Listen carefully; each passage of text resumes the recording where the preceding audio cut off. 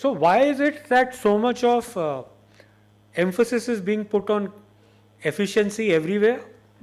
It is being put because it is crucial to create the fiscal headroom for the government to be able to fund the social democracy in India.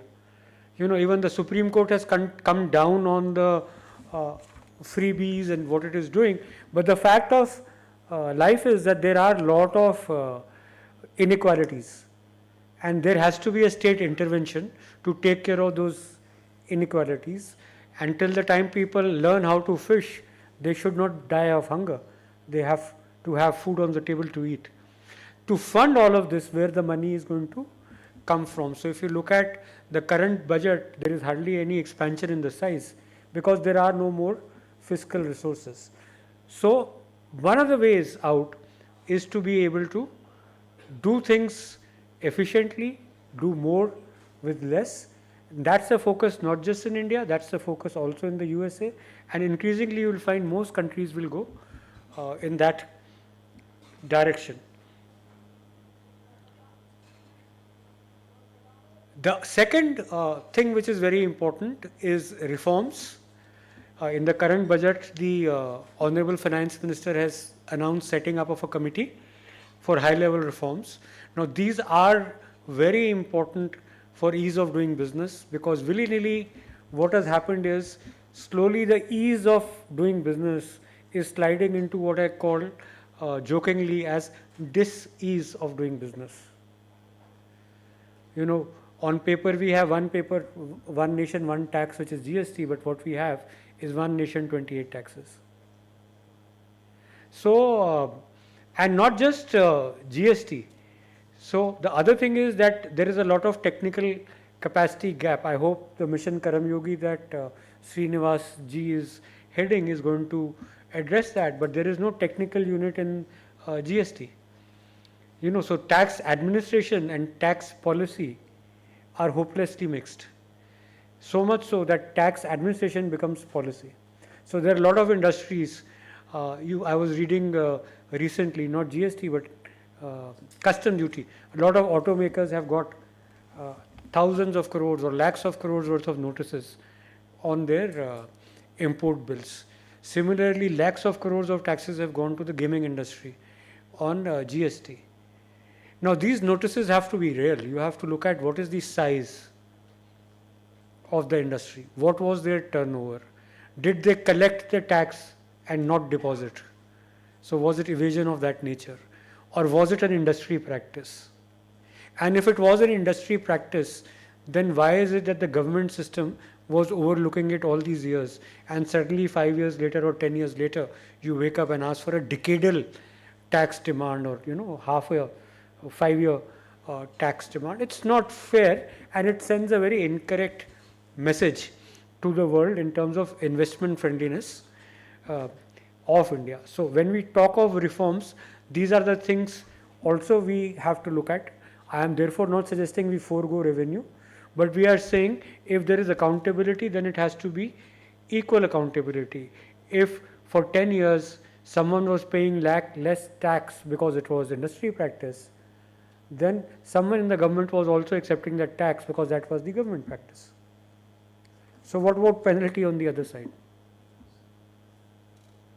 That is fair. So as I said, with Trump we come to the era of blunt speak. So this is the kind of blunt speak that you will see more of. Now, Honorable Prime Minister has given us all this dream of India 2047, which is, India becoming a developed country by 2047. And I did a book which charted out the roadmap to that. So how exactly this is going to happen? So amongst a lot of things that need to be done, we find there are capacity gaps within the government in terms of being able to take data-based policy decisions, because statistics is an area which is India has been extremely poor. We are very data rich, but we are extremely statistically poor. Now, how do you correct that? So, about a year back, we set up India 2047 Center of Excellence under the aegis of SKOCH Development Foundation, which is a not-for-profit, and we are working on how to measure things that you treasure. So, if you say, are you efficient? What does that mean? If you say, have you transformed, what does that mean? You're giving good governance, what do you mean? So we have been able to actually put a number and ranking to all of this, and you are aware that we've been doing this work for almost 30 years. So we are now publishing this research as indices of various nature. The second thing the Center of Excellence does is proof of concept, which is monetization of digital assets. As I said, India is very data rich, but statistically poor. Now, I think some of the biggest databases that we have are under Digital India. There is no data that India does not have. Every flagship scheme, everything that touches the citizen, every infrastructure project, it's there. Unfortunately, currently, the project that we have, India AI, is focused more on creating an LLM or India AI model. But the sitting duck use case essentially is that we can overlay AI over Digital India data and we can do magic of transformation. There is so much of automation that is possible within Digital India itself, and one of our recommendations has been that how do you overlay AI over Digital India and make that deliver faster, better, more efficiently, and why that is required I'll come to shortly. And we've been creating these use cases and trying to share them with the government that if you're doing Narega, then you can perhaps use AI and do it better. If you're doing this, you can use AI and you can do it better. And then we are documenting best practices. I was sharing with Mr. V. Srinivas that government has zero institutional memory. So 10 years back something happened, or 20 years back what Mr. Sethi did in NIC, probably within NIC there will be no record. There will be no film. There will be no film about Teming or Namchi in Sikkim where they, reached the unreached, or of Majuli in Assam, or of Uttarkashi in Uttarakhand. Now we have 30 years of India's reform history on videos, on case studies, on documents, on award nominations. I was looking at a nomination that we had received 20 years back from Andhra Pradesh, which was 15 years back, which was from Mr. Sanjay Jaju, who is now Secretary INB. He had done a project called E-Seva. So how E-Seva started and what were the objectives, and its journey we've kind of measured over the years. So we are bringing all of this together as a knowledge repository of best practices. While all of this is happening in India, I was talking about the left liberal construct that has been harming India. So if you look at India rating and global indices, the story is very poor. So if you look at global indices on e-government's development index, India's rank is 105 out of 193. On hunger index, we are 111. On gender inequality, we are 108. So once we started looking at all these indices, we realized that they were, one, looking at cherry-picked published data. So when you say that e-governance development index and 1/3 of the value is for internet penetration, and when you say internet, you look at only wired internet. You don't look at wireless internet. Now wireless, India is wireless internet country. Your driver, your maid, your press wala, everyone is on wireless internet. So if you take out 80% of the Indian population which is using wireless internet, obviously you will be 105. Because India never had wired internet. It was very few. We straight away went into wireless. Similarly, if you look at gender inequality, they talk about percentage of women in the parliament. Now that's meant for small countries. India is a 3-tiered structure. We have parliament, we have states, and we have Panchayati Raj institutions. In terms of elected women representatives, we are the largest in the world. But if you say we have 150 women in the parliament and not 250,000 elected women, then obviously our rank is going to be that bad. So now the problem is that in government of India there is no Ministry of Indices. So it's no one's job really to look at all this. But it creates a very bad narrative, and you will find all these indices are interlinked. So you will find that EGDI may actually end up impacting your sovereign rating and may increase your cost of borrowing. You would not even know about it, but at the back they're all connected. So we did a lot of this, and we said if these were actually more India specific indicators, what would they look like?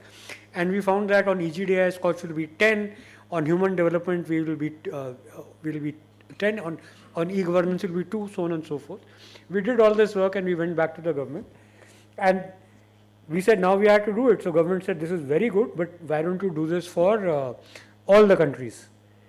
And I said then who will fund it? So there is no Ministry of Indices, so there is obviously no budget for indices. So no one can fund it. And you know, one SKOCH Development Foundation is tiny to fund India narrative globally. So we said now, so let's start from the reverse. What we can do easier than doing global is we can measure what's going on in India. So we started creating indices from e-governance to transformation to ESG to corporate governance, so on and so forth. And we said that when you say India's, let's say, human rights is bad, what does it mean? And recently we released a study of Nifty 50 companies versus Fortune 20 companies on human rights. And we find that we are actually better than them. Because what does the minute you get into definitional issues, that human rights means these 20 indicators or 30 indicators, you can compare. And once you can compare, you know the rating. Right? So that's the kind of work that we've been doing. These were the EGDI problems that I talked about. So having studied all of this and having studied e-governance and infrastructure for almost 30 years now, we are today introducing something called Governance Transformation Index. In the last 10 years, how the government has transformed. Now what we are doing is, we are taking technical governance transformation in terms of how much technology has been infused. So we have taken only 3 parameters here. These are very similar to what EGDI does, but these are more relevant to India. The first parameter is internet subscribers per 100 population. We don't care whether they're wired or wireless. Do you think it is relevant? What is important is internet penetration. How you get internet penetration is completely irrelevant. Otherwise you are saying, if you are wireless, you are not internet. If you are on a phone line, you are internet. I mean, grow up. And the second is state-wise cell density per 100 population, because a lot of services in India are IVR based, there are intermediary based, and they may not require internet at all. They are SMS based. You can do on regular phones, you can do payments and so many other things that you can do with them. The second is human capital index. Again, if you look at EGDI, they take into account secondary school, percentage of people in secondary education. Now in India, do you even need education to use government services? Do you need UPI? Do you know, what do you do? Because you have IVRs, you have intermediaries, you have CSCs, and you always have somebody else to ask, right? So the only valid criteria here is gross enrollment ratio till elementary education, which we have taken. That is also because UN insists that there is a human capital element to it. Left to me, even that is probably currently not relevant. Then online services index, UN does based on surveys. Fortunately, India is the only country which, thanks to NIC ETAL, captures every transaction. So while in other countries they'll guess how many electronic transactions are happening, we are having their count in real time. We are also having the count of number of government services available online in real time. So we don't have to guess. So this is the kilograms of it, quantity. Kitna हमने infrastructure डाला है, this is all our input. What is the output? Now this will not tell you what is the quality of the thing. So that we have been doing actually state of governance, for which all of you are there. For 30 years we've measured project level outcomes. If you were doing so and so project in Dharamshala, then how many people benefit, what was the problem you were trying to solve, what changed, what is the outcome. So this is the only primary research in governance that happens in India, and again we have a history of doing it. So if you add up the infrastructure and you add up the outcome, half average that, you get government's transformation index. Any questions on this? Any disputes on this? We are open, because we are just talking of this as a work in progress. This is how we've gone about making the index. So let's start with technical governance transformation. Infrastructure. So you would find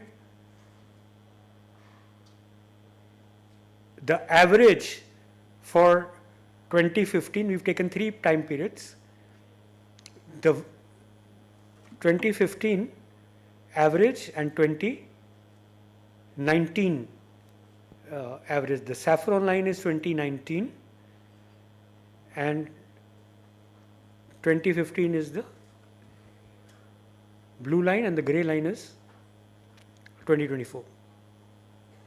So you find that in terms of infrastructure deployment in large states, there has been improvement, but it is not very huge. So there is more technology infusion that is called for. This is quality of governance, which is our state of governance. Now you find there has been a huge jump. What was average in 2015, which is the blue line, average 2019 and average 2024. In 2024, actually it has gone down from 2019. So 14 to 19, quality of governance really went up. From 19 to 24, it has not gone up. It's gone down slightly. But if you look at added together, the transformation index is steady at where it was over these 2 time periods. So you see there was a lot of buoyancy from 14 to 19. Now these were the early harvest benefits of things like Digital India, administrative reforms, Jan Dhan Aadhaar Mobile, all these good things that have been unleashed by Modi 1.0. In the period after that, you had the COVID impact, also the rate of technology infusion and the rate of service delivery has to be improved. Okay, so there is a realization on this, and that is why we are talking a high level committee on reforms, what needs to change. So if you look at star transformation states, number 1 state is Andhra Pradesh. Number 2 is Gujarat. Number 3 is Telangana. Number 4 is Maharashtra, and then Kerala. And average performance of large states is 0.4.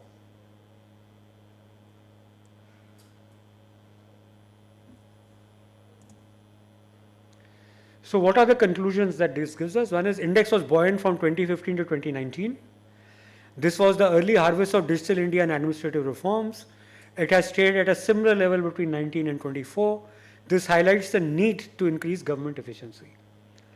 A fresh dose of administrative reforms and technology infusion is called for. The next big boost may come from overlying artificial intelligence on Digital India, what I talked about.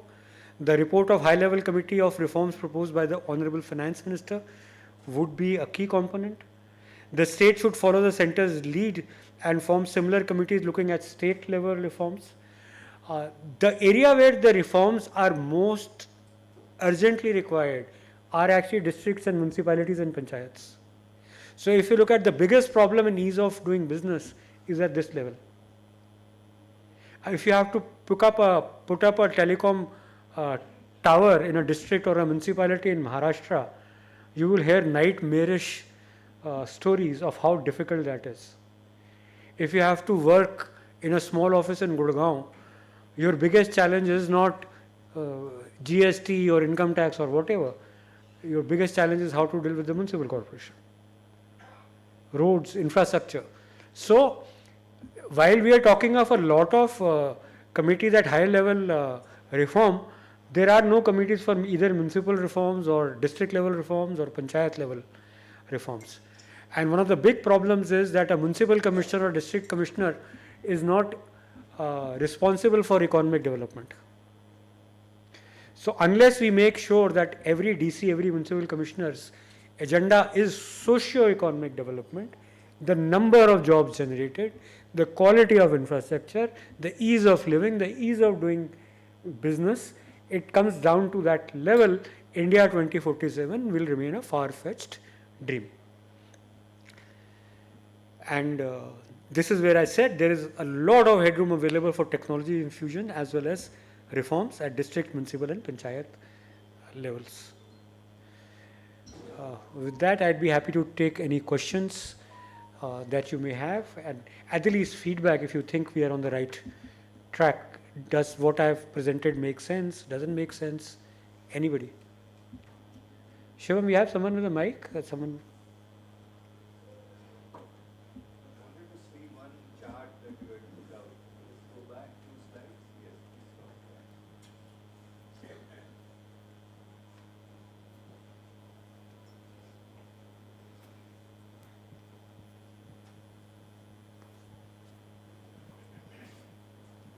Hi, I'm Rohit from Jammu Smart City. Yes, please. I looked at the data and the statistics and I like the quote which you said. My idea is that the inferences you draw are based upon factors which you have defined, or is it something which is taken from an order and you have refined it for India? No, so there are two factors that are taken into account in methodology. One is what I said is EGDI, which is your e-governance infrastructure, but we have adopted it to the Indian context. EGDI methodology that we used is the same as what UN does.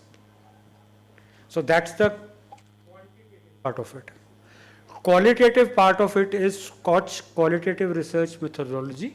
Using the data, we have been coming out with state of governance report card for decades now, which is based on project level findings, which is our own methodology. And since you are sitting here and you have possibly qualified for an award, that is the methodology that is being used here, that you have filled a nomination, you have given details of your project, you have gone through a independent jury evaluation, you have gone through a beneficiary voting of what changed for them, and then you've gone through an expert vote of people who are in similar areas or diverse areas, but in the area of government across the country. It's a sigma of all of that.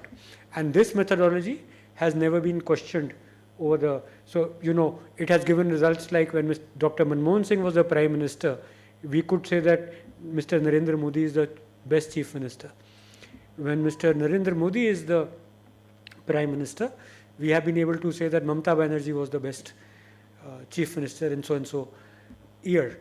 And it has never ever been refuted because you can't refute data. This is primary research and it's 100% documented. Not only is it documented, it is available on public domain. Since you are from Jammu Smart City, whatever you submitted stuff, who was speaking, who was talking, whose question was it? Yeah, so you have submitted a lot of things to us, right? You would have given a nomination form, you would have given a jury evaluation, there would have been voting. You've been through that process? Now 100% of that is available online. There's nothing hidden. Right?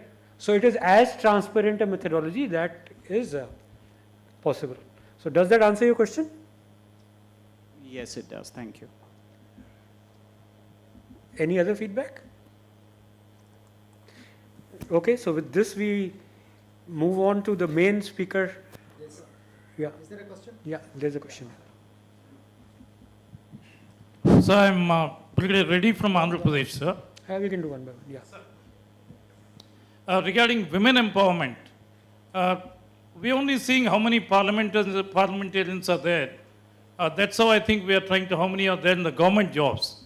However, as we see in the rural areas, sir, it is in Andhra Pradesh, at least I've been witnessing, it is the women who are leading the families ahead for their growth also. They are more interested in educating their children, putting them into better colleges, more than the gents themselves, sir. Otherwise, even 50 years back also, sir, the women, even if they have to dig the soil in those hard this thing also, the women have been working at the homes as also going with their male partners to do the work in the field, sir. So I think if we take all that, women have been leading the growth of the country more than the men themselves, though we are in the government jobs and security jobs like that. That's one, sir. Two, as regards the efficiency of the government, sir. While e-governance is all very fine, we are doing very well. The problem for the common man comes where the efficiency at the lower level in the government departments is concerned, sir.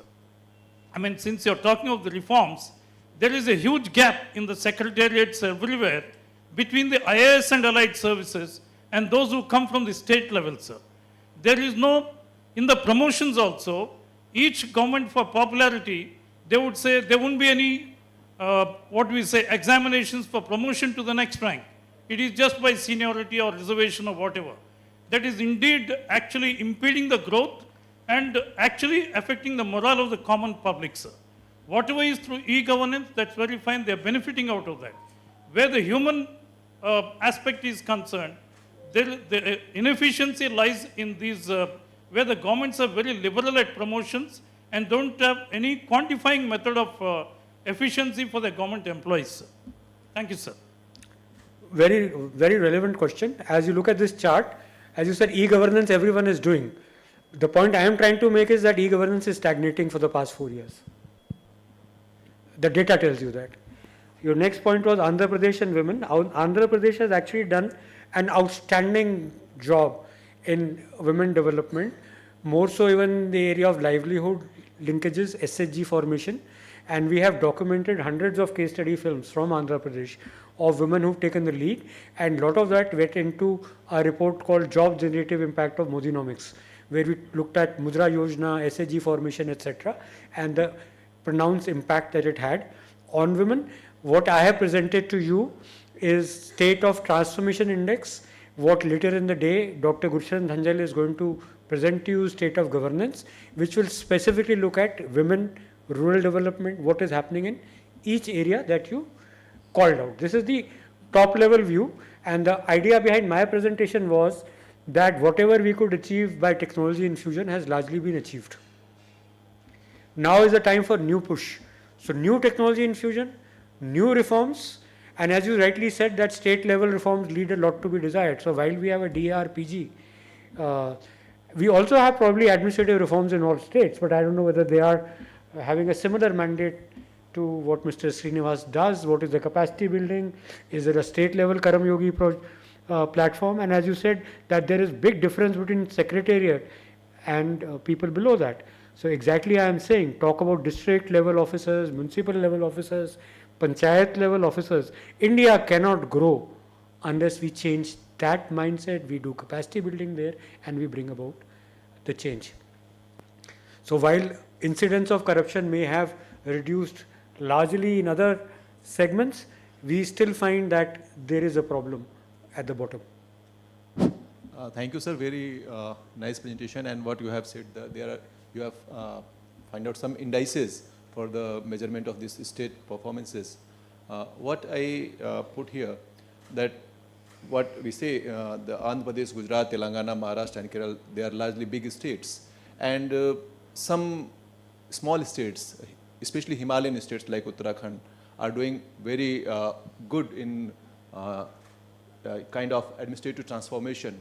But there are some constraints of internet connectivity and other things. So can we have some different set of indices for the measurement of those states who are working and aspiring for their better? We actually have the same data available for small states as well as union territories. But as you rightly pointed out, that they are challenged geographically and in many other areas. And so therefore, the infrastructure may not be at par. So since that news was not very encouraging, and we don't like to discourage people, we have not released that data, but data is available for anyone who's interested. So if you are from a particular state and you want to know where your state is, we would be very happy to share it with you. We only talk about people who are doing well. We don't want to talk about people who are not doing well, because there are enough people doing that. We have small states and we have UT, and given that it's state by state data, you can slice and dice it anyway. You can talk about hill states, you can talk about northeastern region, you can talk about anything. So, I mean, just to share with you why I have not released is, you may find that Delhi is one of the poorest performers. But if I say this, it may not be construed as an academic comment. So we'll have to wait for a while and then release that report. Clear? We are done? Thank you very much. We will have time for more questions. I would invite Mr. V. Srinivas, who's practically a giant in public service and his thoughts. And if you could, at the end of it, if you could throw on what could possibly states learn and do from what you're doing at the center, that would be very nice.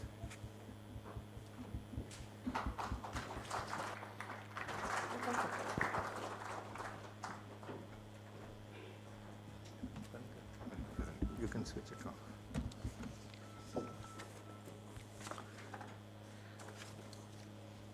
Shri Samir Kocherji, Dr. Gursharan Dhanjal, my good friend Shri Inderpal Singh Sethi ji, distinguished colleagues.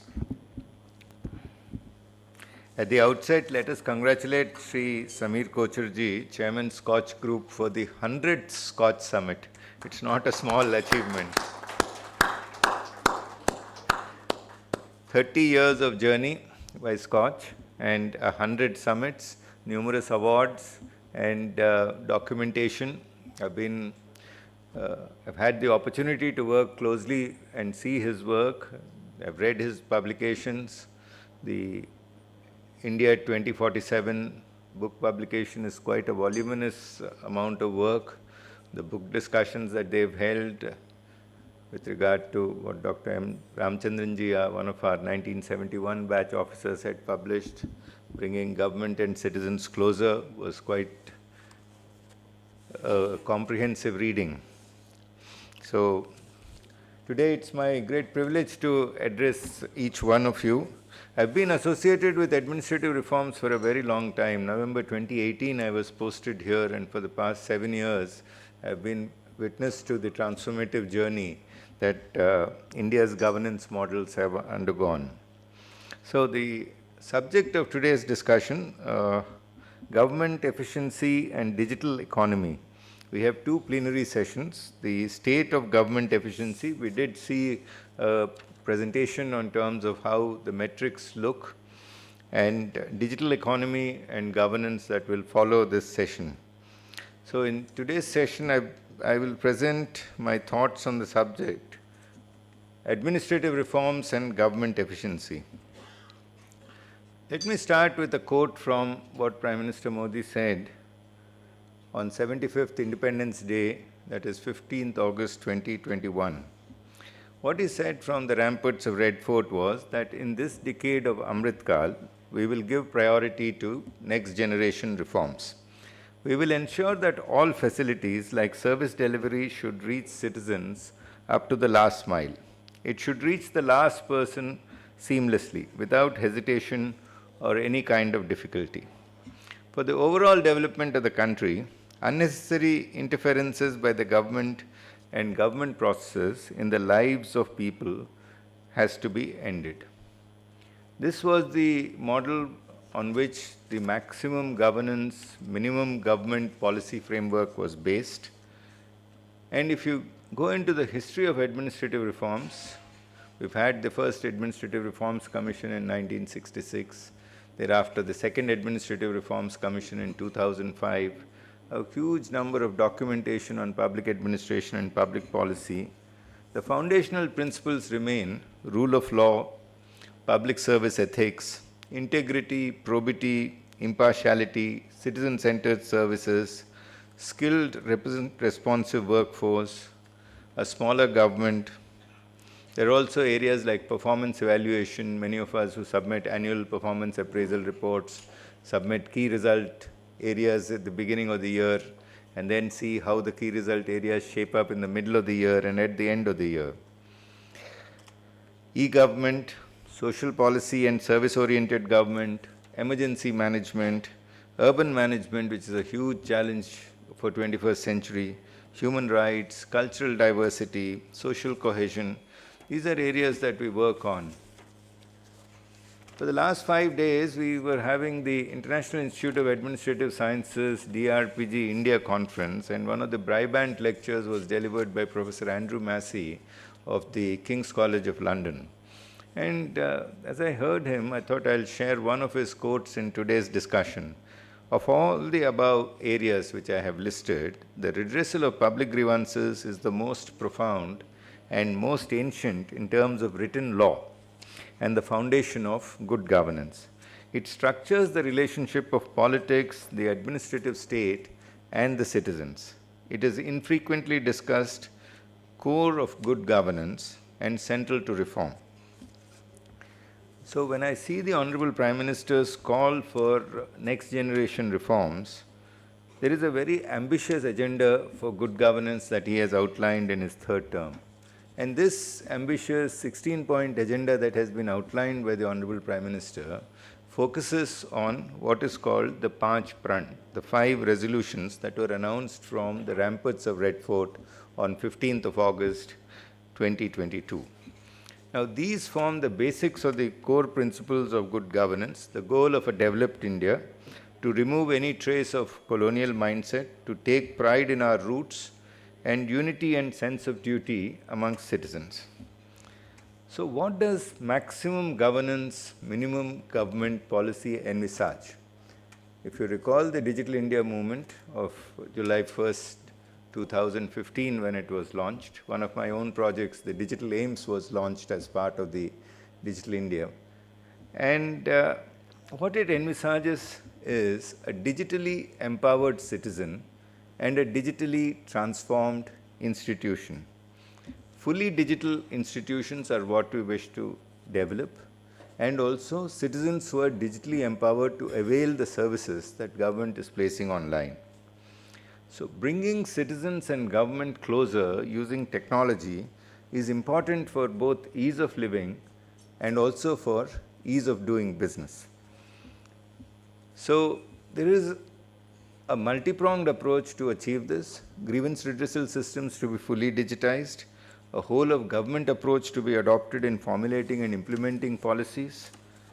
There is a committee of secretaries that is looking at regulatory compliance and easing up regulatory compliance. Upskilling, the mission Karm Yogi, which envisages upskilling and reskilling of employees to adopt new e-governance solutions. And periodic monitoring and quality assessments of governance models using effective metrics.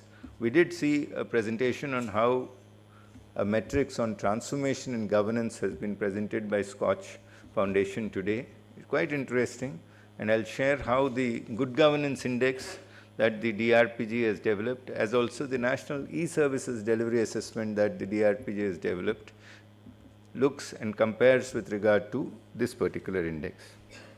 At the heart of this effective policy making and commitment for good governance is the principle of social justice, equity, transparency, and accountability. And this is to be achieved by a saturation approach in implementation of priority sector schemes. And the vision that has been outlined is Sabka Saath, Sabka Vikas, Sabka Vishwas, and Sabka Prayas, which is the overarching national goal. Let me take up the first issue, that is effective redressal of public grievances. The Honorable Prime Minister has been speaking about it from a number of fora. He has spoken about it in his Mann Ki Baat. He has spoken about it in review meetings in Pragati. He has spoken about it in Council of Ministers. And India's policy for grievance redressal places tremendous emphasis on quality of grievance redressal as also on timelines of grievance redressal. Today, the CP Grams platform represents the world's largest interface for effective redressal of public grievances. It has been adopted and implemented across all ministries and departments, attached subordinate and autonomous bodies. All state governments' portals are integrated and uses advanced technologies. It provides comprehensive tracking and feedback mechanisms. There's also a feedback dashboard where every citizen who has filed a grievance is contacted and his feedback is taken and it is assessed for satisfaction levels. It has also set up a huge number of dashboards. Governance in India in 21st century is far more nuanced than what governance models were in 20th century. I recall my discussion with Dr. Dubur Subbarao, the topper of the 1972 batch, and I did ask him what is the difference in governance models between his era and what the challenges that we face today. He said, Srinivas, there's no difference. The overwhelming priority is to stand up for public good against all odds. It is slightly more nuanced than what Dr. Subbarao said. Contemporary governance models require examination of disaggregated data sets on a very large platform to come to some kind of an evidence-based decision making. That is where advanced technology platforms, particularly use of AI or disaggregated data analysis, emerging technologies can be extremely helpful. The CPGRAMS uses two advanced dashboards. One is called a tree dashboard and one is called the integrated grievance management system, both of which are AI-driven portals to ensure that a deeper understanding of grievance root cause analysis, as also the individuals who are filing it, the officials who are monitoring it, can be undertaken right up to the village level, individual level. The institutional support for running this very, very large system comes from more than 200 experts and 20 institutions.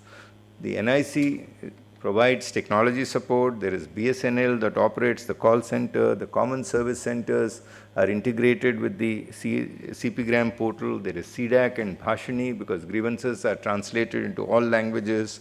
The Quality Council of India, there's Ernst & Young.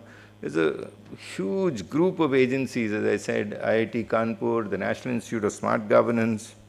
And collectively, what has been implemented was a 10-step reform that resulted in a significant increase in the number of grievances that were redressed every month. For the last 30 months, we've had more than 100,000 grievances being redressed.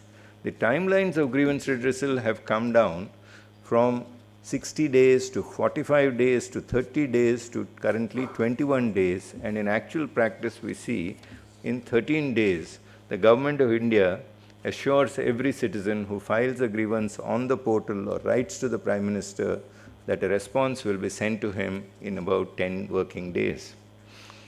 For managing such a large system in which more than 30 lakh citizens apply, there are 104,000 officers that are deployed. We also have, in addition to these 104,000 officers who are deployed on the system, there are a huge number of technology support providers who are available, about 200 technology providers who work back-end to ensure that this system works flawlessly. 1,20 lakh grievances have been redressed in the last 5 years. It's a massive number of grievances that have been redressed, and the satisfaction levels have gone up to above 55%. It has been recognized as India's 100 best technology ideas by the India Today, and also as a state-of-the-art grievance redressal system for replication across 56 countries across the globe by the Commonwealth Secretariat. Let me speak about the Karm Yogi competency model. The Karm Yogi competency model was launched by the Honorable Prime Minister in October 2024. It envisages that the civil service keeps itself abreast of the contemporary developments of governance. It has done away with classroom teaching, which is didactic classroom learning, and provides huge number of interfaces using the iGOT platform. I hope each one of you is registered on iGOT and has been able to access the iGOT platform. What I have seen is younger officers, senior colleagues, even much older people on the verge of retirement have enrolled themselves to undertake huge number of courses on iGOT. Even as I speak today, several DRPG officials are participating in one of the competency module trainings at CSOI. It is based on an indigenous development and seeks to transform every employee from a karmachari to a karma yogi. And these transitions have been envisaged from a rule-based civil servant to a role-based civil servant. Every time there is a transfer, we find that the learning curves are fairly steep. So the iGOT Mission Karma Yogi platform ensures that a much smoother transition is possible. And also, if you are there on the job, you can reinvent yourself to do the same job in a much more effective manner. The subject of today's discussion is increasing efficiency in government. Increasing efficiency in government, particularly in terms of decision making, has been a top priority across multiple governments. It has been an overarching goal, like improving justice delivery. Improving efficiency in government starts with how do we improve decision making. And one of the first challenges that I faced was, can we undertake 21st century decision models without a digital secretariat? And the first step was we rewrote the Central Secretariat Manual of Office Procedure. In 2019, the rewriting of the Central Secretariat Manual of Office Procedure enabled the transition from what was a Central Secretariat which had very low adoption to the e-office to a Central Secretariat where 99% of the receipts, that is 5 lakh receipts a month, are digital receipts, and 40 lakh files are e-files. That is almost 95% files are used as e-files.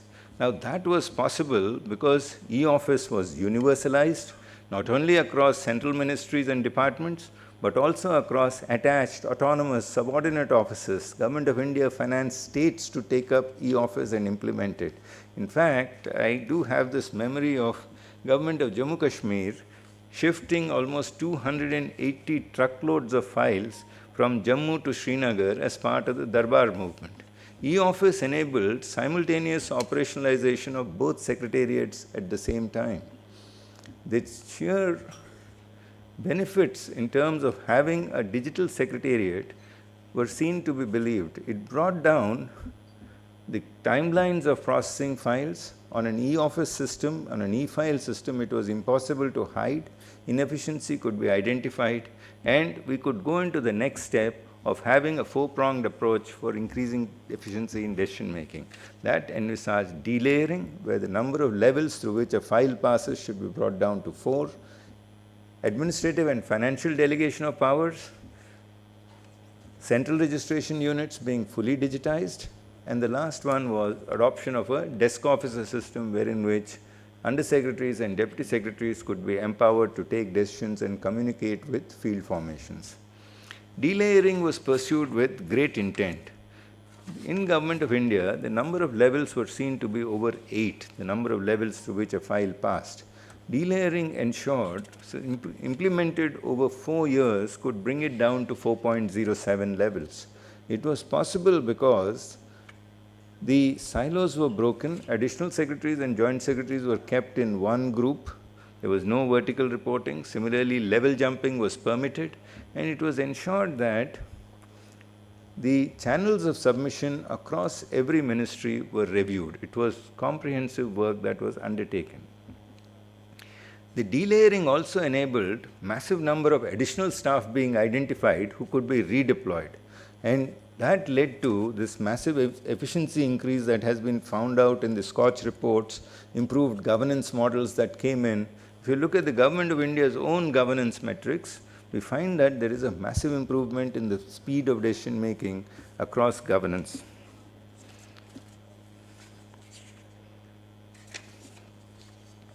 The other area of work that was taken up was with regard to the Swachhata campaigns.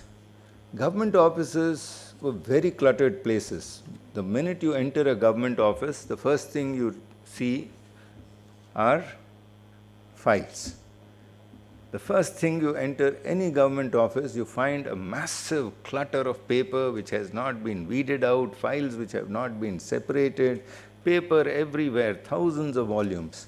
The special campaign for institutionalizing Swachhata and reducing pendency in government was a very huge success over the last 4 years. It has actually weeded out, brought in improved records management practices and weeded out 1.31 crore files across ministries.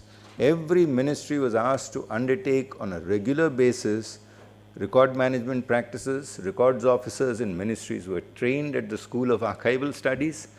Conservation practices were brought in place, and digitization was ensured. 1.31 crore office files being weeded out meant that almost 645 lakh square feet of office space was freed. Huge amount of office space.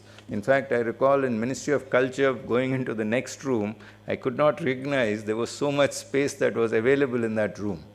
It also ensured that automobile scrap, many vehicles are scrapped which were not sold on time, electronic scrap that was lying in storerooms of offices, all of which needed to be disposed. So the scrap sale policies were often frequently reviewed, and scrap sales over the last 4 years generated 2,364 crores. That was the quantum of scrap that we were carrying in 11.5 lakh government offices. There were photocopiers lying, there would be vehicles lying. It was an incredible amount of scrap that government was carrying.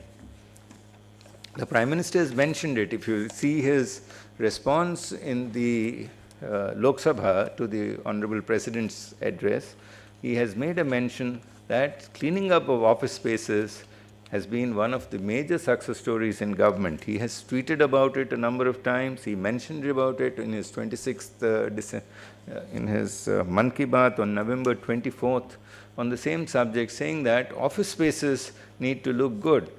Administrative efficiency can go up if you have a digital working environment and if you have a clean office environment where you can work.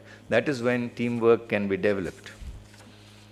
A third area of work has been developing metrics, and the DRPG was mandated to take up two big metrics that were to be developed. One was called the Good Governance Index. This was an exercise that was started in 2015 and it took many years to complete. The first Good Governance Index, which is an assessment of states, was published in 2019. And thereafter the second one came up in 21, and the third one, the 2023 one, looks like a bit dated data, so we're looking at a 2025 index. The National E-Services Delivery Assessment was published in 2019 after 4 years of formulation, and the second one was published in 21, and the third one was published in 2023. Now, what the Good Governance Index has said that there is a positive movement in governance models across states, particularly larger states. Even in smaller states, there is considerable movement. It's tried to understand how, for example, the Gujarat model of governance works. And for that, the District Good Governance Index was also pursued. Now, the District Good Governance Index, which looks at evaluation of almost 350 districts of India, as particularly the Gujarat model of development had fascinated me. What we found was, why is it that Gujarat constantly tops India's Good Governance Index? One of the reasons is that the collective firepower of 33 districts of Gujarat working at the same level, the discrepancy in the levels at which the ranks across 60 indicators of Gujarat work on 10 sectors is almost identical, very marginal difference. And when you compare it with, say, other states, say Jammu Kashmir or Uttar Pradesh, where you find the divergence between the top performing districts and the lower performing districts is slightly higher. So the average levels, it pulls the state down. But in the case of Gujarat, where almost all districts are functioning at the same level, it takes the index up to a much higher level. So you find Gujarat topping across multiple sectors, be it in agriculture, commerce, be it in economic development, health sector. Across sectors, a uniformly high ranking gives them a cumulative higher aggregate ranking. The National E-Service Delivery Assessment was formulated with the objective to pitch India's e-governance models on par with what was shown as the United Nations Development Index. So today, the National E-Services Delivery Assessment assesses e-services across all ministries and departments of Government of India. It examines the major platforms that are operated, be it e-Nivaran, be it Bhavishya, be it CP-Grams, be it any other major portal that you're running, and benchmarks it against what was achieved in the previous years. It identifies the performance across 5 categories, particularly content availability, how often is a website updated, ease of use, status and request tracking, also security and data privacy, And there are 4 more new parameters like use of emerging technologies, open government, where open government access, whether it is provided or not. What we found in India's e-services journey was the pace at which India was digitizing its e-services was quite rapid.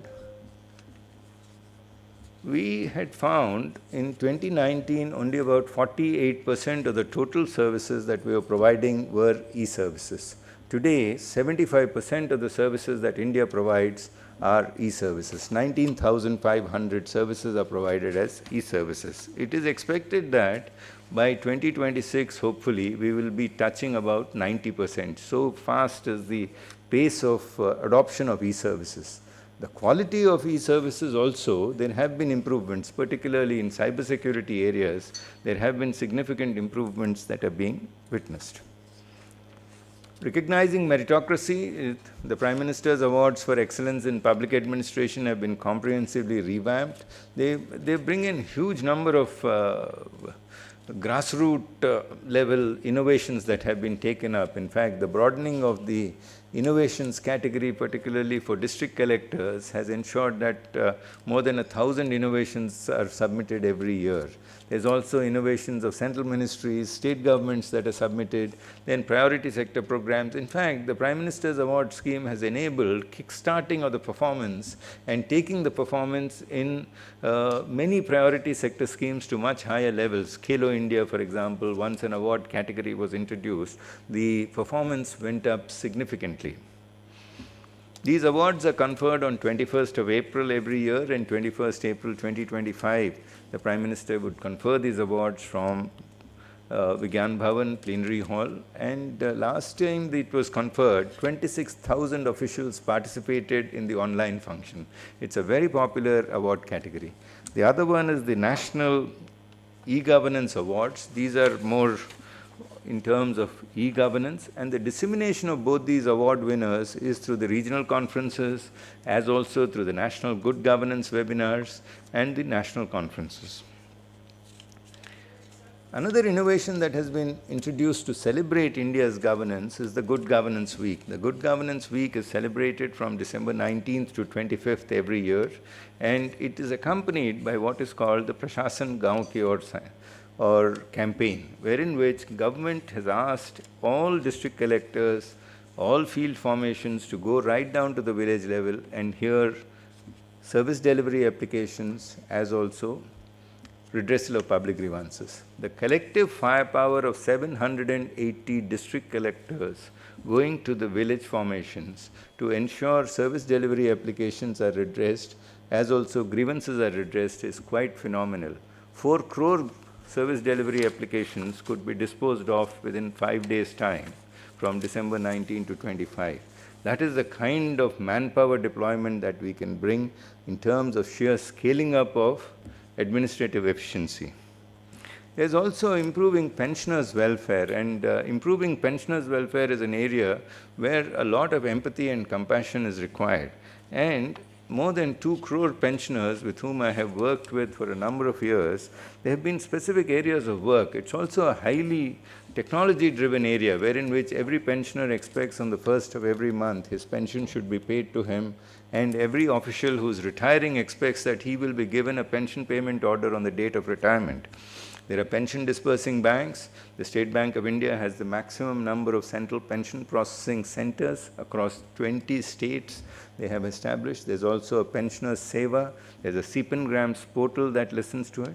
And the digital empowerment of pensioners, the end-to-end digitization of the pension payment process has been a big feature. So the number of pension forms have been simplified to make it a single form that is auto-populated from the service book stage to the pension processing stage, with almost 125 entries being populated from EHRMS directly into the Bhavishya platform. The other area has been the Digital Life Certificate campaign. The DLC campaign this year, particularly using face authentication, has seen 1.60 crore pensioners availing digital life certificates.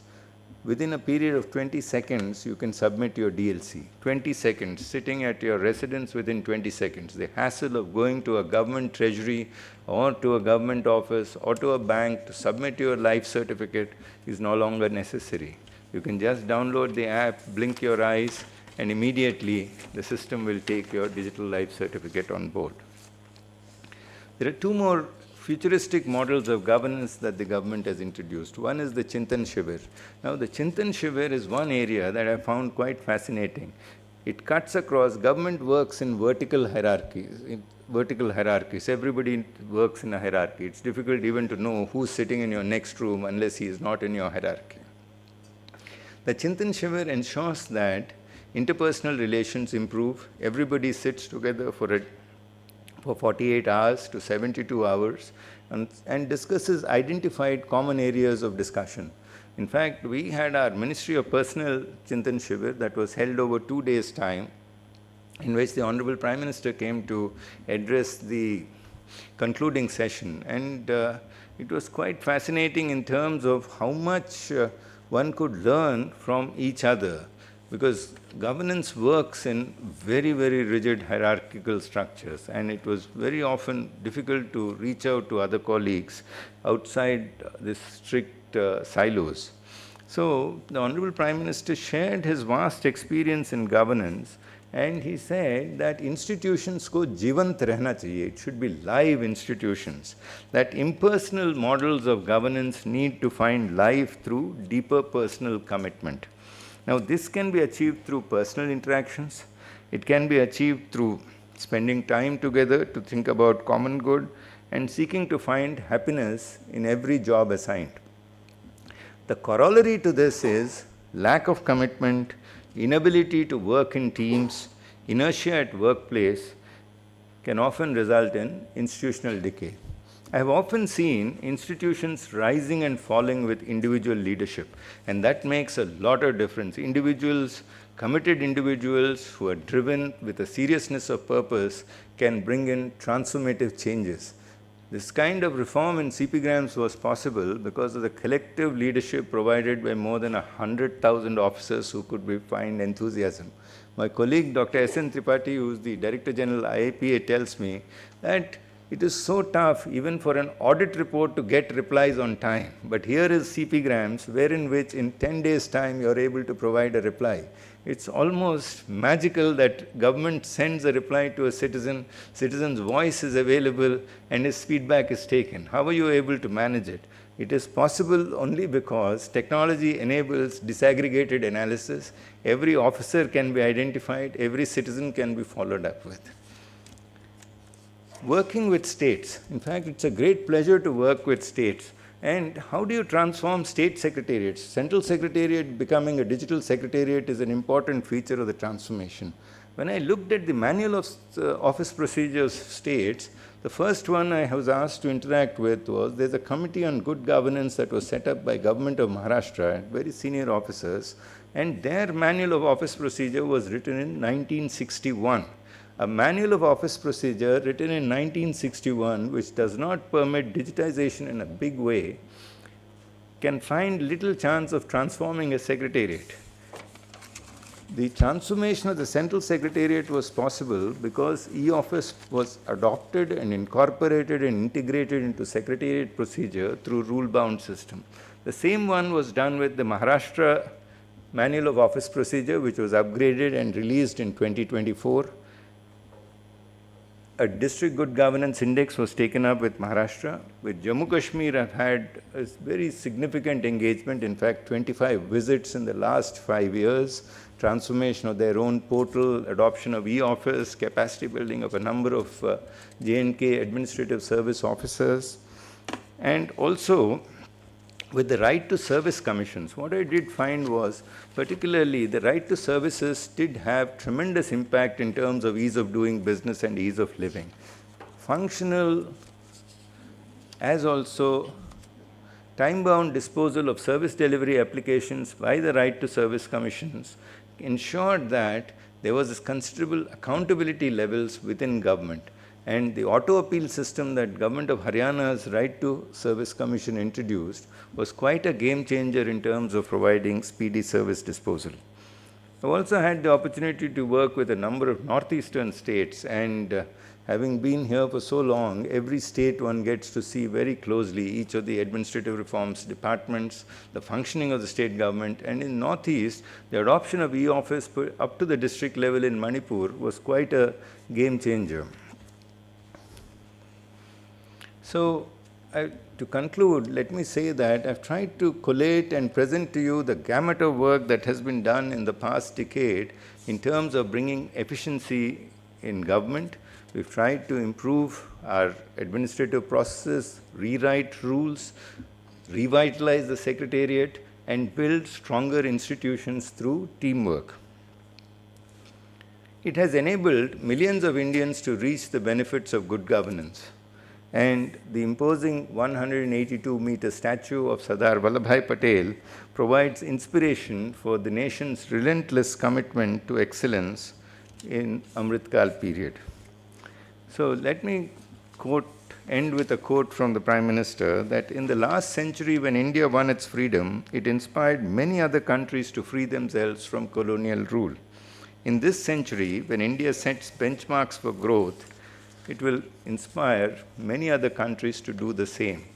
These words I found echo in the last 5 days when almost 60 countries, senior civil servants, public administration experts, as also senior research scholars, professors, more than 750 of them were in Delhi for interactions with the IAS. They found that India's growth momentum was so strong, the administrative models, the strength of its digital governance portals, it can find tremendous echo in many developing and emerging market countries, and also a beacon for many developed economies.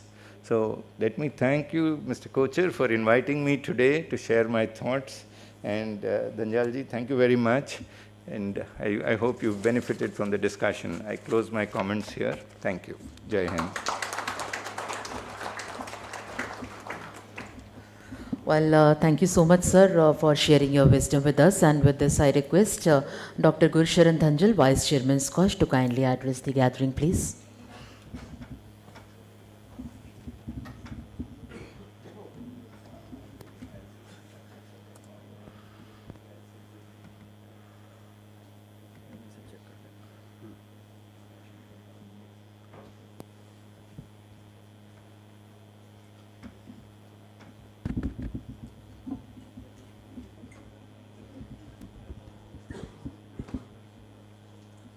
सभी लोगों को मेरा नमस्कार। ये जो 100वां सत्र है scotch summit का, इसकी एक आपने तो जाना ही एक हिस्ट्री है, लेकिन हिस्ट्री के पीछे भी हिस्ट्री है। अगर हम इसको सिर्फ 20 साल पीछे लेके जाते हैं और उसके भी एक और 20 साल पीछे लेके जाते हैं तो हमें आयाम बदलते हुए दिखते हैं। अगर हम ये देखते हैं कि 1991 में जब लिबरलाइजेशन प्रोसेस शुरू हुआ तो हमारा ऑब्जेक्टिव क्या था? लार्जली 2 ऑब्जेक्टिव थे। एक था लाइसेंस और परमिट राज को ख़त्म करना ताकि गवर्नमेंट सर्विसेज सीमलेसली सभी को मिल पाएँ। दूसरा था स्पीडी और अनहिंडर्ड सिटीजन सर्विसेज, ताकि हमें राशन की लाइन में या फिर केरोसिन की लाइन में या फिर टेलीफोन की लाइन में खड़ा ना होना पड़े। इसका सम टोटल है एफिशिएंसी। अगर 1991 में हमने एफिशिएंसी की बात की और आज हम इस 100वें सत्र में खड़े होकर के उसी को मेजर करने की कोशिश कर रहे हैं तो एक बहुत बड़ी अचीवमेंट है। 50 साल लगते हैं किसी भी एक चीज़ को बदलने के लिए, हम उसको बोलते हैं 1 जनरेशनल चेंज। इसको भी हमने इन 100 समिट्स में अलग अलग तरीके से, चाहे वो इंक्लूसिव ग्रोथ के नाम का हो या फिर बदलाव के नाम का हो, हमने उसको भी देखा। एक चीज़ उभर करके हमारे सामने आती है कि भारत देश बहुत सुंदर है। हमारे पास पहाड़ हैं, समुद्र है, नदियां हैं, जंगल हैं, प्लेन्स हैं, सब कुछ है। अगर ये हमारी सुंदरता को बढ़ाता है, यही सबसे बड़ा हमारा डिसएडवांटेज भी बन जाता है, क्योंकि हम एक दूसरे से जुड़ नहीं पाते हैं। और सरकार का काम है सभी चीज़ों को जोड़ करके एक प्लेटफॉर्म पे खड़ा करना, चाहे आप उत्तराखंड में हो, सिक्किम में हो, नागालैंड में हो या फिर केरला में हो।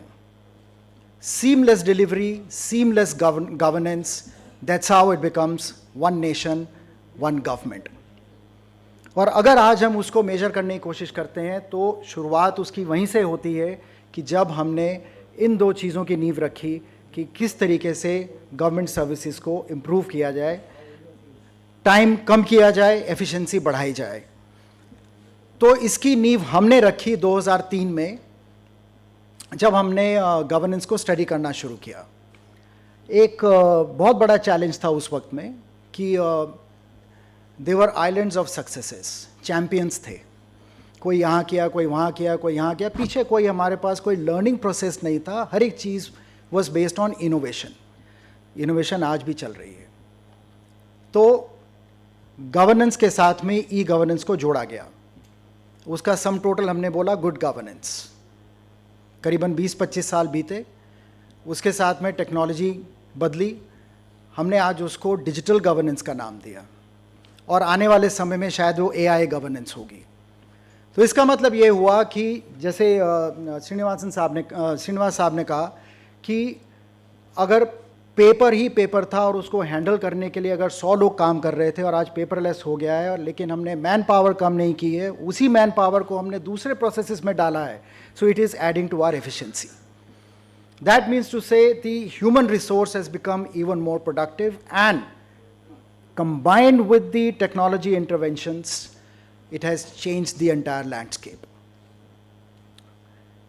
हमने पिछले 20 साल में लगातार एक के बाद एक हर साल कंसिस्टेंटली गवर्नेंस को स्टडी किया।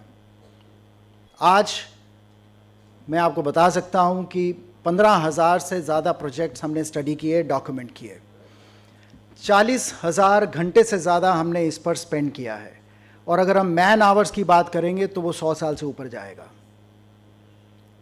तो अगर इतना काम देश में हुआ सरकार के बाहर, Skoch is the only organisation which has done consistently year on year study into the governance improvements in the country. 2014 का डेटा आपके सामने है।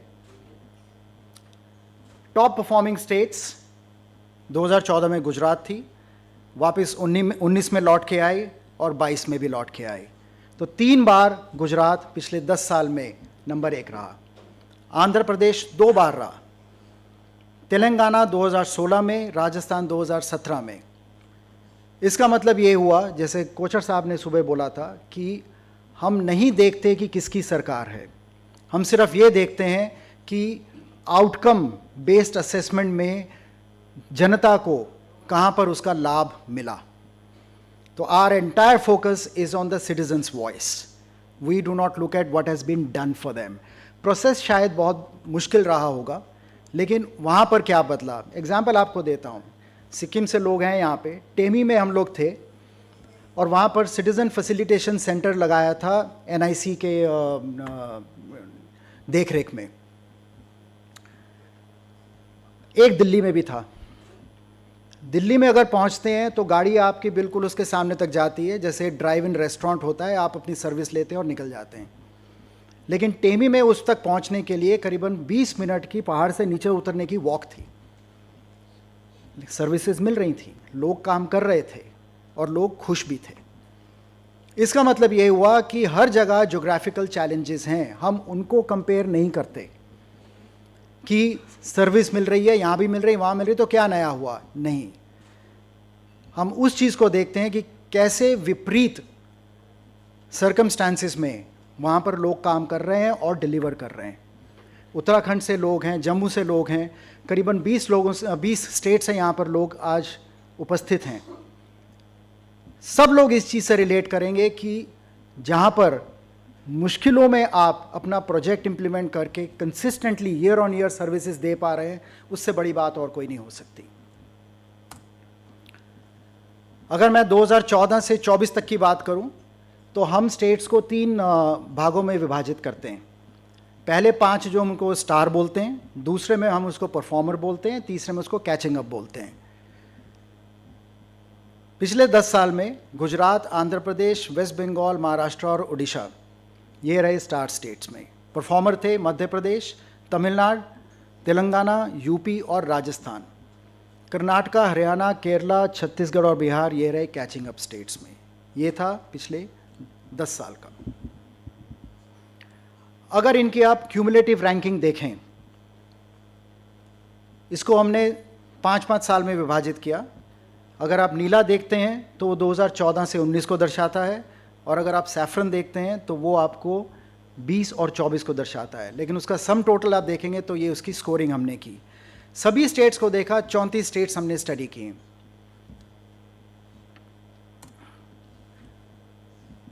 कोई भी असेसमेंट हो, वो जाना जाता है अपनी रिसर्च मेथडोलॉजी के बेसिस पे। हम ये बोलते हैं कि जो हिंदुस्तान में यूनिवर्सिटीज़ हैं, वो ग्लोबल रैंकिंग क्यों नहीं है, उसका क्या कारण हो सकता है। हम हार्वर्ड की बात करते हैं, जब भी बात होती है हम ऑक्सफोर्ड की बात करते हैं, हम हमेशा वेस्ट की तरफ देखते हैं कि उनका काम ज़्यादा अच्छा है। क्या इंटेलेक्ट वहाँ पे ज़्यादा पाया जाता है? The answer is no. Intellect शायद हमारे पास ज़्यादा हो, लेकिन हमारे पास कभी कहीं प्रोसेस की कमी रही होगी कि हम अपनी उपलब्धियों को सही वक्त पे डॉक्यूमेंट नहीं कर पाए। अगर हम वो कर पाते हैं तो हमारे पास इंस्टीट्यूशनल फ्रेमवर्क बनता है। मैं आपको बता सकता हूं कि अगर आज की डेट में आप देखना चाहते हैं कि एनआईसी ने 2003-4 में ई गवर्नेंस को लेकर के क्या काम किया, तो वो डॉक्यूमेंटेशन हमारे पास है, वो शायद किसी और संस्था के पास नहीं होगी। अगर 20 किताबें लिखी गई हैं तो उन 20 किताबों में भारत देश की जर्नी को सांचा गया है, उसको लिखा गया है, उसको ध्यान में रख करके आगे क्या किस तरीके से बेहतरी की जा सकती है उसको डाला गया है। ये काम जो है ये थिंक टैंक्स का है, ये काम जो है वो रिसर्च इंस्टीट्यूशंस का है, ये काम जो है ये यूनिवर्सिटीज़ का है। तो जो हमारे इंस्टीट्यूशंस हैं उनका शायद डॉक्यूमेंटेशन या इंस्टीट्यूशनल कैप्चरिंग या जिसको हम इंस्टीट्यूशनल मेमोरी बोलते हैं वो शायद बहुत स्ट्रांग नहीं रहा, तो इसलिए हम बाहर की तरफ देखते हैं। तो हमने उस गैप को फिल करने की कोशिश की। एक छोटा सा प्रयास है कि जो हमने सब केस स्टडीज़ को तैयार किया, इनको पब्लिश किया, इनको पॉपुलराइज किया, और आज सब लोग आप हमारे साथ इकट्ठे हो। इवैल्यूएशन प्रोसेस ही एक इस चीज़ को दर्शाता है कि आपने किस दौर से गुजर करके उसको कितनी बारीकी से पढ़ा, देखा, परखा, समझा, और उसके बाद में आपने उसको कहा कि ये सराहनीय है। तो अगर देखते हैं तो वेल परफॉर्मिंग प्रोजेक्ट्स जो है स्टेट्स को इनवाइट करते हैं, वो सबमिट करते हैं। उसके बाद में पहला राउंड हम इंटरनली पढ़ते हैं, उसको देखते हैं कि ये इस पर और जानकारी लेने की आवश्यकता है या हम इसको एज इट इज़ आगे ले जा सकते हैं। उसके बाद में 3 एक्सपर्ट्स जो कि स्कॉच से जुड़े हुए नहीं हैं, इंडिपेंडेंट हैं, उनको आमंत्रित किया जाता है, आपसे बात करवाई जाती है, आप उनको प्रेजेंटेशन देते हैं और वो आपको असेस करते हैं। स्कोरिंग मार्क है, आपके पीयर्स भी उतने ही इंपॉर्टेंट हैं। आपने इस चीज़ को देखा होगा, जब आपने प्रेजेंटेशन दिया तो हमने कहा कि आपके पीयर्स भी पार्टिसिपेट करेंगे, उसमें वोटिंग पोल भी होता है, दूसरों से ओपिनियन भी लिया जाता है। असेसमेंट सिर्फ एक मुद्दे पर है, क्या बदला, जनता के लिए क्या बदला, प्रोसेस जो भी आपने रखा हो। हम लोग फील्ड रिसर्च भी करते हैं, जैसे मैंने कहा कि हमने इतने प्रोजेक्ट्स को फील्ड लेवल पे स्टडी किया, विजिट्स किया, आंध्रा में किया, तेलंगाना में किया, केरला में किया, गोवा में किया, असम में किया, we had gone up to Shillong, far flung areas जहाँ पर जनरली किसी का इंटरेस्ट नहीं होता है जाने में, वहाँ से जा कर के हमने ये सब डॉक्यूमेंट किए and brought to the discussion table. तो सबसे बड़ा फ़ायदा इस चीज़ का क्या है? Policy making. एक तो आपको अपनी उपलब्धियों के बारे में एक दूसरे आयाम मिलते हैं कि दूसरे स्टेट्स में क्या चल रहा है, आपको कैसे उसको इम्प्रूव करना है। And when it becomes the sum total then it helps the state, it helps the national government. Merit list projects जो हैं उनको एग्जीबिशन के लिए आमंत्रित किया जाता है, उस पर लाइव पोल होता है और हर एक प्रोजेक्ट जो है उसको एक कॉम्प्रिहेंसिव स्कोर मिलने के बाद में ही कट ऑफ डिसाइड होता है। इतना कॉम्प्रिहेंसिव प्रोसेस जो कि 6 महीने आपको लगातार एंगेज करता है, देश में किसी का नहीं है। आप एप्लीकेशन डालते हैं किसी और अवार्ड के लिए, असेसमेंट के लिए, उसके बाद भूल जाते हैं, फिर एक दिन चिट्ठी आती है मिला या नहीं मिला, जा करके ले लीजिए। आप हमें एप्लीकेशन डालते हैं, उसके बाद में आपका हम जीना हराम कर देते हैं। आपको फ़ोन कर करके आपको यहाँ पर आना है, वहाँ पर आना है, ये करना है, वो करना है। बहुत लोग तो कंप्लेंट भी करते हैं, अरे आप लोग फ़ोन बहुत करते हैं, उन्हें आपने अब सांप के बिल में हाथ डाला तो काटेगा तो सही, और हम आपको छोड़ेंगे नहीं जब तक पूरा असेसमेंट नहीं कर लेंगे। तो टॉप रैंकिंग स्टेट्स, जैसे मैंने कहा कि 3 लेवल पे हम बोलते हैं, हमारी ये 39 कैटेगरीज हैं। इसके बाहर देश में गवर्नेंस में कुछ नहीं है, ये सब का अमेलगमेशन है। चाहे एग्रीकल्चर की बात करें, रेवेन्यू की बात करें, डिज़ास्टर मैनेजमेंट की बात करें, छोटी से लेके बड़ी चीज़ हमने उसको कवर किया। अब आते हैं 2024 पे। 2024 में गवर्नेंस के आयाम फिर से बदलें।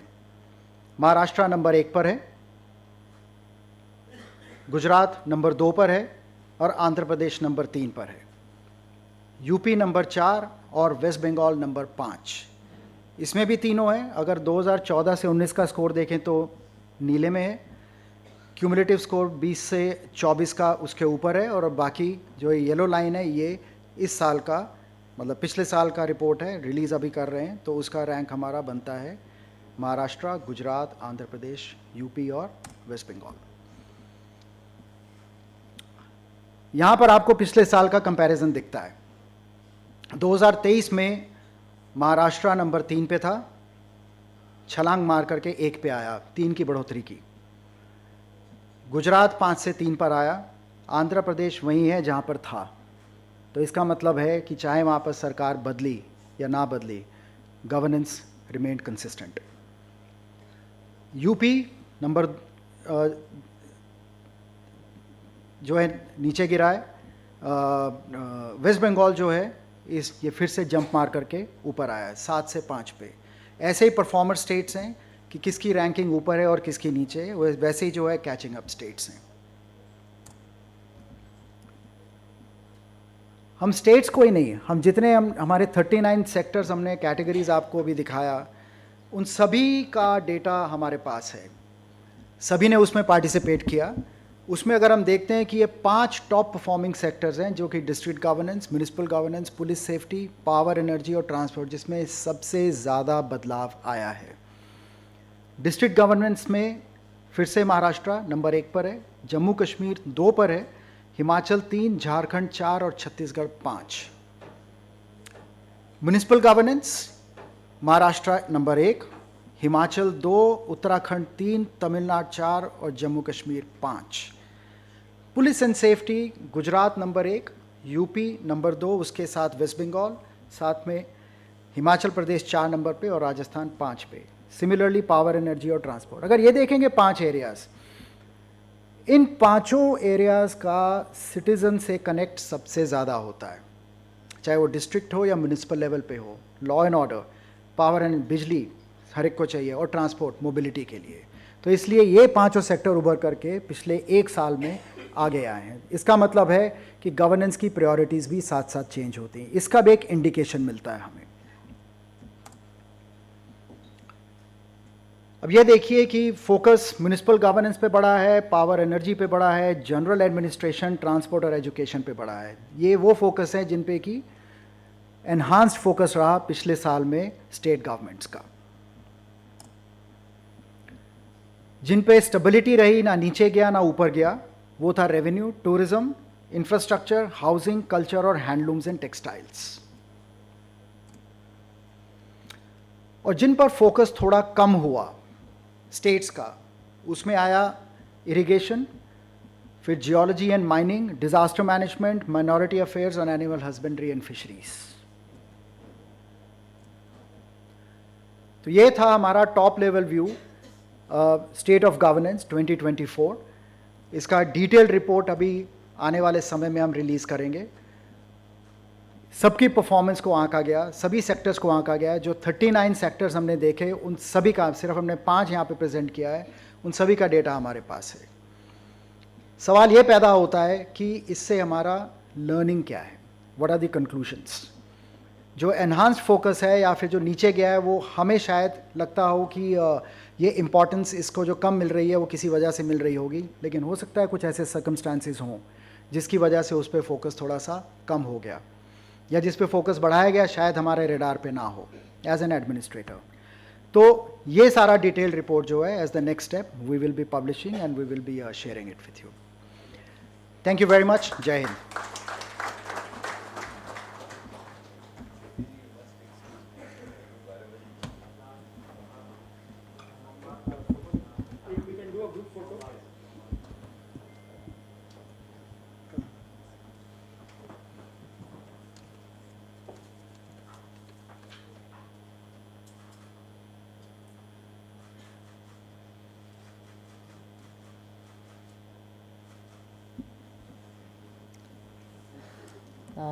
Thank you so much, Dhanjal sir, for your valuable speech. Ladies and gentlemen, with this now I request Mr. IPS Sethi sir, Director General NIC, to kindly enlighten us on the role of NIC and government efficiency.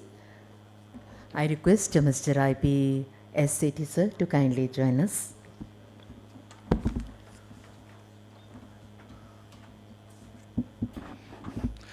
Very good morning to all.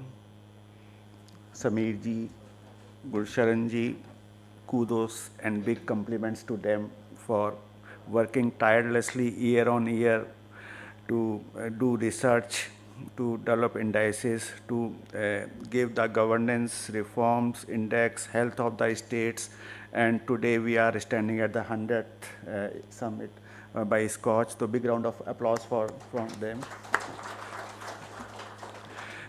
National Informatics Center, it's an organization set up in 1976. We are completing 49 years this year and entering into our Golden Jubilee 50th year. During all these years, we are marching ahead for digital transformation of the country, improving efficiency, transparency, and making ensuring that efficient service delivery are given to the citizen of the country. We are fully aligned with the mission and vision of Digital India program of Government of India, which Honorable Prime Minister launched 10 years ago. And we have been providing digital governance service to governments at various levels, right from Excellency President of India, Honorable Prime Minister, Central Government Ministry Department, State Government, and 750 plus districts. 1982, we were first recognized when during the Asian Games in New Delhi, the big display boards at the Jawaharlal Nehru Stadium, the teletext service using, we were showing the players, their ranking, medals, and all those things. 87, 88, we have expanded and gone to district level. That time, there were only 400 districts in the country, and today we are close to 800 districts. In last 35 years, districts have been created politically by various government for ease of administration. So all these years, we have been working tirelessly and working to give the products platform for the population scale. How ETAL, which Sameer ji was mentioning, was born that in 2012-13, when government was reviewing National E-Governance Plan 1.0, which was launched in 2006, suddenly somebody asked, can anybody tell how many driving licenses are issued today? How many properties are registered? How many people have gone abroad? How many have come to India? How many treasury transactions have done? But there was not a single portal in the country which could aggregate all the services and tell that this is the figure. Though departments were maintaining their individual portals and dashboards, but that was not an integrated platform. So 2013, the then Secretary Satyanarayan sir decided that we'll come up with a portal. NIC was interested that time, we were having 20 lakh transactions per day, and today 91 crore transactions per day are recorded on the e-Tal portal from 4,400 e-services which are integrated on this.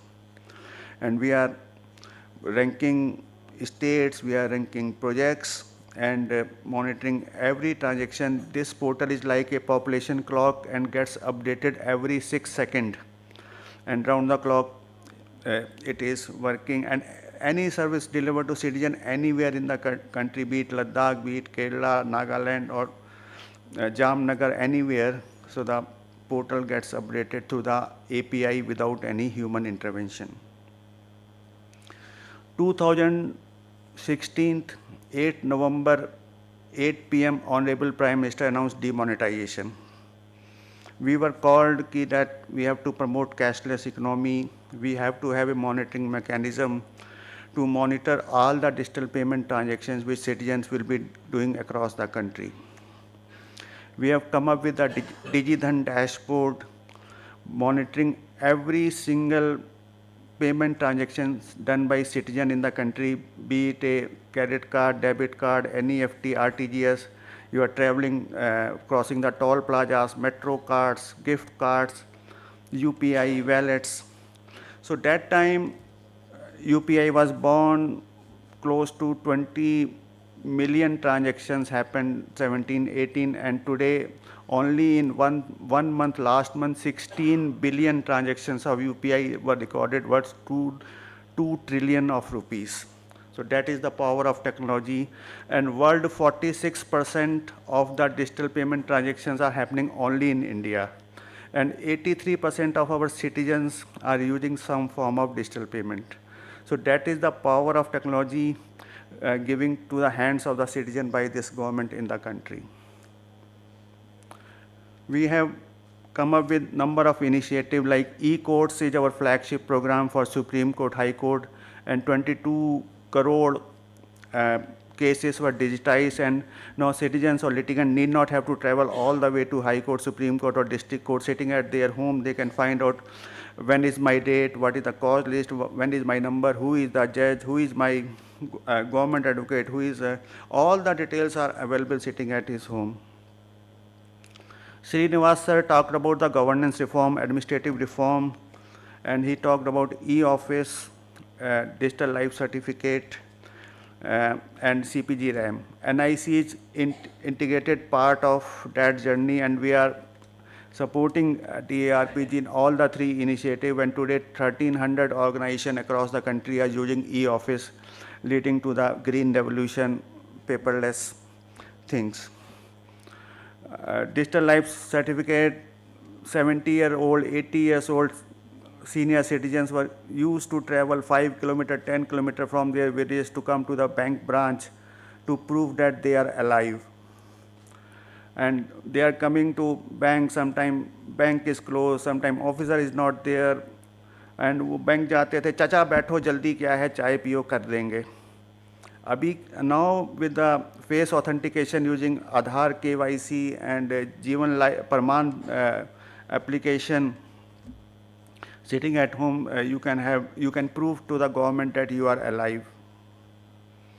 Government is running the National Food Security Act, under which 81 crore beneficiaries are getting free ration or subsidized ration from the government. So this is the largest beneficiary database which has been built by NIC for the Department of Food and Public Distribution. And through 5.3 lakh ration shops with POS devices, people are getting ration, and based on this, government is calculating subsidy and passing the benefit to the state government. Everybody knows that during COVID, when everything was closed, migrant worker was running here and there with no food and everything. This, with the help of this One Nation, One Ration card, the migrant worker of Bihar was able to get ration in Delhi and survive. Similarly, and their family was getting ration at their residence, wherever they were. So that is the power of technology, power of integration, power of processes, which NIC has worked closely with the government department and providing the services. Government is giving, I am telling that the scale with which we are working, because India is a country with 140 billion population, and we have to have services to every citizen across the country. National scholarship portal given to the students pre-matric, post-matrics, and 6.5 crore students are registered, and they are getting, based on their authentication, through PFMS, the funds get transferred. PM Kisan, 11 crore farmers are registered, and quarterly Honorable Prime Minister is giving them the funds of 2,000 rupees every quarter, so which is with a single click of button gets transferred to the bank account of the people. Now, to monitor all this, we need effective dashboards. 18-19, we developed a Darpan dashboard for analytical review of program across nation, and UP Chief Minister, Uttarakhand Chief Minister, their entire monitoring is done on this dashboard, where all the government schemes implemented by them are integrated on a single screen with defined key performance indicators, and they monitor suppose they take food sector, they see that entire UP 75 districts, what is the performance, red, green, orange, yellow, they marked it, and accordingly district collector or concerned officers were asked to monitor based on the performance. Similarly, for Government of India, we did Prayas. Prayas is monitored by Honorable Prime Minister Office, where 186 schemes of government of various ministry with 1237 KPIs are integrated on the portal, and every ministry department schemes, their outcome, informed decision, actionable point, and predictive analysis is done based on the power of the data. So we are building data lakes, data warehouses, and decisions were taken, or the advisories were given based on these dashboard to the government, that if this happened, what will be the net result. Similarly, keeping with pace with the Atmanirbhar Bharat, everybody is using Google Docs, Google Sheets, Google Forms, and we don't know where our data is going. We are just entering the data, but it's going in space, in cloud. We don't know and how this data is used by the foreign agencies. We have come up with collab files, which is a replica of Google Doc Sheets, and it also has a government drive, so that we can keep secure our important documents. And during some of the critical department have started using collab files for their day-to-day operation to collaborate and share the confidential documents. Similarly, there are a number of initiatives which NIC has taken for not only for the government but for the state government also. We are working on the e-passport. Soon you will be getting a chip-based passport, chip embedded in your passport, and we have already started pilot in Bhubaneswar and Nagpur. And your all data will be there in the chip. When you come to the immigration counter, it gets read by the devices, and it passed on to the International Civil Aviation Organization and to the destination country, so that before you land to that country, they have a complete 360-degree profiling of you, and they can recognize that what kind of your history is there, and all the details are available. Lot of students go abroad for study, Canada, USA, UK, Europe country, and they were struggling that the degree which they did from any of the universities, whether it is valid or not valid. So apostille service is the service by the Ministry of External Affairs, where they put a stamp that the degree from, say, Chandigarh University or Kurukshetra University or any university where the student has read is valid.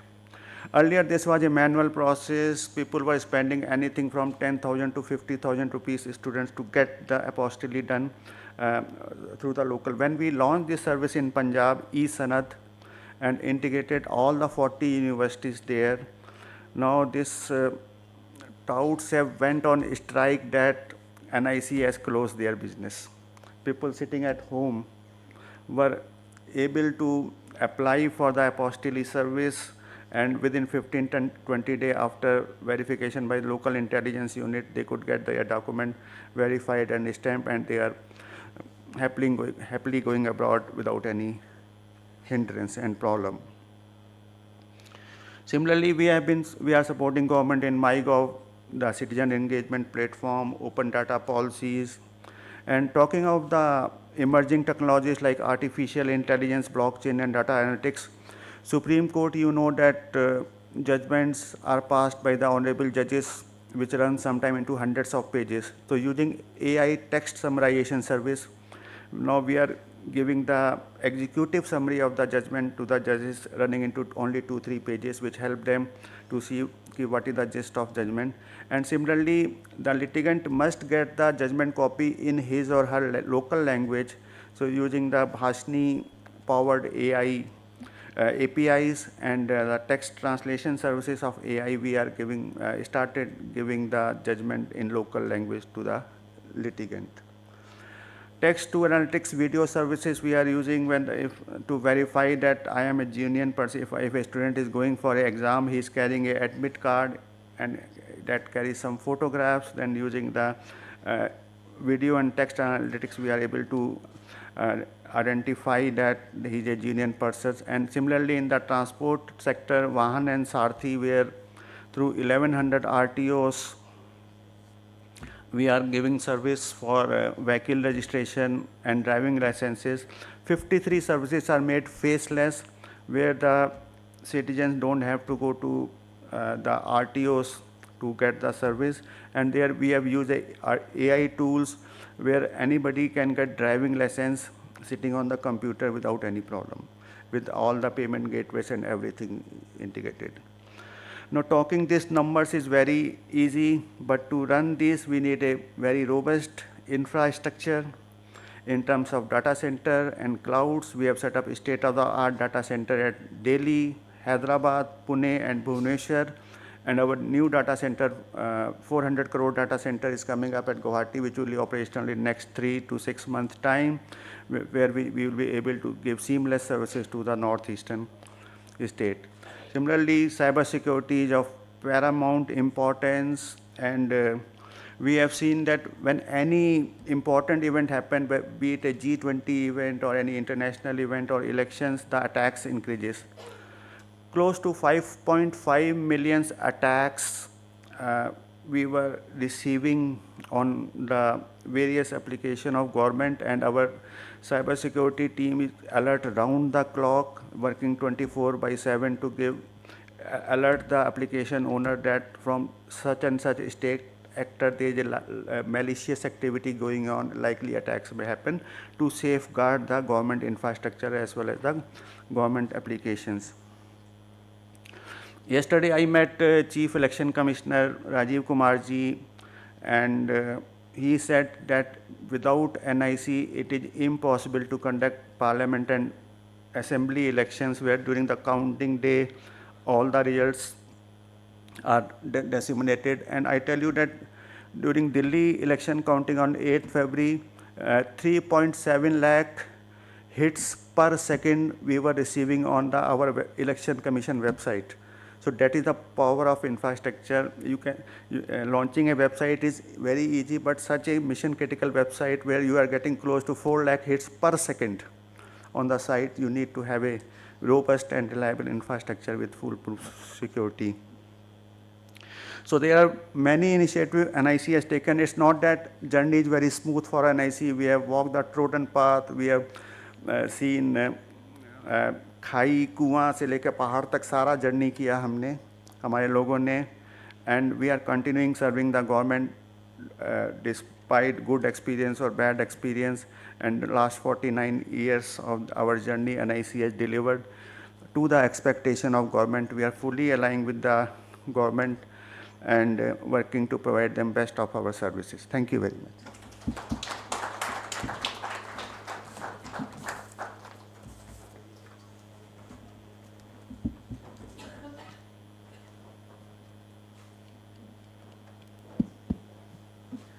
Thank you so much, sir, and thank you everyone on this. We are grateful for your valuable presence and knowledge you have imparted today. With this, we end up our first session and request all of three to kindly gather for a group photograph, please.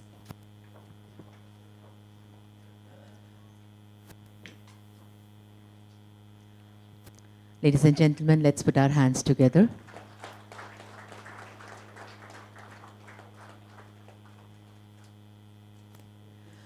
Divya सज्जनों इसी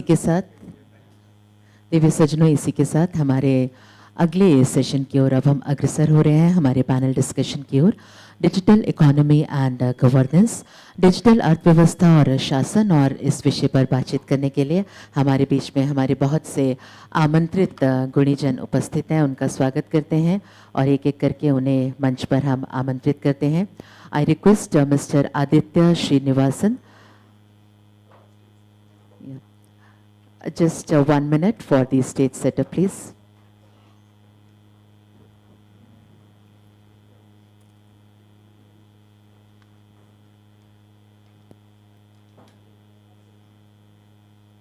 While the stage is getting set up, let me introduce our esteemed panelist who will be here in a short while, Mr. Aditya Srinivasan, Counsel, SKOCH Law Office. He regularly argues and briefs the Supreme Court of India, the Delhi High Court, NCLT, NCLAT and the text tribunals.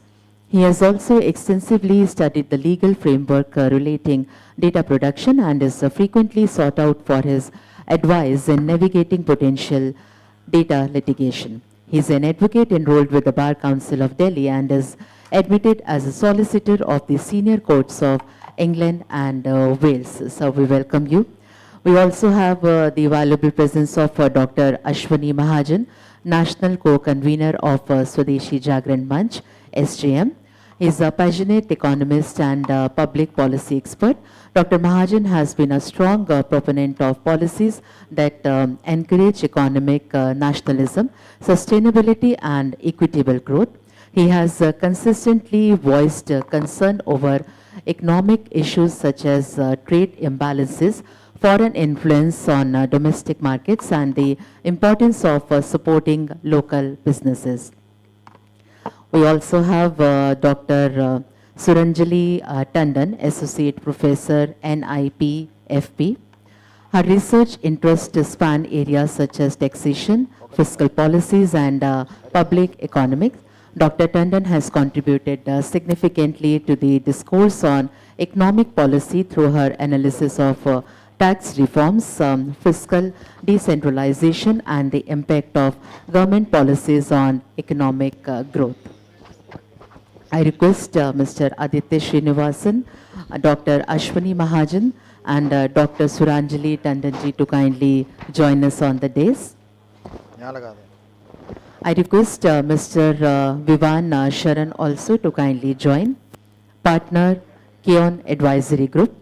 He specializes in areas such as public policy, economic reforms and business strategy. With expertise in navigating complex regulatory landscape, he provides insight on governance, international trade and policy frameworks. He has worked with various governmental and private sector organizations to advise on strategic decisions that foster growth, innovation and long-term sustainability.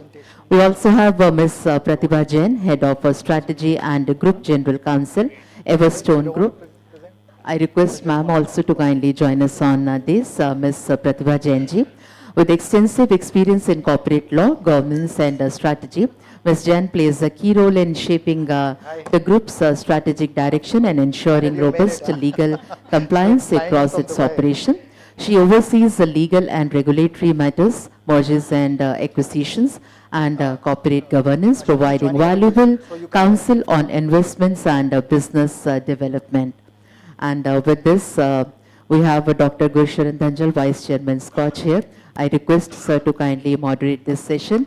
And to begin with, I request all of you to kindly put your hands together and welcome all our esteemed panelists who are right now present on the dais.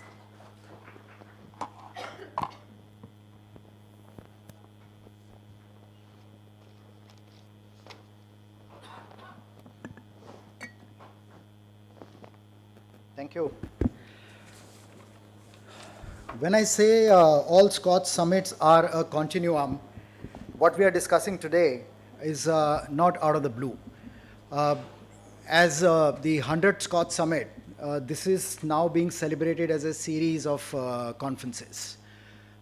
What we discussed in the first edition of the 100th Summit a couple of months back, that is something which is what we have further refined, and now we are trying to get into the second dimension of it, which is today. The third and the grand finale of SKOCH Summit is going to happen on the 29th of March, again at the same venue, which is India Habitat Center.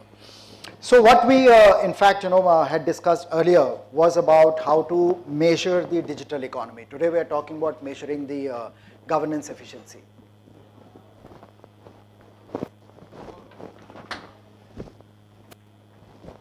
Sorry for the interruption.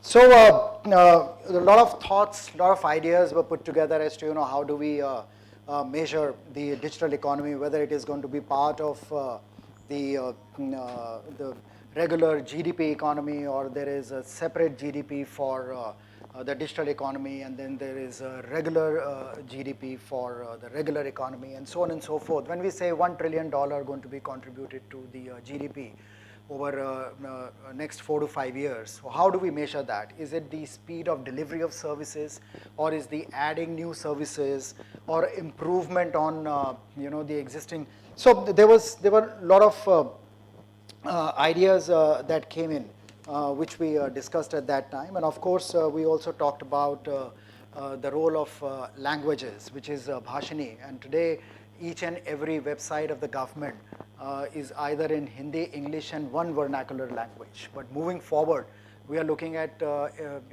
making it interactive, maybe 17, 18, or the 20 languages which are there above the scheduled ones.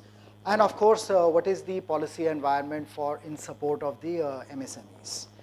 That brings us to the today's edition, when we say that how do we now look at the digital economy and governance from the efficiency point of view. So how do we enhance government efficiency? How do we regulate the digital economy? Now that's a big question, because the digital businesses like crypto, like gaming, like OTT, so how do we regulate? What are the challenges there?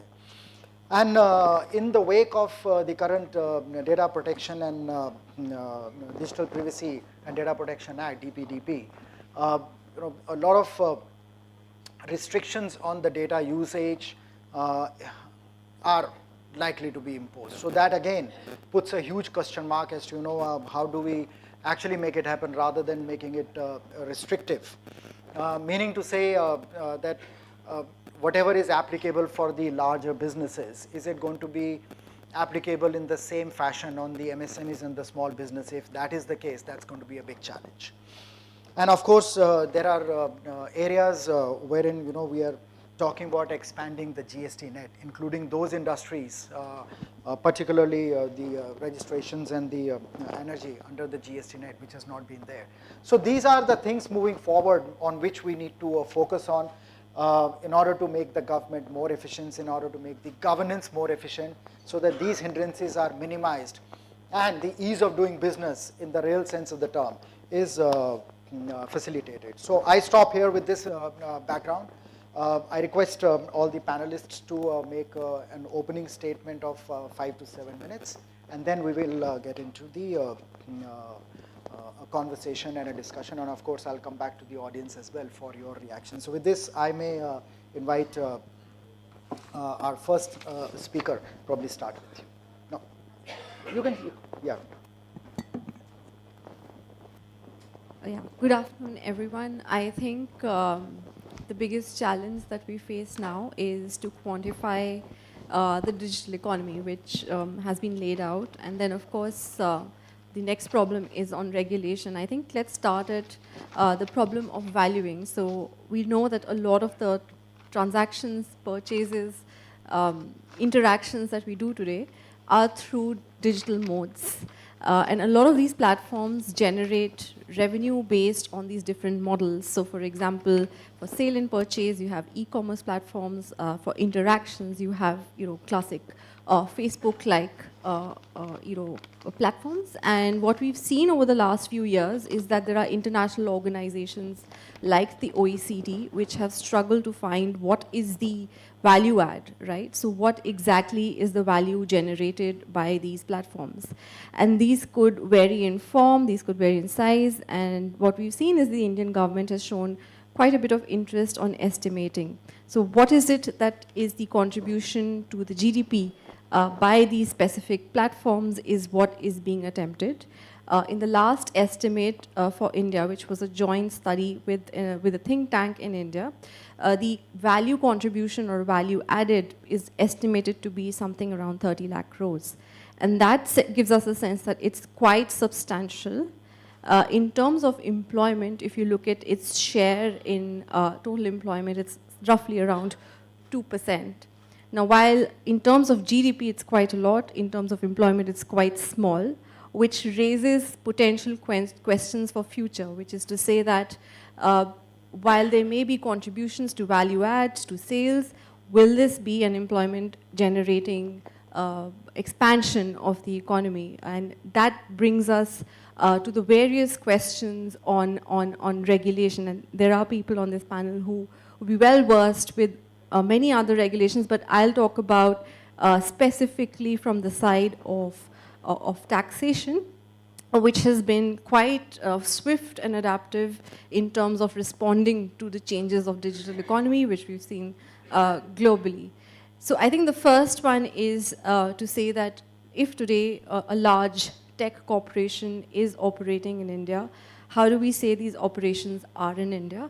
And how much of what they do is actually based in India? Because they have not only services that they provide, but they have infrastructure that they use, which could be across the world. So for example, a lot of us use our phones and generate data, and where does this data really sit? And I think the panelists will talk about the bill that, or the act that we have in India dealing with the specific location of our information. But I think this is a problem that has riddled many in the economy on where this is exactly located. And all of us receive prompts, advertisements, which we respond to based on the data that we provide. And so there's a lot of processing and intellectual property which is used based on our information. And then the question is that who owns this intellectual property and where are these returns to be rewarded?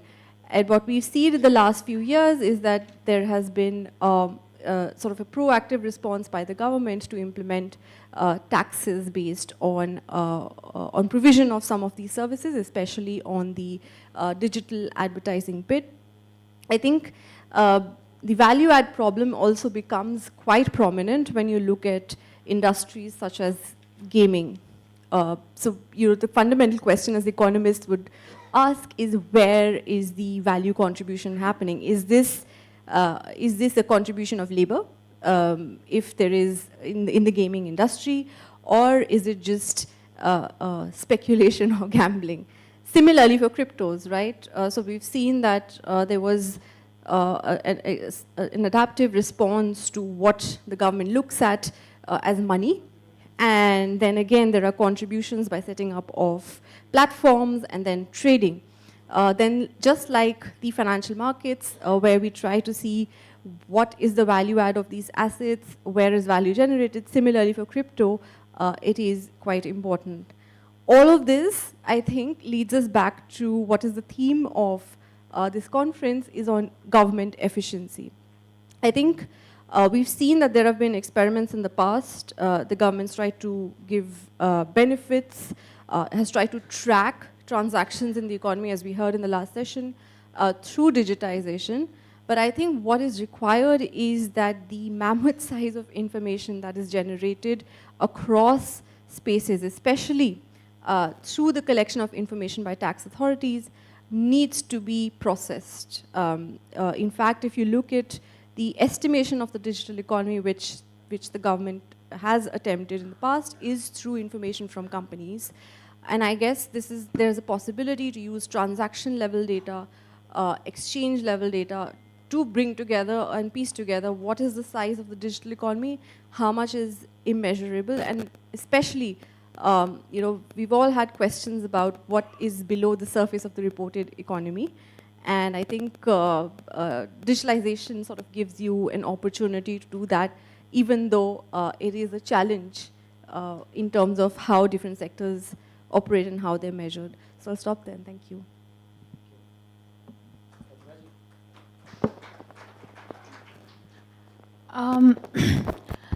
Let me start by saying India is not easy to govern. I just want to qualify that because I think, as was said previously, in the 75 plus years of freedom where we've got to, especially in terms of the depth of the digital economy in India and the usage of mobiles, I think the penetration in India is probably one of the highest in the world.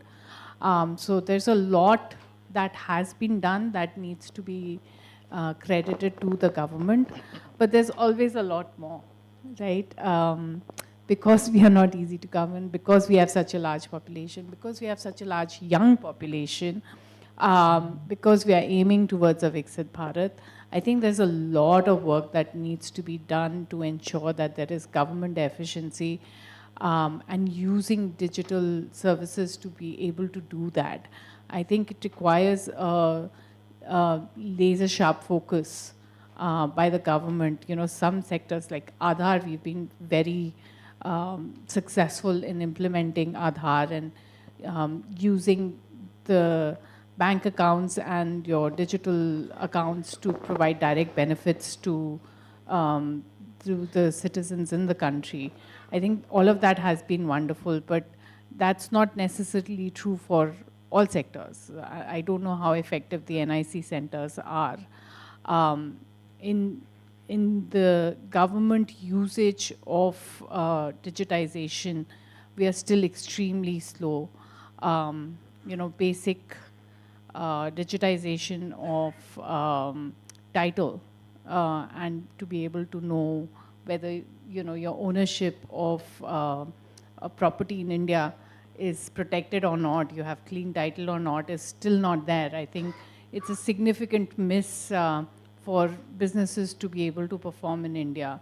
I think when we look at how the government looks at digital services, including in the private sector, I think we take a very piecemeal approach sometimes.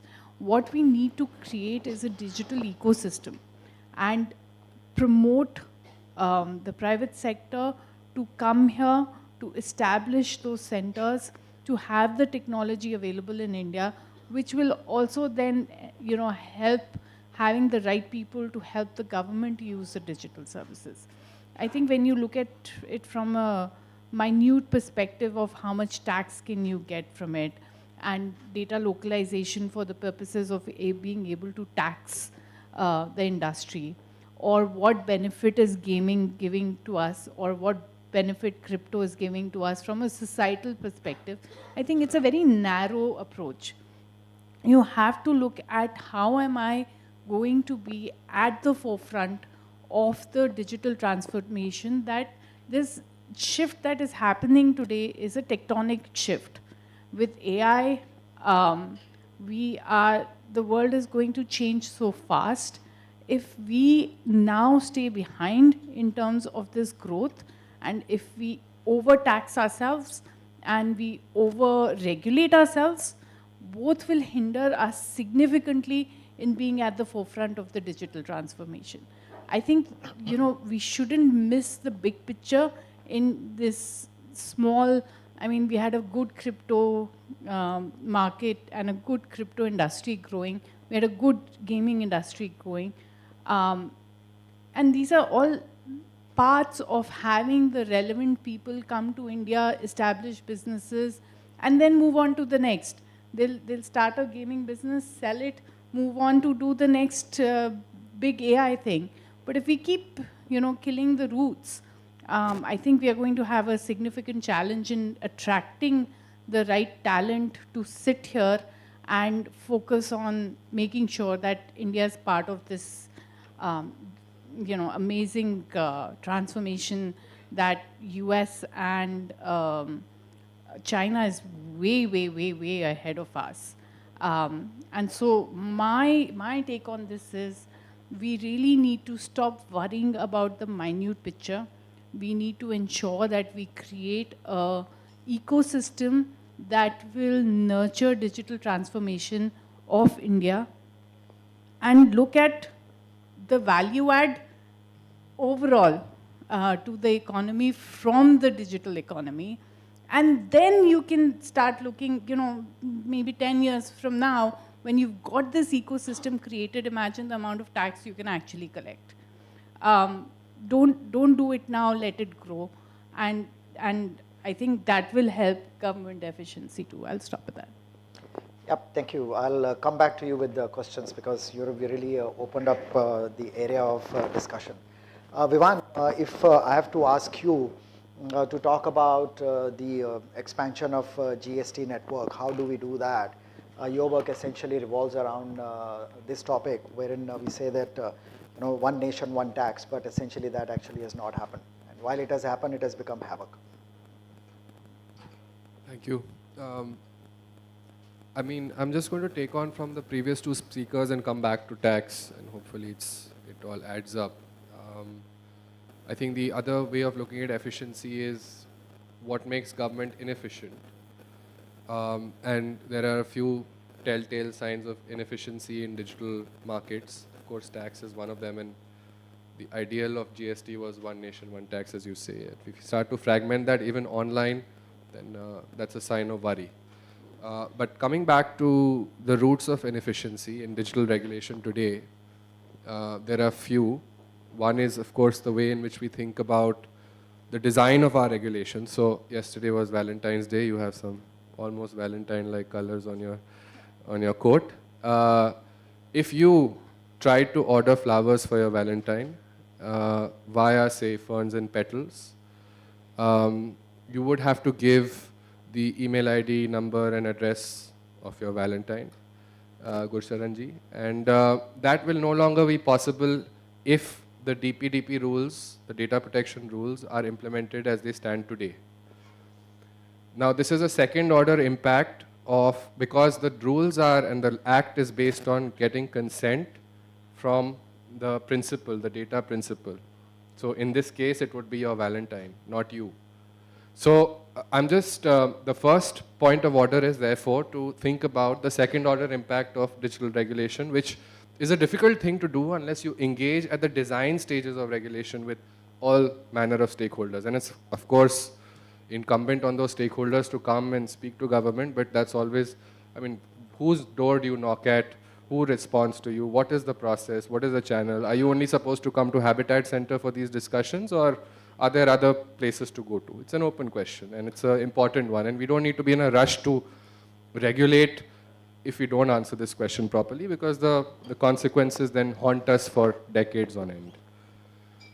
The second is the amount of inefficiency that, again, taking from ma'am's example on land records. There's a lot of land record equivalent inefficiencies online, in that there is a lot of lack of clarity on who regulates what when it comes to petitions in courts. So from over the last 10, 12 years, as data prices have gone down and a lot of new application classes and categories of market segments in the digital world have come up. Those include, of course, crypto and gaming, but there are many more that courts are wholly unfamiliar with. So for instance, digital media. When Netflix, Amazon Prime, and Hotstar, etc. started growing in the country, there are a lot of petitions in courts asking who regulates this content. And that took another couple of years to resolve. And during that time, there was obviously a lot of blood, sweat, and tears going into the litigation process, both of the governance apparatus, which was, of course, grasping at straws for answers, and of the industry that was burgeoning at the point of time. And I think you can extrapolate from here and talk about any of these new industries that were mentioned. The threat of litigation erodes value. long term, and obviously then has a bearing on taxation and the sort of revenue maximization impetus behind taxation. So we need to think about legal clarity for digital applications that are growing. Where does that legal clarity come from? Part of it is down to how we think about the principles or what our vision is for the digital economy. The first principles would be obviously anchoring any such vision. For GST, the principle was one nation, one tax. It's a fairly simple principle, right? The more you complicate a simple construct like that, the more you erode value. And I think this is true. The complexity of regulations is eroded value across the world without exception. So, for instance, there is how do we think about principles such as safe harbor, which is the concept that in exchange for certain responsibilities that I have to fulfill as a business that operates online, I get certain immunity from government, as long as I'm structured in a particular way where I am not sort of responsible for the actions of my users, right? So if you're coming onto my platform, say I'm a social media platform, you say something incendiary, like the guy did 3-4 days ago, around which there's a lot of debate, beer biceps. Now, if you held YouTube liable for what beer biceps guy said, I'm forgetting his name, Ranveer something, then that would erode a ton of value from the digital market for the reason that you would take YouTube to court. YouTube may cease to function as it does currently as a business where all sorts of content, unless it's patently illegal, such as child sexual abuse material, etc., is hosted there.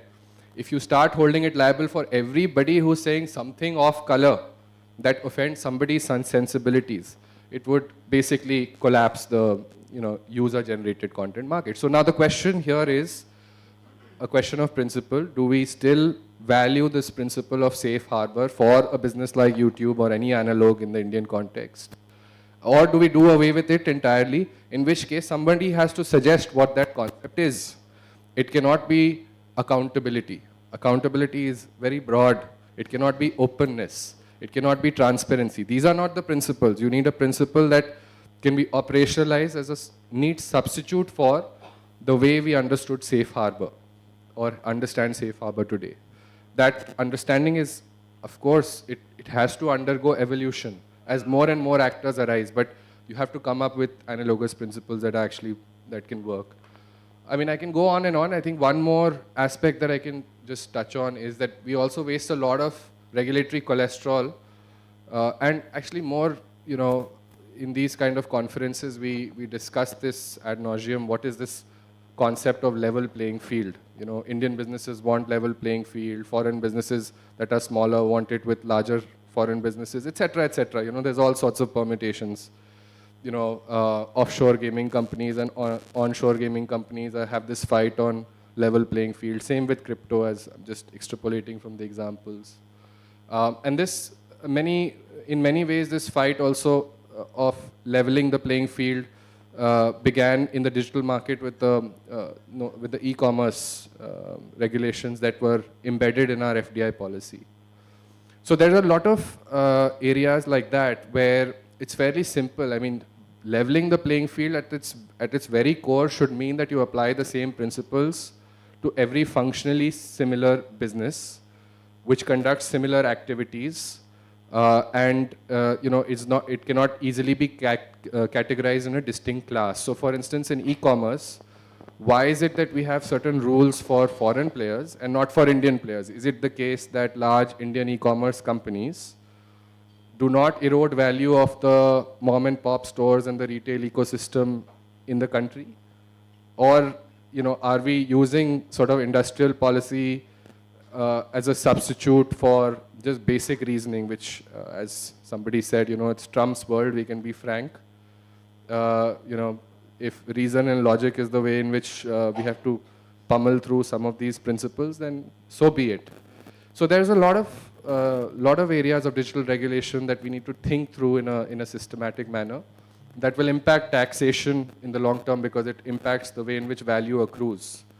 And I think for taxation, suffice to say that the longer we can stay the ground on maintaining, the one nation, one tax construct, the better. I think we are fragmenting it, particularly in these new areas. You have this 28% tax for gaming now, for online gaming. And you are starting to use taxation as a means of flagging what you think is a sin sector, or perhaps a sector that advertises in the newspapers too often, whatever the case may be. So I think we need to take a few steps back and think about how this has a cascading impact on all sorts of novel innovations that are, again, those are sort of corollaries of the growth of new sectors. Thank you. Aditya? Thank you, Dr. Dhanjal. So I think we've, in this country and I think also elsewhere in the world, held GDPR as some sort of a model framework for data protection. And I just want to interrogate that a little bit. And there are a few reasons I think it's worth inquiring into whether GDPR really is the correct model. And even if it is a good model to use, is it the kind of model that you want to apply across the board to all kinds of enterprises, regardless of their relative bargaining power, their size of operations, etc.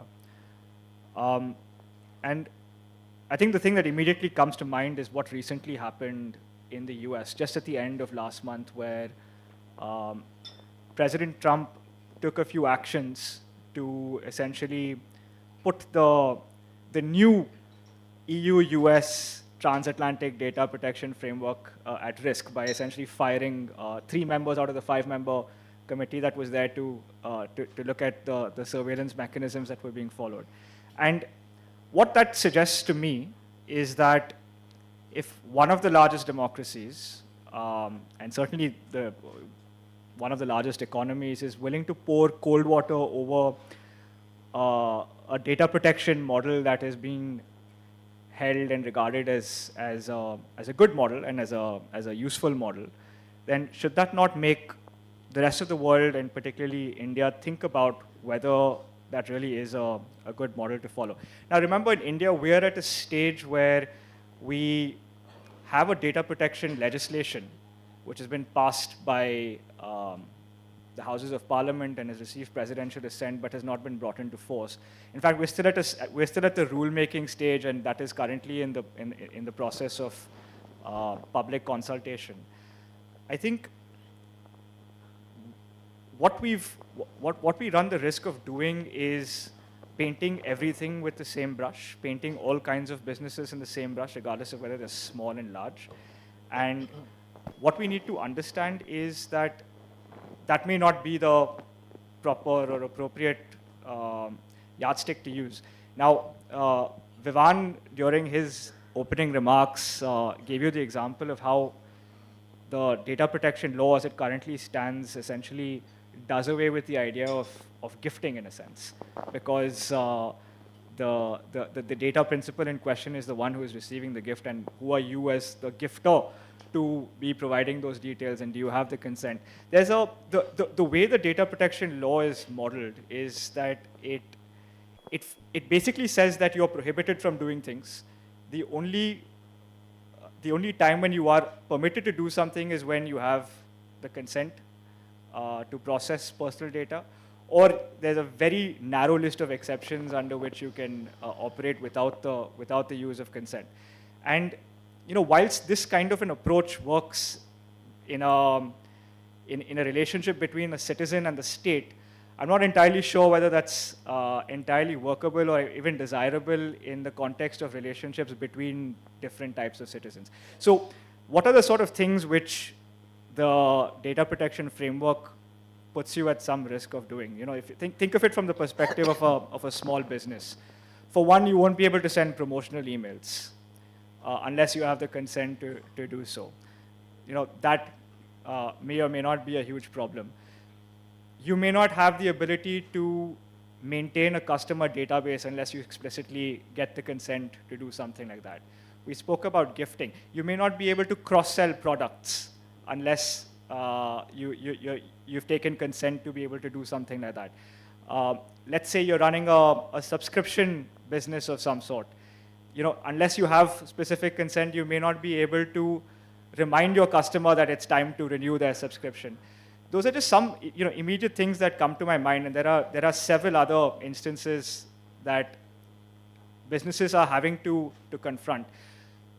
The law on GDPR, I think it's also important to remember that when the EU adopted this law, a lot of their businesses had already become fairly mature and had already had a lot of data to play with, in a sense. Whereas in India, whilst you have some businesses who are in a position to do that, larger established businesses, you have a section of new businesses that simply will not be in a position to do that and will be hit with this data protection legislation even before they're able to start running, so to speak. So I think those are some things which are, in my view, important to keep in mind. Now, I recognize that the data protection legislation does create some kind of exemptions. The one that immediately comes to mind is the exception. It empowers the central government to create an exemption for startups. But again, that is restricted to startups. It doesn't include the small and medium enterprises more generally. The last point I want to make is that GDPR itself, even among commentators in the EU, is coming under a lot of pressure and a lot of criticism, because there is now research since the GDPR was launched to show that there have been very, very tangible effects in terms of decline in profits to EU businesses. And the research goes to the extent of showing that smaller businesses have suffered twice as much of a decline in profits. Also, there's research that shows that a number of apps between the years 2016 to 2019, I think almost 33% of apps on the Google Play Store had to come down because of the impacts of GDPR. So I think when we have the benefit of this experience, and when we are following a law that is inspired by GDPR in a lot of ways, I think it's worth giving some consideration to the impact that GDPR has had, and trying to work out how a data protection framework that is best suited to the Indian model ought to be put into place. Yeah, I mean, if you take specifically the sector, which is what we call the MSMEs, the largest contributor to India's GDP, the largest employer, and so on and so forth. And cutting across to the United States, the Trump mania, which is going on right now, India has been blindly following whatever the West has been doing. They said diversity, we picked up diversity. They said LGBT, we added plus Q to it. And now Trump is talking about only 2 genders. And now we are in a fix what to do. Similarly, to do with the GDPR and the data protection and stuff like that, we again picked up all of it. The recent, what you just mentioned, adding consent manager to it, you will not be able to use the data. Now, take for example, a company like ours. What are we selling? We're selling nothing. We're selling services. And how do I do business promotion? I met with a whole lot of these people. I exchanged my cards. Tomorrow, I'm not allowed to call them up unsolicited. So that's where I have to ask for a consent. Who's doing the consent? There is going to be an aggregator, the consent manager. Their data is going to be becoming a repository with the consent manager. So it's going to become a different kind of a monopoly. Are we trying to create a situation wherein the businesses, instead of growing, instead of thriving, are going to be shrinking back? So what impact it's going to have? How do we use data? For a large organization, it might be okay, but for a small and medium enterprise, you can't have a parity between the 2 businesses. So, Pratibha, if I have to ask you, what kind of impact it's going to have? Is it desirable, and what's the outcome? And how can we best avoid it? I think you've put it very well. It's not just about the companies, it's also about our economy. We are trying to be Viksit Bharat. We are not developed yet. And so to follow developed economies, regulations, and impose them on our businesses, so you are actually throttling their growth even before they could go out and fly. That is something that we try and tell the regulators all the time.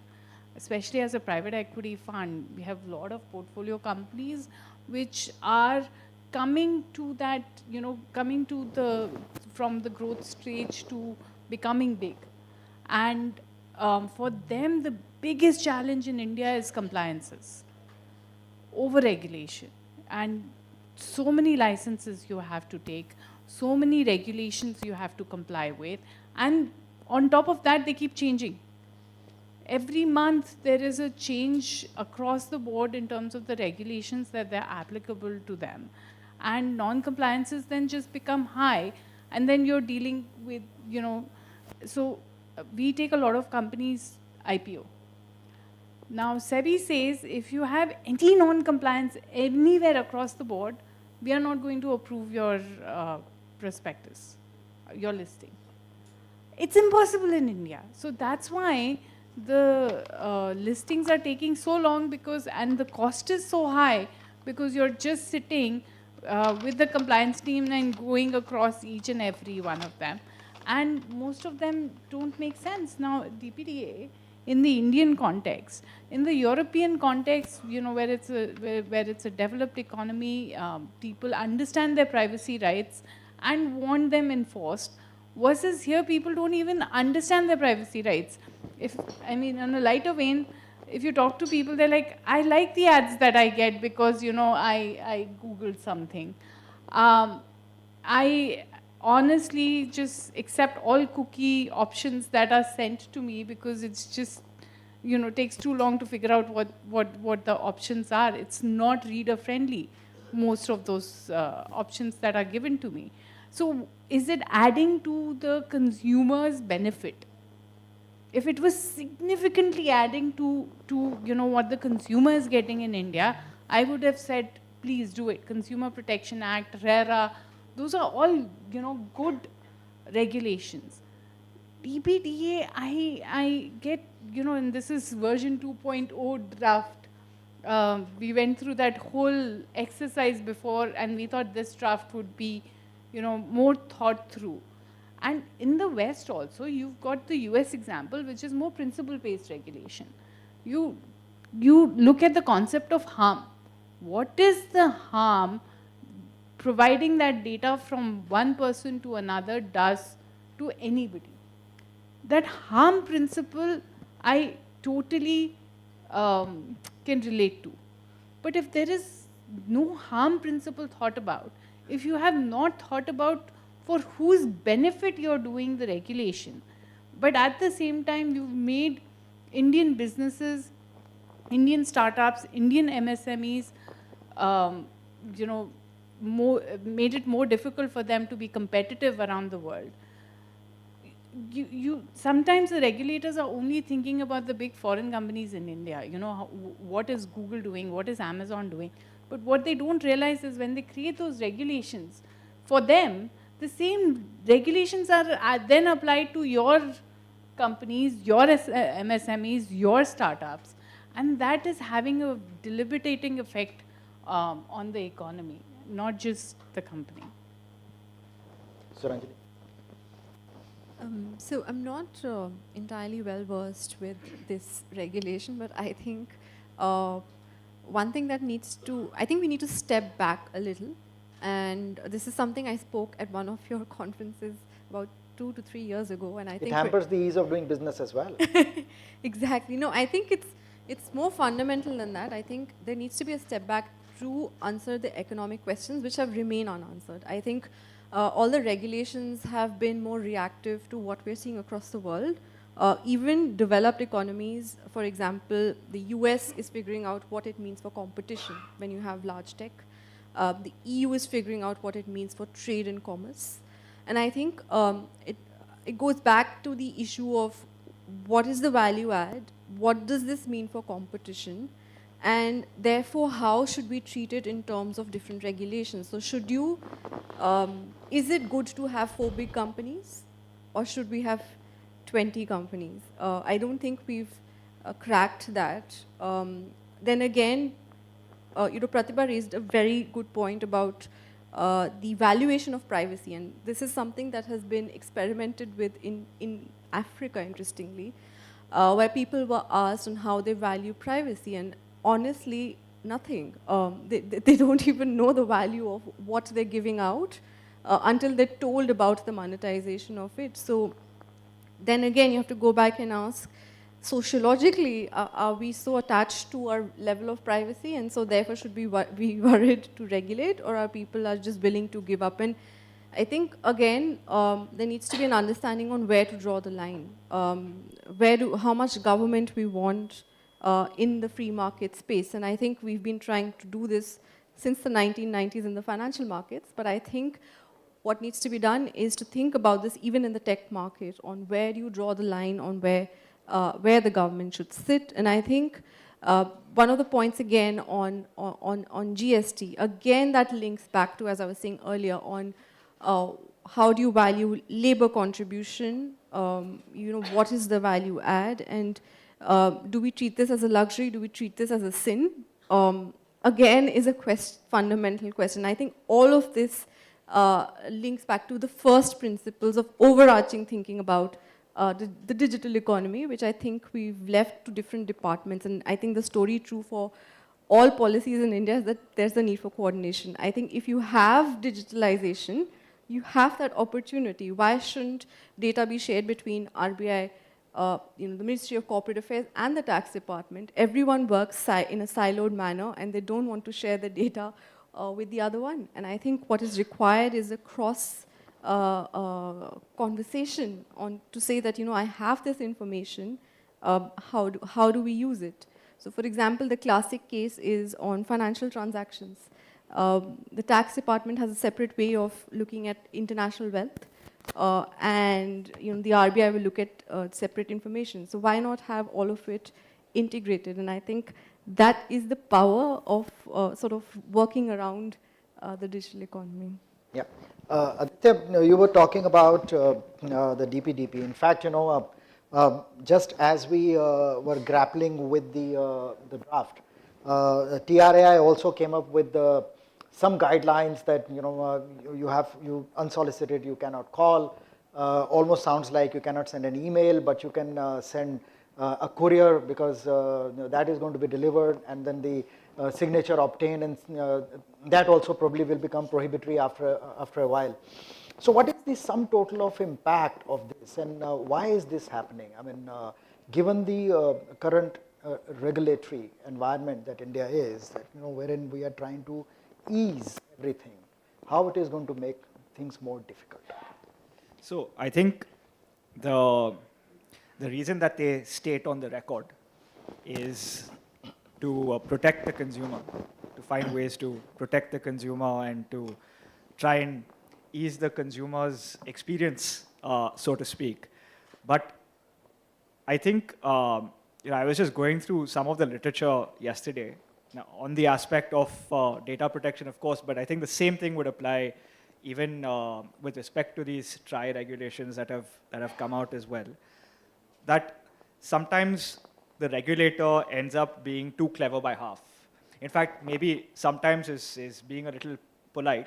Quite often, it's the regulator ends up being too clever by half, and sometimes without even realizing what the real impact could be.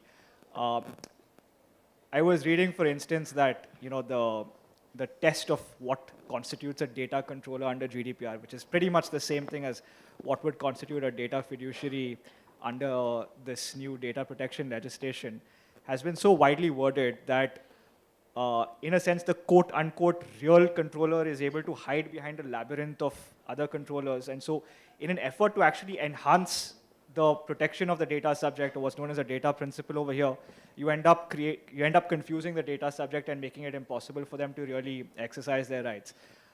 The other point I want to make, which actually takes up from something that Pratibha was saying, was if the effort of the legislation had really been to protect the consumer, you would have seen a little more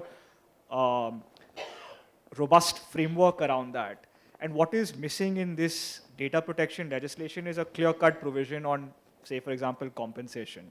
Now, my day job is a litigator, so I've been through the draft and I've thought of different theories on how you can actually assert compensation, but you don't have something clear on that point. So the way this legislation is supposed to work is it sets out a set of rules that a data fiduciary is supposed to follow. And if the data fiduciary does not follow it, then the data fiduciary gets into trouble in terms of having to pay penalties. But on paper, at least, there's nothing that the data principal stands to benefit from a breach of her, a breach of her data or a breach of her personal data, right? So there's a huge amount of, I would say, incongruence as far as the legislation is concerned, as far as the objects of the legislation are concerned. And I would certainly think that it's, to the extent it's possible, I don't know how much some of these things are possible, but to the extent it's possible, it's definitely worth relooking into some of these concepts. Vivan, you essentially have been working in the area of taxation. So No, I haven't. moving beyond, all this regulation and which is what, the privacy and data. Should we not focus on regulating the unregulated, the gaming, crypto? I'm going to go OTT, back to the etc.? original question you asked, which is why is this happening? Because that's a philosophically important question, and we need to get to some semblance of an answer of that question. Can I do that? Go ahead. I think 4 reasons. One is that, and by this we mean the inefficiency building up, and this kind of what we've been talking about, what's happening with data protection and taxation, and then cascading impacts on other forms of regulation. One is that the internet, which gave us all a free lunch, has stopped becoming, it's not a space which is just benefiting all of society and government without caveats anymore. So over the last 4 years, since COVID in particular, we've seen the spate of cybercrime increase on the internet multifold. And that's become, and you see that every day manifest in frauds, scams, partly what you just mentioned, spam. And there is always a knee-jerk response to address these issues, because these are the bread and butter issues of politicians in a way, because if their constituencies and their people are getting impacted, and anyway we have income compression since COVID,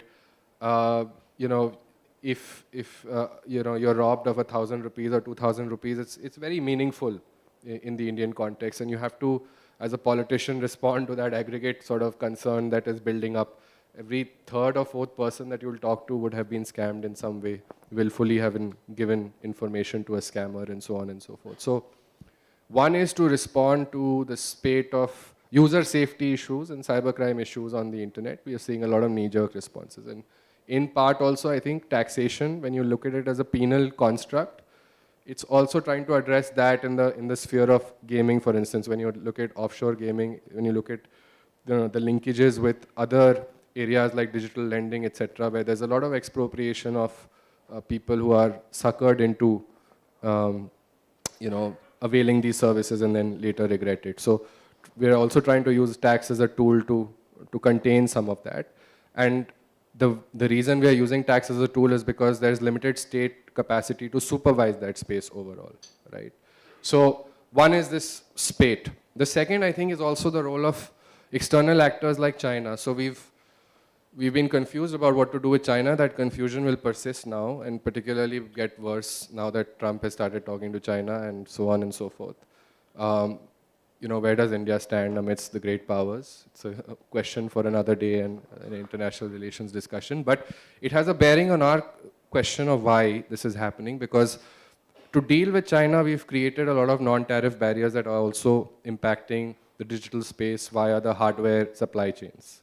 So we've had a lot of issues with customs, with just goods not getting in through the borders. Even American companies that are, selling you goods that you think are American, there'll always be a 10th or a 20th or a 5th of their components which are coming from China. So it's very difficult to extricate. You've seen this mess happen, play out in the EV space where so much value was eroded because of the contestations around FAME scheme, which again, there were some random inspections of companies and they found that there were Chinese stickers, made in China stickers on parts of, full electric vehicle, scooters, etc. that were being sold, and there's litigation that persists till this date. The point is the China question has empowered the bureaucracy, which from the early 90s was just about getting used to the construct of letting go of the command and control, muscle of the 80s, 70s, 60s and beyond. But because we've had to give them more control to try to stem the imports from China, stem the reliance on China and all of that, it's not worked out. We still have about 120 billion in imports. Suranjali will correct me if I'm wrong, but it's not stemmed the tide, and it's also created a lot of perversions in the way that we have to route our supply chains, a lot of inefficiencies, and one can argue also obviously long-term value is being eroded here. So now how do you roll back that command and control mindset once you've put it back on the table? It's a very difficult question. Which Babu do you convince that, hey, you will not have the power to stop that import tomorrow? He'll always make up an excuse for you to continue to wield that power. And he'll do so convincingly because he's the man on the ground. So the third is, third why is perhaps, in 2014, we had this sense that we're going to do away with corruption, and it goes back to Pratibhaji's point. I mean, SEBI, it's not just a question of, adhering to all laws of the land. Let's be clear. The NCLT, for instance, which is again a part of the mergers, the IPO process when you're doing internal mergers, within group companies, etc. You have to get permissions under the Companies Act, for instance, from NCLT before you file your draft red herring prospectus with SEBI. Even at that stage, we're seeing companies wait 18 months and beyond, and then there is a lot of rent seeking at the regional NCLT benches, which is well documented. You go have frank conversations with people who are trying to IPO. It's happening, and it doesn't matter whether it's a startup, whether it's a unicorn, sunicorn, whatever be the image associated with that brand. At the end of the day, when you're going and standing before a bench and they say, oh, by the way, you didn't file this affidavit with RBI like 5 years ago when you were supposed to. It's it's very difficult to, not feel frustrated.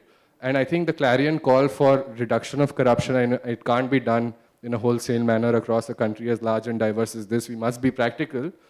But certainly when it comes to the emerging segments of business, we have to be very careful. Who are these people who are sitting and acting as the veritable thekedars for giving us permissions, licenses, permits to even raise the kind of capital and the value that we keep talking about, the wealth creation that is so important for us going ahead.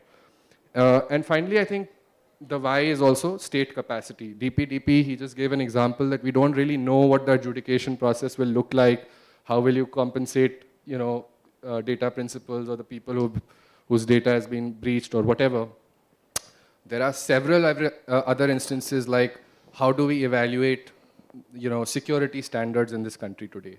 Are our security testing labs equipped to audit for the standards that we have set? The answer is no. Okay? So the answer is no, and you will see again and again instances of us having to defer different deadlines for security testing because our testing labs are not ready, because the standards were too complicated or too ambitious, or largely because we have not built state capacity to really understand what is at the root of that particular thematic area that we're trying to set a standard for. In this case, cybersecurity standards for, say, IoT devices. We're all over the place with issues like this. So in some sense, when we talk about a more efficient state, that doesn't need to translate into a smaller state when it comes to issues like this, surveillance, supervision, testing. We need a bigger state here. We need, by bigger I mean, we need a more capacitated state. However that capacity building happens. It doesn't mean spend money inefficiently. So should the state not focus on the efficiency gains rather than trying to only focus only on the improve the service delivery? Because that is something ultimately which is going to let the government have a specific view on compliances with a specific sector rather than having a one-size-fits-all. Pratibha ji, what's your opinion? Where is the incentive and where is the penalization? Till that happens, there's no accountability. Who is advocating for the accountability mechanism in the government? And I recognize that probably a lot of state government officials here. When we meet, very hardworking, well-meaning bureaucrats, they work very, very hard and really bring transformative changes. But there is no recognition of that work. And on the flip side, there is no penalization of, places where work is not getting done. How long can this system be, continuing? And, this is a great initiative in that regard, that, at least there is some accountability in terms of recognition provided for good work done. But it needs to be acknowledged more by the center. I think there needs to be incentives attached to the great work done by the well-meaning bureaucrats, and vice versa, the penalized. Till then, I mean, it's really, you put it in 4 points, but when you were putting in 4 points, I was like, bureaucracy, bureaucracy, bureaucracy, bureaucracy. It just boils down to, sometimes it's well-meaning because, cyber security, absolutely. Big concern in today's world, and, I'm very glad that the government's laser focused on it, and it's very, very important. But other times it's just, missiles being fired everywhere without thinking about the consequences for the overall economy. So accountability, I think, this is a good way of doing it, but we need to highlight this a lot more. Suraj. No, I don't think I have much to add except for the fact that, just stressing Pratibha's point on accountability through coordination is all that I will say. Yeah. But that's the governance part. But governance is one, and the industry is at the other end. And whatever happens at the governance level, I'm talking of compliances. The industry is always at the receiving end. The point is that we've always been creating one, under the assumption that one size fits all. Assuming that the India has already become one, but India is quite diverse, and in effect we impact the comparative and the digital advantage. So this hampers businesses. And moving forward, if more of such stuff happens, what's going to be the answer? Because we may have a comparative edge, which is what we've been saying, that going to be a $30 trillion economy. How? No, I think, again, on the small businesses versus large businesses, it's a question across regulations. The usual response is that in terms of preparedness and costs, the smaller businesses need to be treated differently. So we saw that even within the GST regime when it was introduced, the threshold for exemption was quite high initially, and then it was brought down. I similarly imagine that this would be the case in many other regulations.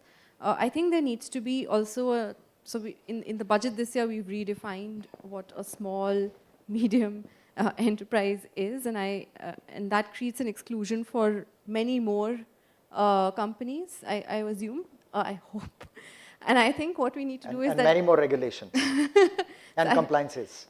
I would say that, that is... The first step is to figure out who you want to exclude by defining them, and then figure out what the differences in regulation look like. And I think we stress on the level playing field, but I think sometimes the level playing field is about giving a different sort of regulatory framework for different kinds of institutions. And I think that is key in terms of thinking about the costs and the processes of compliance, for small and large businesses, and I think that is quite key. So we should look forward to how we continue to define small and medium enterprises for all regulations across the board.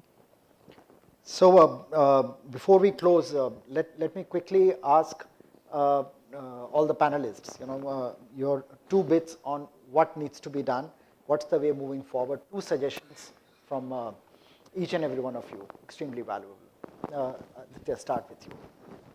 So I don't know if I have 2 suggestions, but what I'll say is, at least as far as this issue of data protection is concerned, I think we've identified one major problem, which is that you should not be treating all businesses with a one-size-fits-all approach, right? There are small and medium enterprises and businesses that would generally fall within that category need to be treated somewhat differently. I think that seems to be almost an intuitive, certainly to my mind, an intuitive impulse. And the thing that we need to keep in mind from a legal perspective, I'm just going to present the constitutional issue which is relevant to this differential treatment.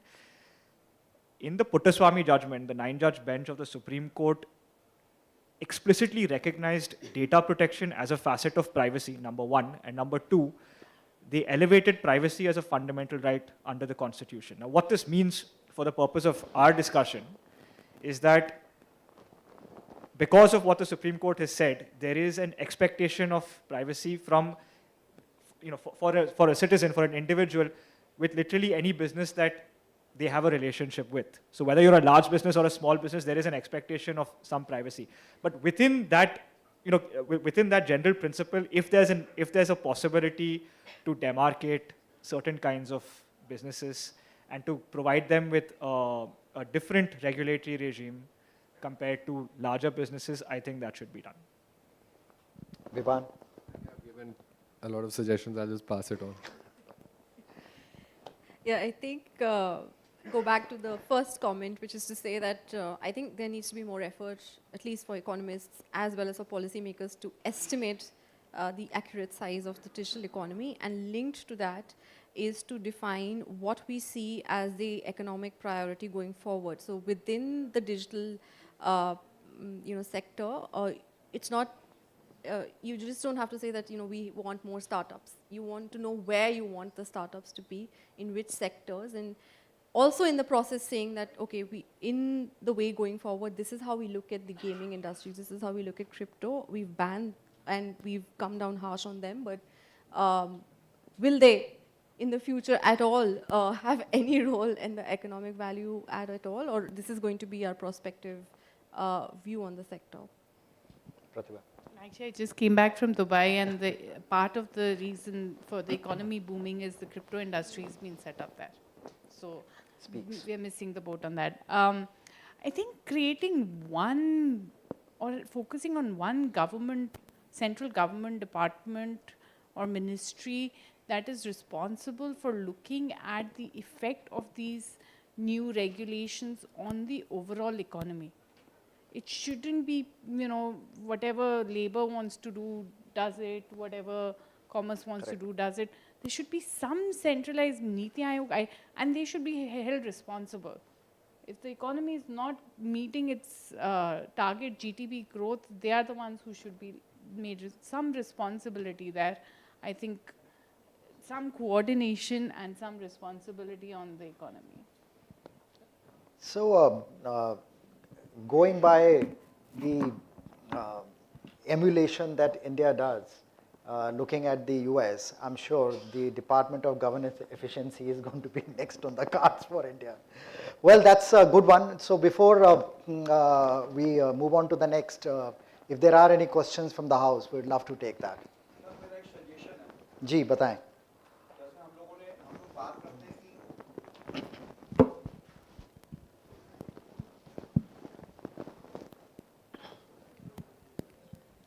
जैसे कि हम लोग बात करते हैं कि हर जगह हमें मेड इन चाइना का टैग मिलता है, तो जैसे हमारी गवर्नमेंट है, गवर्नमेंट का काम तो सब जगह गवर्नमेंट काम कर रही है, क्योंकि गवर्नमेंट को सोशल वेलफेयर भी करना है, एजुकेशन भी देना है, गवर्नमेंट को हेल्थ सेक्टर भी देना है, गवर्नमेंट को डिफेंस भी देखना है. अब जो हमारा प्राइवेट सेक्टर है, हम कहते हैं हमारे पास बहुत लर्नड लोग हैं, एजुकेटेड लोग हैं जो विदेशों में जाके बहुत अच्छा इनपुट दे रहे हैं. तो मैं ये चाहूँगा कि कहीं ना कहीं अगर हम रिसर्च डेवलपमेंट की बात करें तो वो भी हम चाहते हैं कि गवर्नमेंट ही करे। तो कहीं ना कहीं पर जो प्राइवेट सेक्टर है वो केवल बिजनेस करना चाहता है। तो मैं ये चाहूँगा कि जो प्राइवेट सेक्टर है, जैसे विदेशों में क्या है, मिनिमम गवर्नमेंट और मैक्सिमम गवर्नेंस, वही यहाँ पे हमारे प्रधानमंत्री जी लाना चाहते हैं। तो कहीं ना कहीं जो प्राइवेट सेक्टर भी है ना, वो भी रिसर्च डेवलपमेंट करे, क्योंकि देखिए जब तक हम रिसर्च डेवलपमेंट नहीं करेंगे तब तक हम ये नहीं कह सकते कि अगर ये मेरा मोबाइल आ रहा है तो इसमें किसकी चिप होगी करके। मेड इन इंडिया की चिप हम तभी लगा पाएंगे जब हम खुद रिसर्च डेवलपमेंट करेंगे। तो कहीं ना कहीं जो हमारा प्राइवेट सेक्टर है, गवर्नमेंट तो सब कुछ कर ही रही है, क्योंकि अभी तक हमारे जो कंट्री में जितने भी सेक्टर्स हैं सब गवर्नमेंट द्वारा ही रन करते हैं। तो कहीं ना कहीं पर अब हमें जो है नीड है कि प्राइवेट सेक्टर भी बिजनेस के साथ साथ रिसर्च डेवलपमेंट करे और अपनी प्रोडक्ट बनाए, ठीक है, और उसके साथ तभी हम इंडिया में जो है ज़्यादा ग्रोथ ला सकते हैं। नहीं तो क्या होगा, हम डिपेंडेंट रहेंगे बाहर वालों के ऊपर, कि हमें इंजन चाहिए किसी बाहर से ला रहे हैं, हमें सर, चिप पर चाहिए आपको बाहर से क्यों ला रहे लगता हैं। है कि वो हो नहीं रहा है प्राइवेट सेक्टर में? बहुत हो रहा है, नहीं, कम हो रहा है। काइंड ऑफ आप थोड़ी रेगुलेशन कम करा दीजिए, थोड़ा कंट्रोल कम कर दीजिए और होगा। प्रॉफिट्स भी तो चाहिए ना, to put in R&D there needs to be profit. तो I think the capability that I see, because हमारा काम है to invest in companies that we think are going to be the next $1 billion आइडिया। And the amount of talent we see and the amount of entrepreneurship we see and R&D we see in India, it's amazing. Even for climate, Delhi की air pollution की solution के लिए we had sponsored some women entrepreneurs to develop solutions. Amazing ideas that they have come up with. पर वो startup में ही इतना cost high हो जाता है इंडिया में कि वो आगे बढ़ ही नहीं पाते और फाइनेंसिंग नहीं मिलती। Where is the financing? The debt market in India has not been developed. Banks don't give money to startups. Only the private sector is giving them money. So fundamental जो structural issues हैं वो अगर solve हो जाए, you will see, I mean ऐसे ही थोड़ी ना India में वैक्सीन बनाई आता है पूरा वाला। नहीं, वो भी गवर्नमेंट नहीं बना रखी है। अगर आप कह रहे हैं कि गवर्नमेंट, एक दूसरा नज़रिया भी ले लें, अगर आप कह रहे हैं गवर्नमेंट इतना सारा R&D कर रही है सर, तो गवर्नमेंट की भी रिस्पॉन्सिबिलिटी, गवर्नमेंट अपने आप के लिए नहीं है। गवर्नमेंट की जो R&D है जब तक प्राइवेट सेक्टर तक नहीं पहुंचेगी और डिफ्यूज़ होगी जिस तरीके से एडवांस कंट्रीज़ में हो रही है, जब वो ट्रस्ट नहीं बरकरार रहेगा DRDO के बीच में या इसरो के बीच में और प्राइवेट सेक्टर के साथ, तो फिर तो वो अकाउंटेबिलिटी गवर्नमेंट को लेनी पड़ेगी। Diffusion of government R&D into the private sector is the governments responsibility, और उसके लिए आपको इंसेंटिव फ्रेमवर्क्स क्रिएट करने पड़ेंगे सर। आज की डेट में हमारे देश से इतना ब्रेन ड्रेन क्यों हो रहा है? अब ये तो बहुत ही बड़ा मुद्दा है, बट आप भी जानते हैं कि कहीं ना कहीं वो प्राइवेट सेक्टर का रिस्पॉन्सिबिलिटी नहीं है ब्रेन ड्रेन को स्टेम करना, वो हम सबकी रिस्पॉन्सिबिलिटी है। हम कैसे सोचें, इंसेंटिव्स किस प्रकार के, हम साइंटिस्ट को क्या इंसेंटिव देते हैं इस देश में? आप ये सोचें, सरकार की बात कर लीजिए, सरकारी साइंटिस्ट होने का क्या इंसेंटिव है आज की डेट में आपको, और यहाँ पे पूरा आप 30 साल बिताने का, आपको क्या मिलेगा उन 30 सालों में? 3 लाख की सैलरी। और अगर यही काम अगर आप किसी और देश में कर रहे होते एक कटिंग एज फील्ड में, आपको क्या मिलता? क्या आप PPP लेवल पे भी आप कंपेयर कर पाएंगे?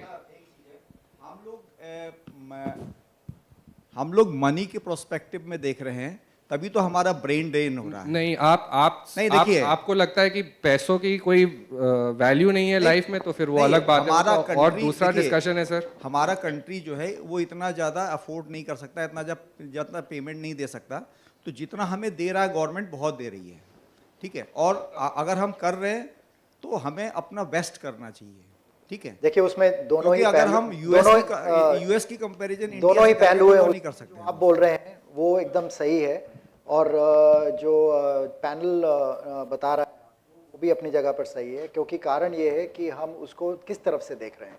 यहाँ से हम आपको देख रहे हैं, आप वहाँ से इस तरफ देख रहे हैं।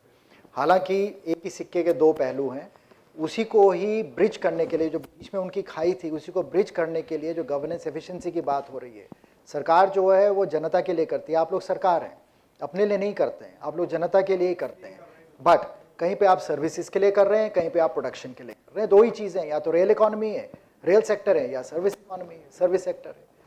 जी सर आदित्य जी से क्वेश्चन था sir if you talk about DPDP there is a compensation of I think 250 crores for per data breach but there is a slight confusion sir if you say if any company whose data has been breached and being sold on the dark web the ransomware guy the hacker the hardly demand 20 crore 30 crores it's may go high I come from a law enforcement background so I have seen one case where there was a ransomware attack on West Bengal, one of the website of the West Bengal.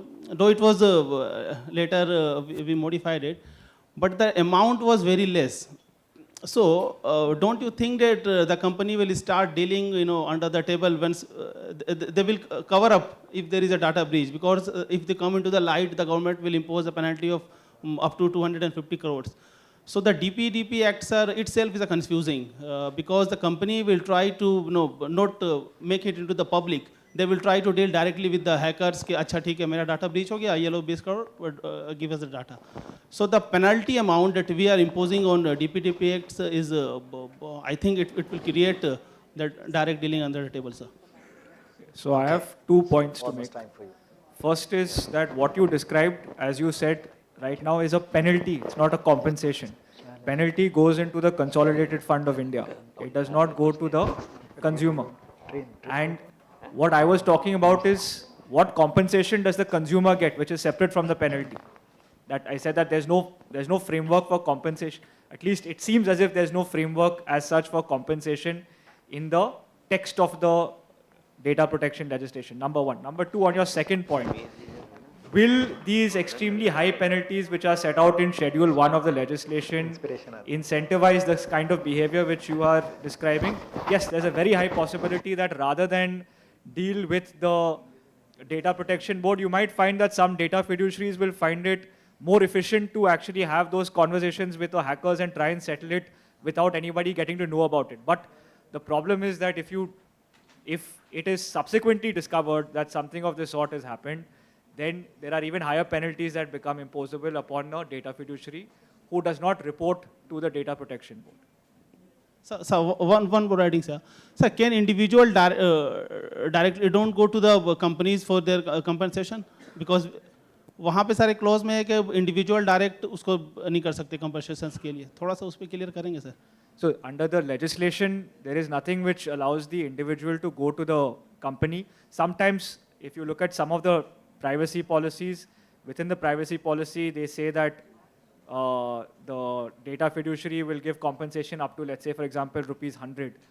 But there are a number of ways in which you can get around it from a legal perspective. The Data Protection Act says that you can't go to the civil court, but that restriction only applies in respect of matters which are covered under the data protection legislation. So if compensation is not covered under the data protection legislation, then you might be able to go to the civil court and claim damages. It's just that it will take a lot of time. You'll have to pay court fees. It becomes inefficient to do it. So there are ways in which that can be done. Okay, thank you, sir.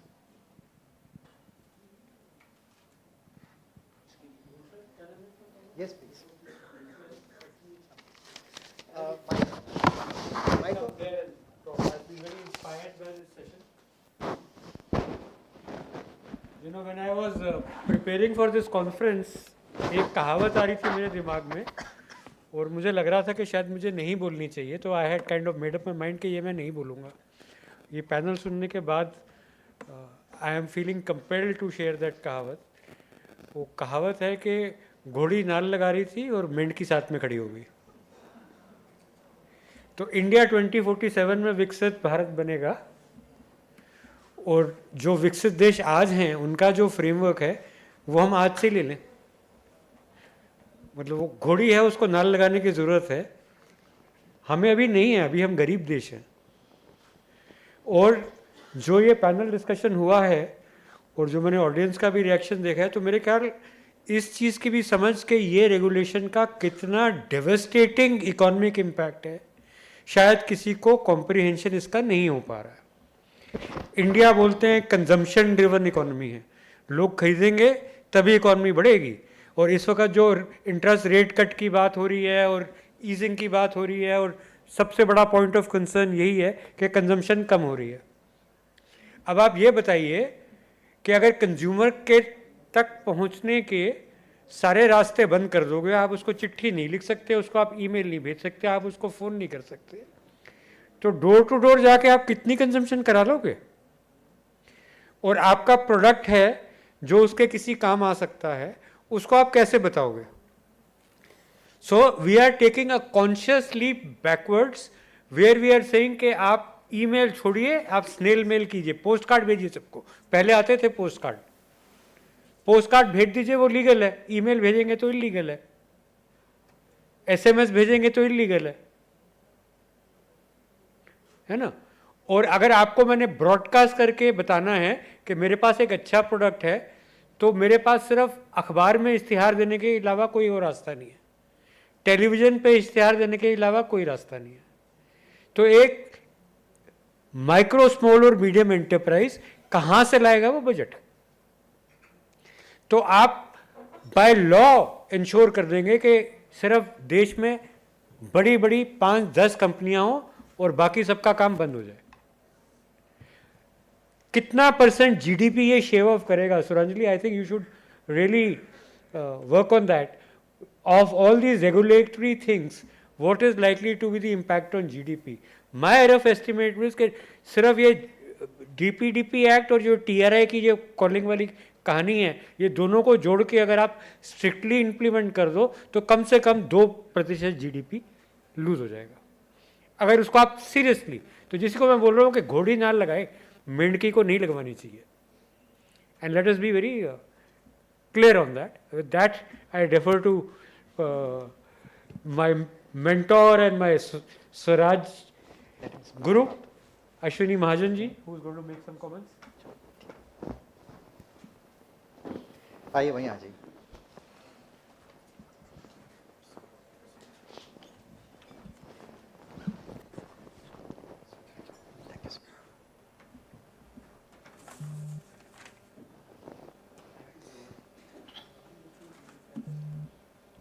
Distinguished panel and dear friends, brothers and sisters.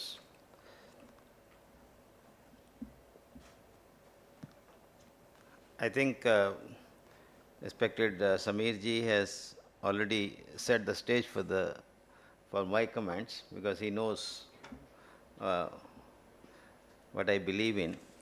In fact, from the very beginning of this personal data protection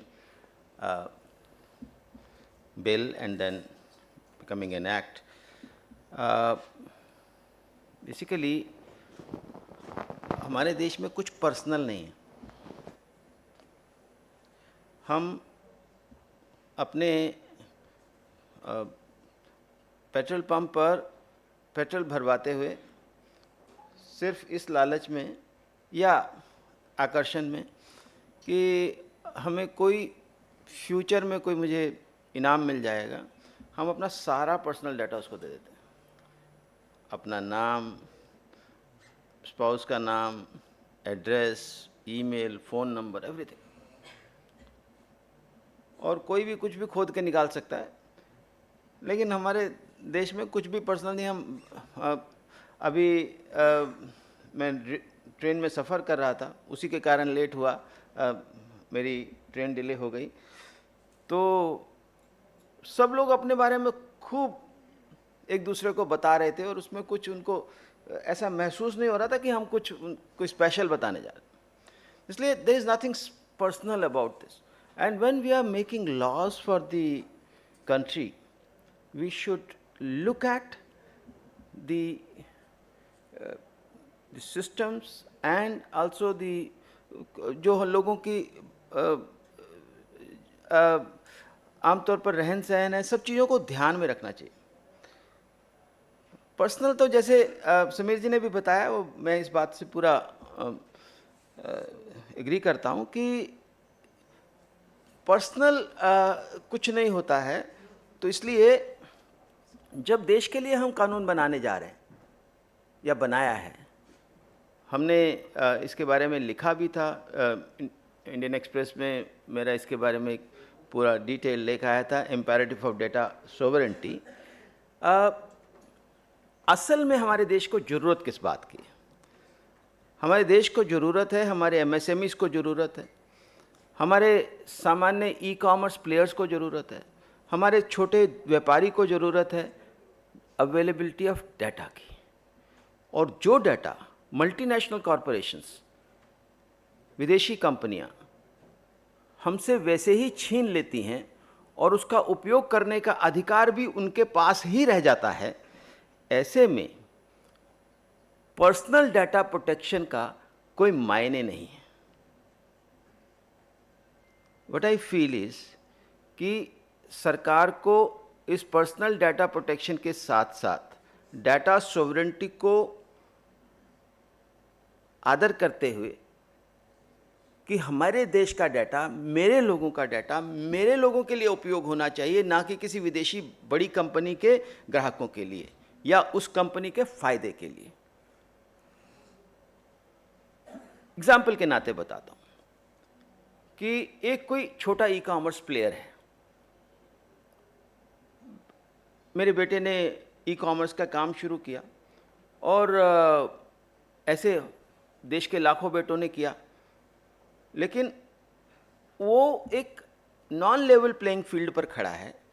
उसके सामने Amazon है, उसके सामने दूसरे e-commerce players हैं जिनके पास तमाम प्रकार का डाटा है और वो ग्राहकों को अट्रैक्ट कर सकते हैं। लेकिन is there any way through which we can make this data available to my small people, to my small e-commerce players? नहीं रख सकते। इसलिए वो डाटा सॉवरेंटी इसके अंदर आना जरूरी है कि मेरे देश का डाटा मेरे पास ही रहेगा। और जब इस प्रोविजन को इसके अंदर शामिल करने की बात आ रही थी कि सरकार की मर्जी से किसी विदेशी स्थान पर यह डाटा भेजा जा सकता है, यह वास्तव में सही नहीं है। सरकार की मर्जी से किसी भी छोटे ई-कॉमर्स प्लेयर्स को वो डाटा दिया जा सकता है, यह होना चाहिए। Friends, it's not just about this, क्योंकि हमारे देश में we are habitual of being small. कई बार लोग कहते हैं कि भाई बड़ा बनने के लिए इंसेंटिव होना चाहिए।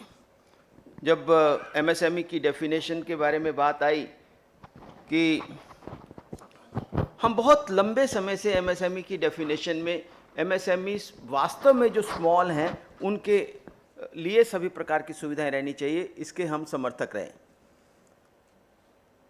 मुझे याद है अटल जी के ज़माने में उनसे पूर्व की सरकार ने 60 लाख से 3 करोड़ लिमिट कर दी थी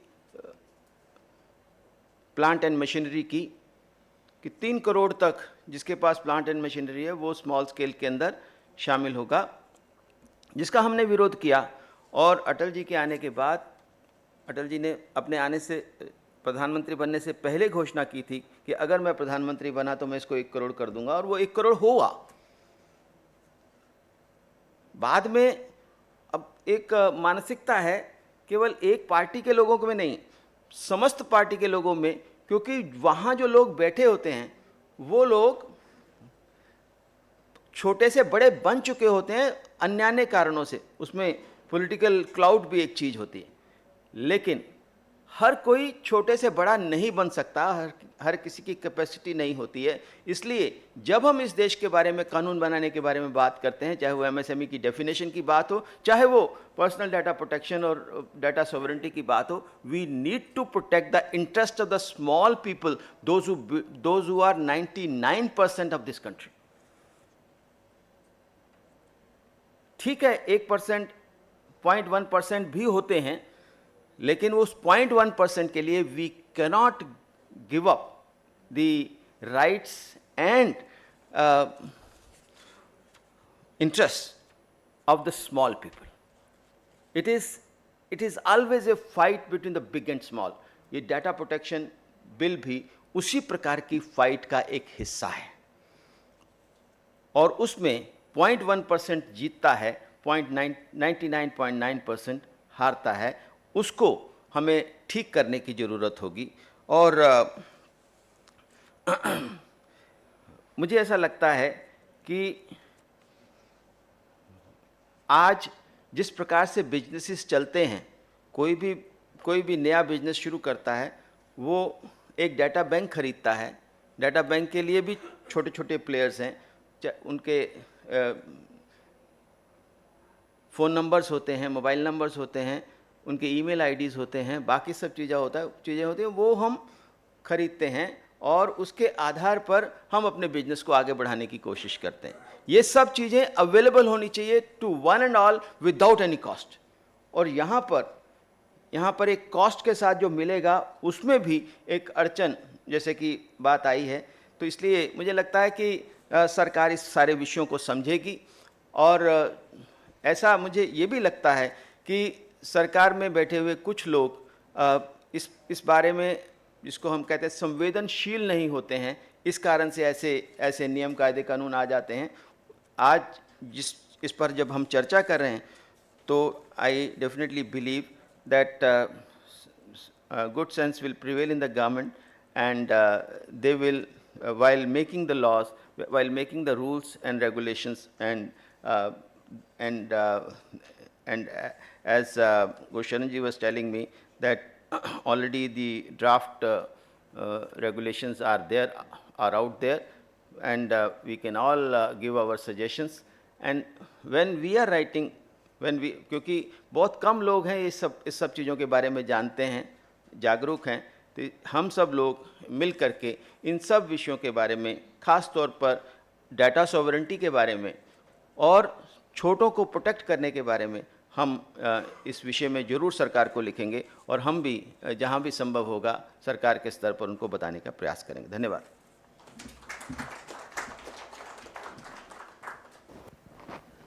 Thank you so much, sir, for sharing your valuable insights. Ladies and gentlemen, इसी के साथ हम हमारे स्कॉच अवार्ड्स के पहले चरण की ओर अग्रसर हो रहे हैं। बहुत थोड़ा सा समय हम मंच को व्यवस्थित करने के लिए लेंगे।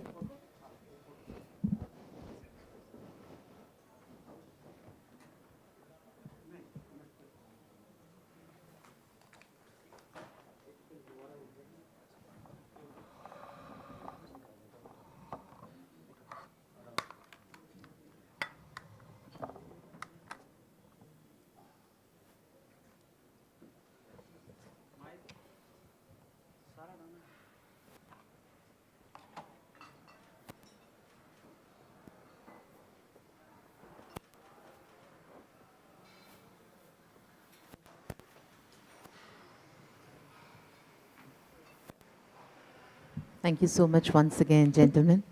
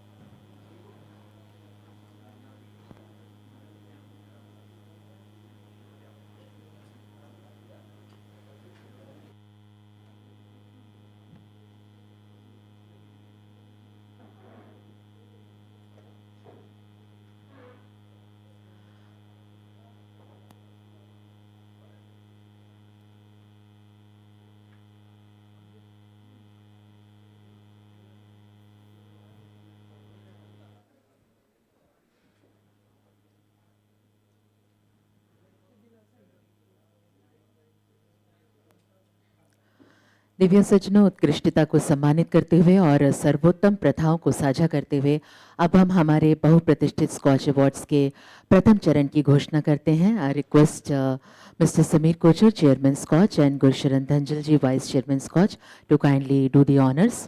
और इसी के साथ मैं हमारे पहले सिल्वर स्कॉच अवार्ड की घोषणा करती हूँ। Organisation Telangana tribal welfare residential education institution society के लिए उनके project TGTWR Sainik school boys Ashoknagar के लिए, और इस अवार्ड को प्राप्त करने के लिए मैं आमंत्रित करती हूँ मिसेस के Sita Lakshmi, secretary. I request Mrs. K. Sita Lakshmi ji to kindly join us on this and receive this award.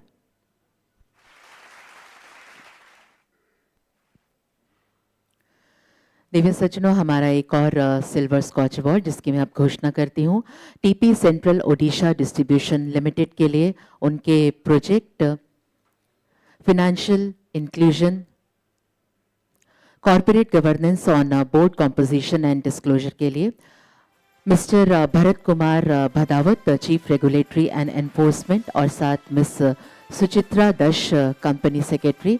आप दोनों से निवेदन करेंगे कि आप मंच पर आएं। Mister Bharat Kumar Bhadawat, chief regulatory and enforcement, and miss Suchitra Dash, company secretary, आपसे निवेदन है कि आप मंच पर आएं।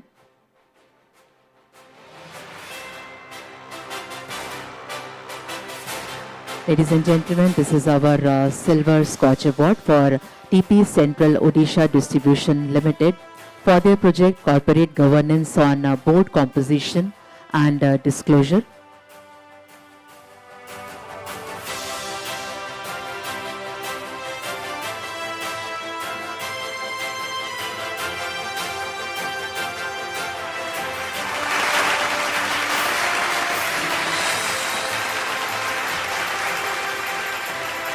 Mr. Bharat Kumar Bhadawat, Chief Regulatory and Enforcement, and Ms. Suchitra Dash, Company Secretary, is here to receive this award.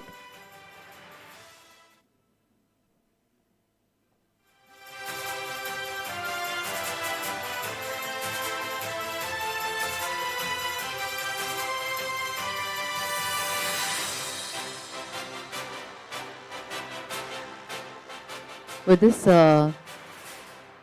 I again announce Silver Scotch Award for Jharkhand State Cooperative Bank Limited. उनके project financial inclusion through business correspondent के लिए मंच पर आमंत्रित करती हूँ Mrs बिब्बा Singh, chairperson JSCB, और साथ में मिस्टर ब्रजेश्वर नाथ, chief executive officer JSCB।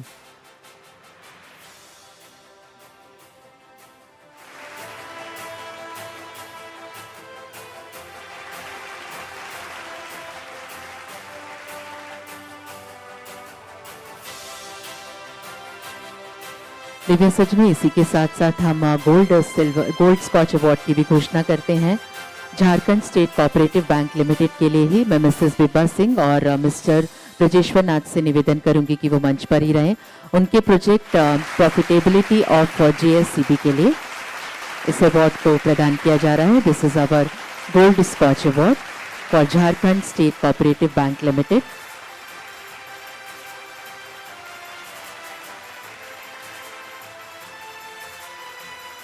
Divya सज्जनों, हमारे अगले गोल्ड स्कॉच अवार्ड की घोषणा करते हुए हम मंच पर आमंत्रित करते हैं मिस्टर सदाफ सईद, CEO को, ऑर्गेनाइजेशन मुथूट माइक्रोफिन लिमिटेड, और ये प्रोजेक्ट है गृह रक्षा नेटकैट इंश्योरेंस के लिए। Mister Sadaf Saeed, CEO Muthoot microfin limited, gold Skoch award प्रदान किया जाता है आपके प्रोजेक्ट गृह रक्षा नेटकैट इंश्योरेंस के लिए।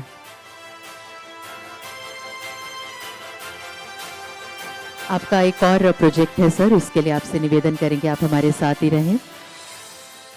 और आपका ये प्रोजेक्ट है Mahila Mitra customer application, organisation Muthoot microfin limited.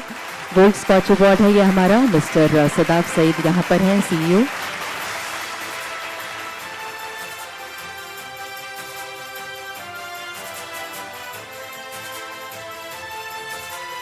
If Mrs. K. Sita Lakshmi ji is here with us. Ladies and gentlemen, ये हमारा सिल्वर स्कॉच अवार्ड है Telangana tribal welfare residential education institution society के लिए। उनके project TGTWR Sainik school boys Ashoknagar. Mrs. K. Sita Lakshmi, Secretary, is here to receive this award.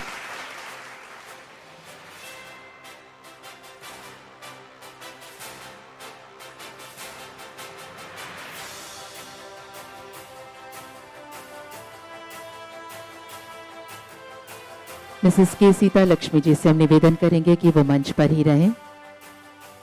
और अब हम gold Skoch award की घोषणा करते हैं Telangana Eklavya model residential schools के लिए उनके project sports activities in EMRS institutions के लिए।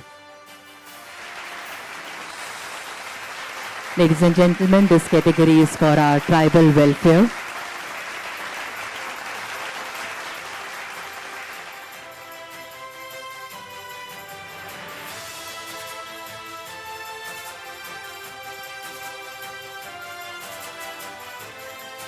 हमारे अगले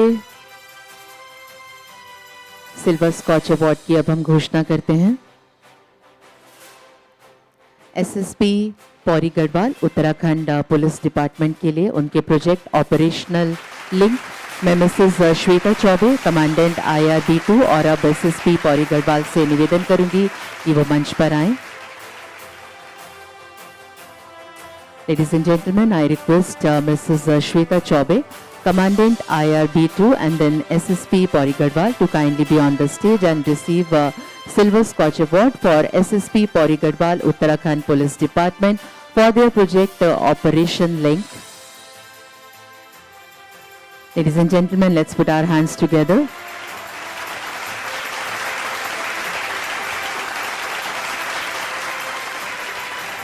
पुलिस और सेफ्टी की कैटेगरी में इस अवार्ड को प्रदान किया जा रहा है।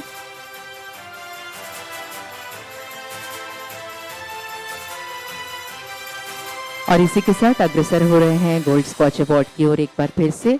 डिपार्टमेंट ऑफ हायर एजुकेशन के लिए अवार्ड है उनके प्रोजेक्ट देवभूमि उद्यमिता योजना के लिए। आमंत्रित करते हैं मिस्टर रंजीत कुमार सिन्हा सेक्रेटरी को कि वो मंच पर आए और इस अवार्ड को आप अपने ऑर्गेनाइजेशन के लिए प्राप्त करें। Ladies and gentlemen, this is our Gold Scotch Award for Department of Higher Education for a Devbhoomi Udyamita Yojana and the category is Education.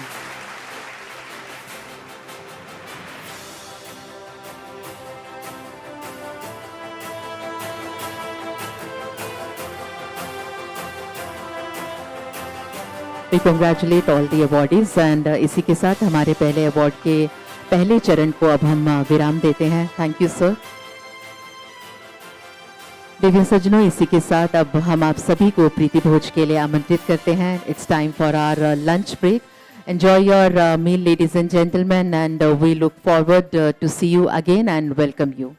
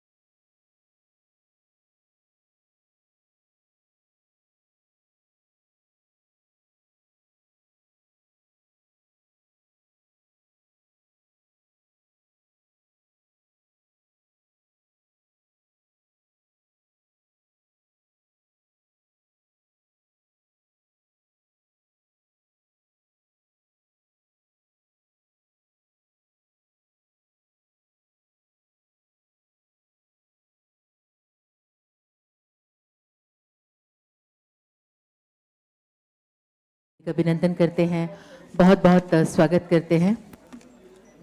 Ladies and gentlemen, honoring excellence, exemplary achievements and fostering the exchange of best practices through the distinguished platform of SKOCH Award, a beacon of excellence and innovation. हमारे scotch awards के दूसरे चरण की ओर अब हम अग्रसर हो रहे हैं. आप सभी से निवेदन है, आप अपना स्थान ग्रहण कर लें. I request all of you to kindly take your place as soon as possible. इसी के साथ मैं चेयरमैन स्कॉच समीर कोचर जी और साथ ही Gursharan Dhanjal ji vice chairman scotch group से निवेदन करूंगी कि वो मंच पर आएं.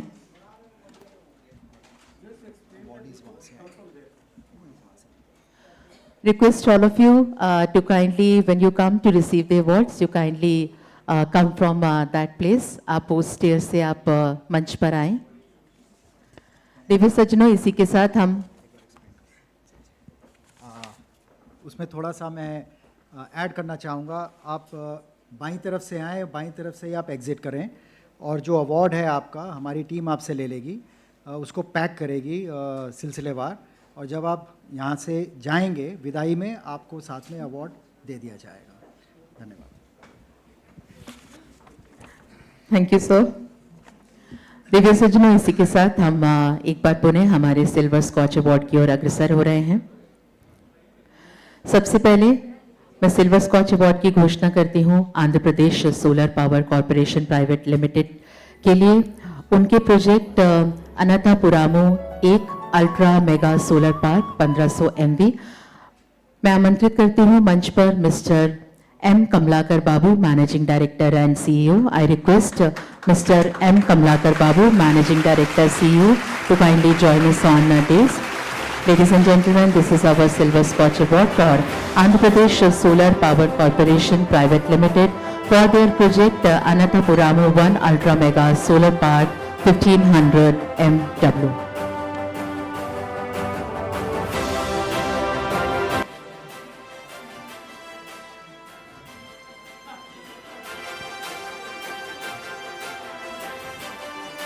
पावर और एनर्जी की कैटेगरी में इस अवार्ड को प्रदान किया जा रहा है.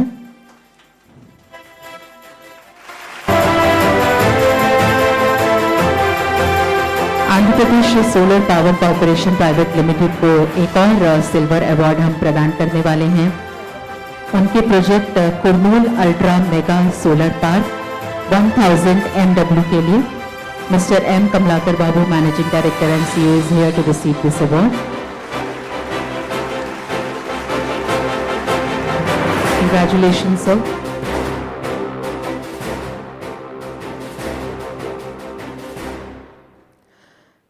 दिव्य सज्जनों, सिल्वर अवार्ड की एक बार फिर से मैं घोषणा करती हूँ. कमिश्नरेट ऑफ राजकोट के लिए उनके project CIMS criminal intelligence and monitoring system. निवेदन mister Neeraj Nimavat police inspector से कि वो मंच पर आएं और इस अवार्ड को आप प्राप्त करें. Mister Neeraj Nimavat, police inspector, if you are with us here, request you to kindly join us. Divya सज्जनों, सिल्वर अवार्ड की हम घोषणा करते हुए आमंत्रित करते हैं मिस्टर जफर इकबाल कमिश्नर को कि वो मंच पर आएं. This is for Dharamshala municipal corporation for their project waste management and sanitation.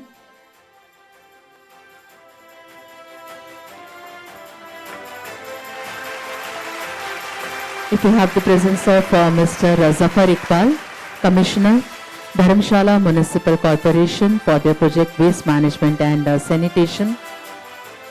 This is in the category of municipal governance. Ladies and gentlemen, let's put our hands together and let's put some energy here.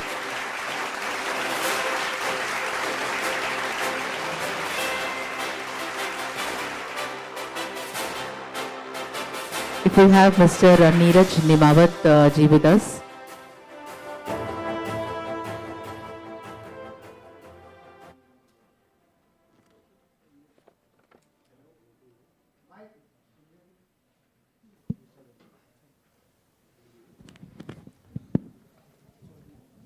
First of all, thank you so much, Scotch team, the whole jury, and everyone present in this room. Sometimes we do work in government, but we get more criticism and less of appreciation and recognition. my tenure, I am 2017 batch IAS officer. I have worked in all my postings coincidentally in ULB. So sanitation, to keep the city clean, to keep our area clean, it has always been very close to my heart. And my wife basically joked about this thing that even in my foreign study tour, we went to London and I was checking dustbins there basically.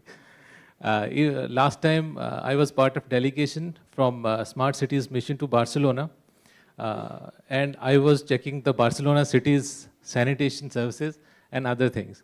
So basically at the end of I think 7 years into ULBs, my whole team is getting recognized. I'm really, we appreciate it, and I'm really happy and thankful to SKOCH Award whole team that we are getting recognized. And in conclusion, I would just say 3 things which we focused in Dharamshala and we are still focusing. One is putting a foolproof system which can run itself in a sustainable manner. And we put in a system last year for collection, transportation and processing of the waste. Second point is collaboration. In 21st century, we cannot assume that we government officers will do everything. So we collaborated with private partners, and I wish to congratulate them because they're part of our team. Vishal Protection Force is one which takes care of collection and transportation, and Sunton Life is the other who takes care of processing of our solid waste. Second is, third is, so in collaboration we have also gone to take help of NGOs also. So Waste Warriors is the NGO, and third collaborators is the citizens of the city. So without citizens' participation and their collaboration, we can't do anything. So 2 pillars I covered. First is systems, second is collaboration, and third is taking social welfare of the Safai Sathis. We have taken very good care of our sanitation workers, their health camps, their uniforms, their incentives, and their housing also. Dharamshala is the only city who have basically given housing, urban housing to our poor, urban households and our sanitation workers. So at the end, it's the morale. If my morale is boosted today, my team's morale is boosted today because of SKOCH, I think the whole credit goes to our sanitation workers who get up early in the morning and get the city clean and keep our city clean 24/7 into 365. Thank you so much. Thank you. Thank you so much, sir, for your kind words. मैं एक बार फिर से Mr Neeraj Nibawat police inspector, अगर वो हमारे बीच में, sir, I request you to kindly join us. Review Sejno, Mr. Neeraj Nimawat, Police Inspector, is here to receive Silver SKOCH Award for Commissionerate of Rajkot for their project CIMS, Criminal Intelligence and Monitoring System. This is in category of police and safety, ladies and gentlemen. आइए तालियों के साथ हम उनका अभिनंदन करें, स्वागत करें और आभार व्यक्त करें इतने सुंदर प्रोजेक्ट के लिए.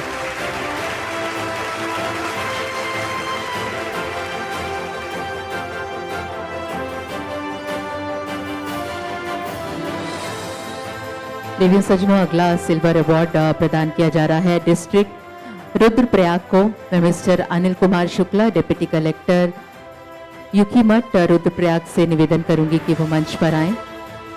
Mister Anil Kumar Shukla ji, deputy collector Rudraprayag, district Rudraprayag को उनके ऑर्गेनाइजेशन के लिए ये अवार्ड दिया जा रहा है. उनके project eco friendly and safe Kedarnath Yatra 2024. This is in category of district governance, ladies and gentlemen.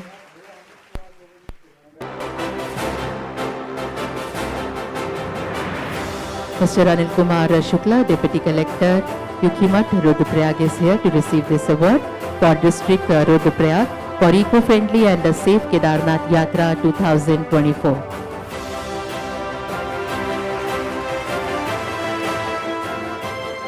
आप सभी को जय श्री केदार. जय श्री केदार.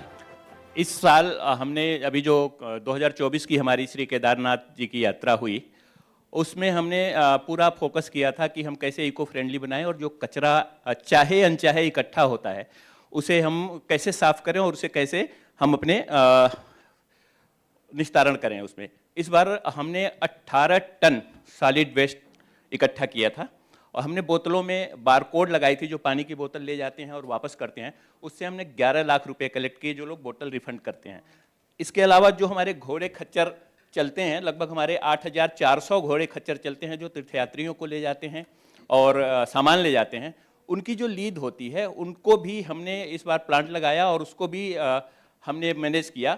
हमने लगभग 185 टन घोड़े खच्चर की लीद रास्ते से हटवाई और साफ करवाई।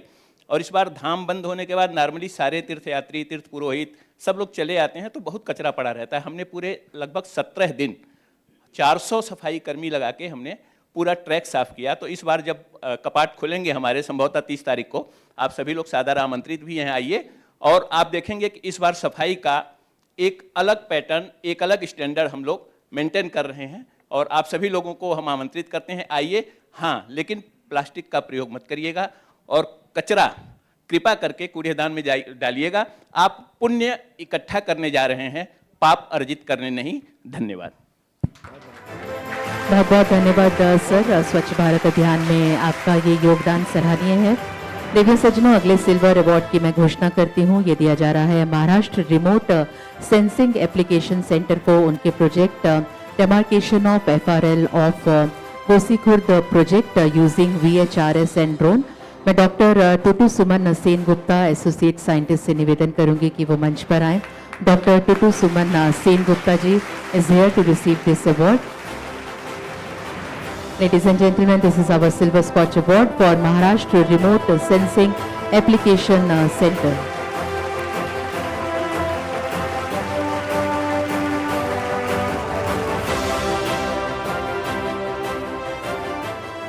देवियों सज्जनों, अगले सिल्वर स्कॉच अवार्ड की ओर हम अग्रसर हो रहे हैं। ये दिया जा रहा है नगर निगम हल्द्वानी को, उनके project Beni Sena Haldwani women participation in SWN। निवेदन करते हैं doctor Lalit Naren Mishra, additional director urban development directorate, कि आप मंच पर आएं और इस अवार्ड को आप प्राप्त करें अपनी ऑर्गेनाइजेशन नगर। पंकज उपाध्याय जी यहाँ पर हैं इस अवार्ड को लेने के लिए। देवियों सज्जनों, आइए तालियों के साथ हम उनका स्वागत करें, उनका अभिनंदन करें। नगर निगम हल्द्वानी, उनके project Beni Sena Haldwani women participation इन SWM के लिए। अगला सिल्वर अवार्ड प्रदान किया जा रहा है Odisha state corporative milk producers federation limited को, उनके प्रोजेक्ट पिंजारपुरी केटल कंजर्वेशन के लिए। मैं मिस्टर किशोर चंद्र प्रधानी, प्रेसिडेंट, से निवेदन करूंगी कि वो मंच पर आए। मिस्टर किशोर चंद्र प्रधानी, प्रेसिडेंट, आपसे निवेदन है कि आप मंच पर आए। Ladies and gentlemen, Odisha State Cooperative Milk Producers Federation Limited, उनके प्रोजेक्ट भिंजारपुरी कैटल कंजर्वेशन के लिए। Ladies and gentlemen, let's put our hands together for all the awardees who are coming one by one on stage.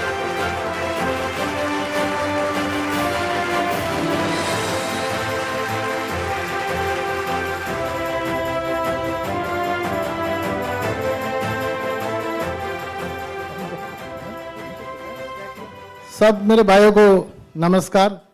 जय जगन्नाथ। जय जगन्नाथ। जय जगन्नाथ। जय जगन्नाथ। हमारा उड़ीसा में बिंजारपुरी एक गाय है, उसका दूध अच्छा है। हमने हमारा फेडरेशन में A2 मिल्क उसको पैकिंग करके हमने देश में नाम अर्जन किया, इसीलिए हमको स्कॉच अवार्ड उसी संस्था में दिया। उसको मैं बहुत बहुत बधाई देता हूँ और धन्यवाद देता हूँ। बहुत बढ़िया, thank you. Thank you so much sir. अगले सिल्वर स्कॉच अवार्ड की तरफ हम अग्रसर हो रहे हैं और ये दिया जा रहा है post graduate institute of medical education and research Chandigarh, उनके प्रोजेक्ट सारथी के लिए। मंच पर आमंत्रित करते हैं प्रोफेसर विपिन कौशल, मेडिकल सुपरिटेंडेंट PGI MER को। सर आपका बहुत बहुत स्वागत है। Request you to kindly be on stage and receive this award for Postgraduate Institute of Medical Education and Research Chandigarh for their project Sarathi, ladies and gentlemen.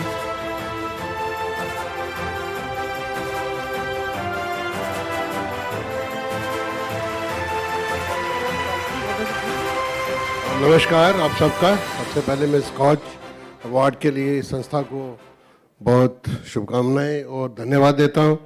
ये project I belong to a medical institution, post graduate institute of medical education and research, Chandigarh में है, north India में, and it is a 2,000 bedded super specialty hospital. And in this, we daily see around 10,000 patients in the OPD. And it becomes very difficult to manage 10,000 patients coming since early morning till late night. So what our director and deputy director administration and whole team took a decision to take help from the NSS volunteers as a social cause. And we depute the volunteers from different organizations to the OPD, where they interact, we guide them, and they further guide the patients coming to the OPD to different areas where the tests are done, what the doctors have written, where to go. So this has really helped in reducing the waiting time as well as fast disposal of the patients so that they are seen fast in the OPD. This project has really, and the NSS as a scheme has really been very cooperative, and we appreciate their efforts also for this award. Thank you very much for organizing. Dhanyavad. Thank you so much sir. और इसी के साथ अगले award की तरफ हम अग्रसर हैं। ये दिया जा रहा है जिला शिक्षा केंद्र नर्मदापुरम को, उनके प्रोजेक्ट सीटी बजाओ बचाओ बुलाओ अभियान। मैं मंच पर आमंत्रित करती हूँ doctor Rajesh Jaiswal, district project coordinator.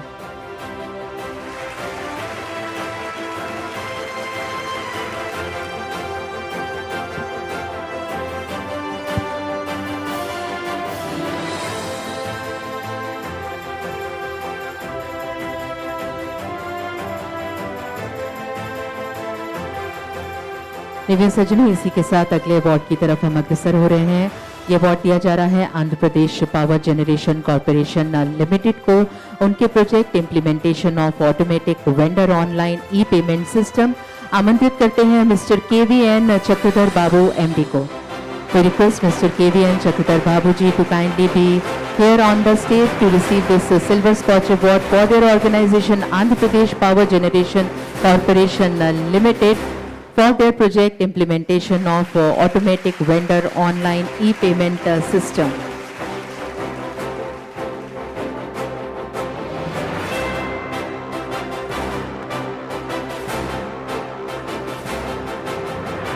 और इसी के साथ अगले अवार्ड की तरफ, सिल्वर स्कॉच अवार्ड की तरफ हम अग्रसर हो रहे हैं। और ये दिया जा रहा है cyber crime state CID Himachal Pradesh police को, उनके प्रोजेक्ट CY स्टेशन 1 के लिए। आमंत्रित करते हैं mister Mohit Chawla, deputy inspector general of police, कि आप मंच पर आएं और इस अवार्ड को आप प्राप्त करें।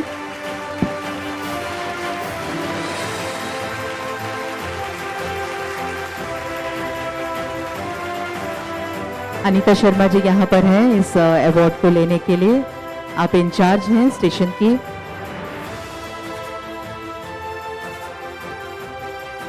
दिव्य सज्जनों, प्रोजेक्ट का नाम है CY स्टेशन 1 और ऑर्गेनाइजेशन है cyber crime state CID Himachal Pradesh police. This is our silver Skoch award. अगले अवार्ड की तरफ हम अग्रसर हो रहे हैं।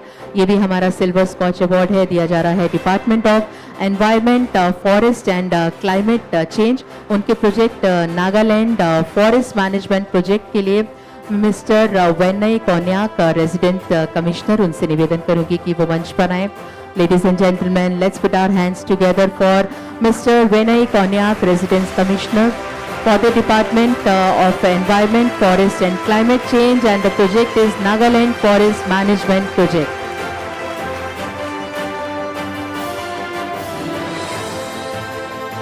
प्रिय सज्जनों, आइए हम जोरदार तालियों से इस पूरे वातावरण को गुंजायमान करें। हमारे बहुत स्पेशल अवार्ड्स हैं और आप सब हमारे बहुत स्पेशल अवार्डीज हैं।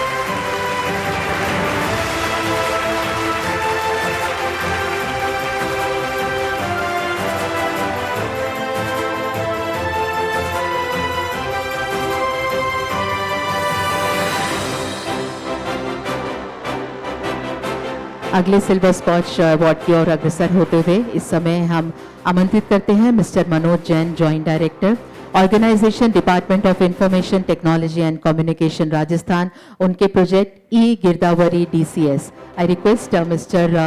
Manoj Jain, Joint Director, to kindly join us on the stage. Sir, we welcome you. Rohit Jain ji, Deputy Director, is here to receive this award. Ladies and gentlemen, Department of Information Technology and Communication, Rajasthan, for their project E Girdavari DCS.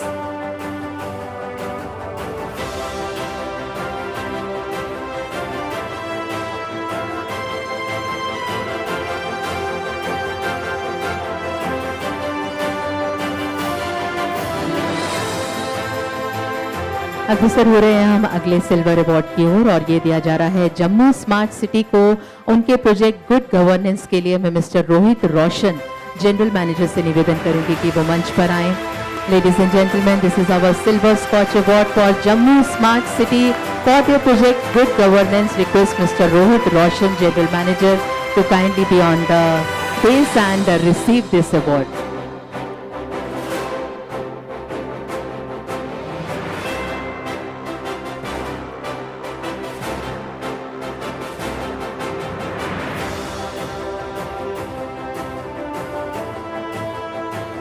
अगले silver Skoch award की ओर अग्रसर होते हुए हम यहाँ पे घोषणा करते हैं, इस अवार्ड को प्रदान किया जाता है Madhya Pradesh state cooperative marketing federation limited को उनके project integrated fertiliser storage software IFSS. मैं आमंत्रित करती हूँ mister Alok Kumar Singh, managing director को, कि वो मंच पर आए और इस अवार्ड को आप प्राप्त करें.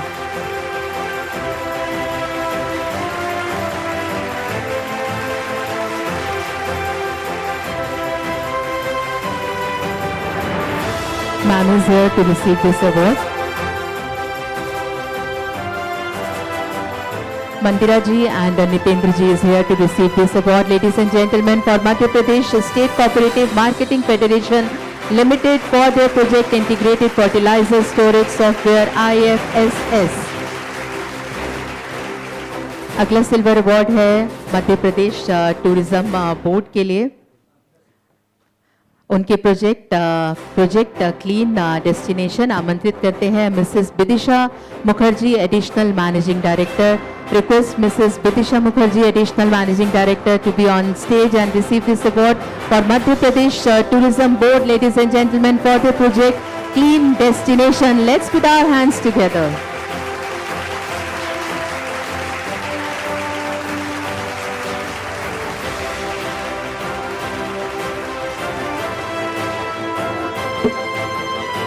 If Mr. Neeraj Nimawat ji is here. जय महाकाल. मैं विदिशा मुखर्जी, IAS ऑफिसर हूँ 2015 batch from Madhya Pradesh cadre. At present मैं एडिशनल मैनेजिंग डायरेक्टर हूँ मध्य प्रदेश टूरिज्म बोर्ड में. जैसे कि आप लोग सभी लोग जानते हैं कि मध्य प्रदेश जो है एक मल्टी फैसेटेड डेस्टिनेशन है. सर्वप्रथम हम वाइल्ड लाइफ के साथ साथ अब हम डील कर रहे हैं स्पिरिचुअल टूरिज्म में, हम डील कर रहे हैं कल्चरल टूरिज्म में, हम डील कर रहे हैं सोशल टूरिज्म में, हम डील कर रहे हैं रिस्पॉन्सिबल एंड सस्टेनेबल टूरिज्म में, एडवेंचर टूरिज्म में, मतलब you name it and we have it. जहाँ तक इस प्रोजेक्ट की बात है तो ये प्रोजेक्ट अपने आप में बहुत ही यूनिक है. ये हमने शुरू किया था मडला में. मडला एक ग्राम पंचायत है जो कि Panna national park and tiger reserve के बिल्कुल समीप स्थित है. यहाँ पे हमने इसको पूरी तरीके से एक CSR इनिशिएटिव में हमने शुरू किया. हमने कोका कोला फाउंडेशन जो थे वो हमारे फाइनेंस पार्टनर थे और साहस जो था वो हमारा टेक्निकल पार्टनर था. हमने इसको शुरू किया हमारे 30 ग्राम पंचायतों पे जो कि पन्ना नेशनल पार्क के एडजॉइनिंग थे. हमने वहाँ पर स्टेक होल्डर कंसल्टेशन किया. हमने वहाँ के जितने होटेलियर्स थे और जितने भी ग्राम पंचायत के सरपंच थे, सचिव थे, हमने उनके साथ कंसल्टेशन किया, उनका माइंडसेट चेंज किया और हमने इस पूरे 2 साल के दौरान हमने 35 टन सूखा कचरा जो कि हमारे जंगल में जा सकता था, इवन वो हमारे एडजॉइनिंग एरियाज़ में जा सकता था, उसका हमने निस्तारण किया. हमने स्टोरेज टैंक्स बनाए, हमने मटेरियल रिकवरी सेंटर्स बनाया और आज जब टूरिस्ट वहाँ पर आते हैं दे गेट वो वाओ एक्सपीरियंस। और यही जब हमारे यहाँ पे बहुत अच्छा हमने सक्सेस स्टोरी किया, तो अब हम इसको रेप्लिकेट कर रहे हैं हम बांधवगढ़ नेशनल पार्क में। तो आप सभी लोग जब भी मध्य प्रदेश आए, आप लोग यहाँ पर आए, इन्हीं गाँव में हम लोग रिस्पॉन्सिबल टूरिज्म में भी काफ़ी काम कर रहे हैं। हम अपने छोटे छोटे रूरल होम स्टेज बना रहे हैं, वहाँ पे आप ऑथेंटिक ट्राइबल कुजीन्स, आप वहाँ पर you can go for a temple walk, you can go for Rai नृत्य देख रहे हैं। इस तरीके का हमने 1000 हमारे रूरल होम स्टेज बनने की तैयारी कर रहे हैं। उसमें से 172 बन गए हैं। आप लोग को होस्ट करने के लिए हम लोग तैयार हैं, तो आप लोग ज़रूर मध्य प्रदेश आइए और एक नया फ्लेवर पाइए। Thank you so much. Thank you so much ma'am, आपका बहुत बहुत आभार। देखिए सज्जनों, इसी के साथ एक छोटे से सेशन की ओर हम अग्रसर हो रहे हैं। एक सवाल जो शायद आपको सोचने पर मजबूर करे और एक जवाब जो शायद भविष्य को उज्जवल कर दे। So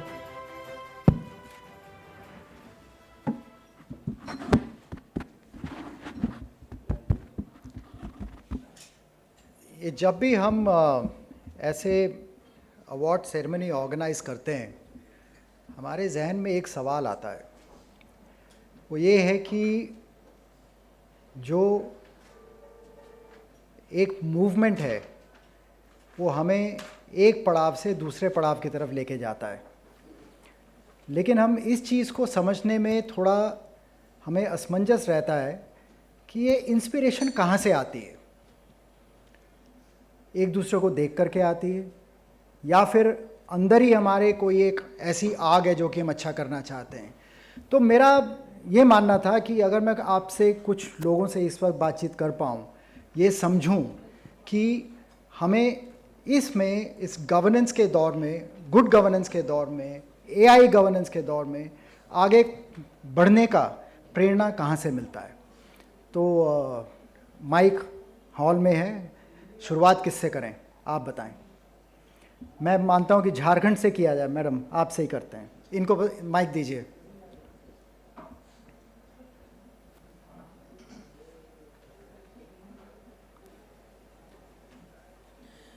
hello, thank you. पहले तो स्कॉच पूरे जूरी को बहुत बहुत धन्यवाद देती हूँ, क्योंकि मैं जहाँ से हूँ वो इंडिया का मैं समझती हूँ कि बहुत छोटा सा राज्य है, और एक तरह से वो इंडिया में एक विलीन अवस्था में है। वहाँ पे जब मैं चेयरपर्सन बनी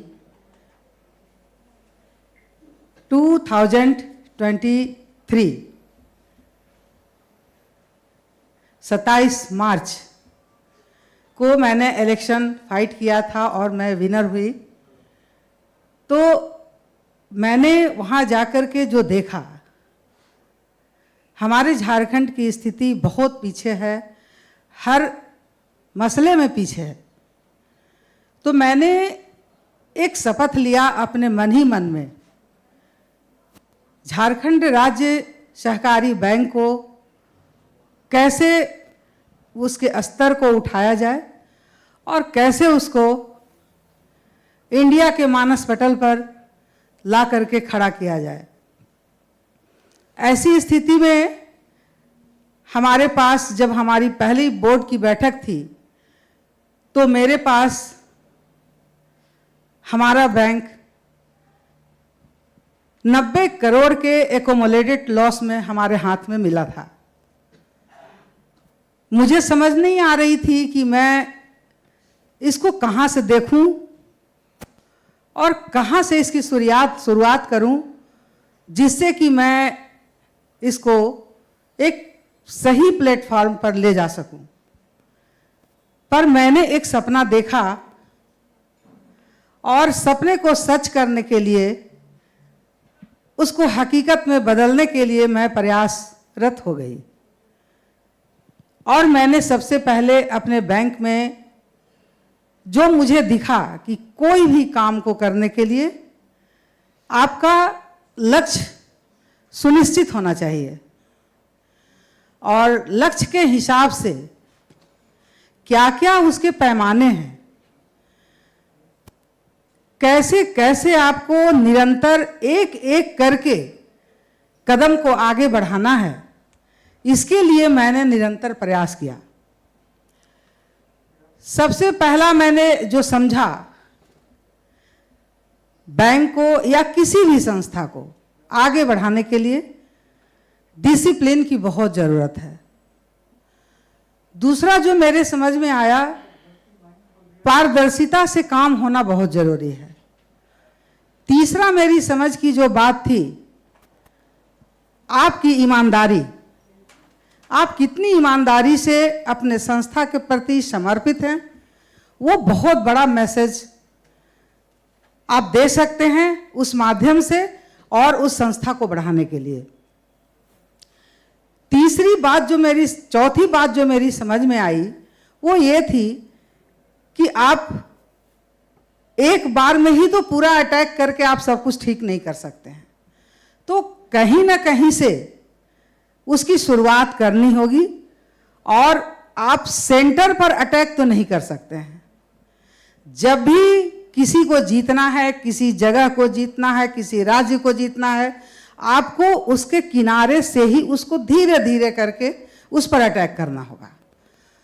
तो हमारे सभी कर्मचारी, हमारे बैंक के सीईओ, सभी हम लोगों ने मिल करके और इस काम को करने के लिए एक सही लक्ष्य निर्धारित किया और हम लोगों ने इस पर काम किया।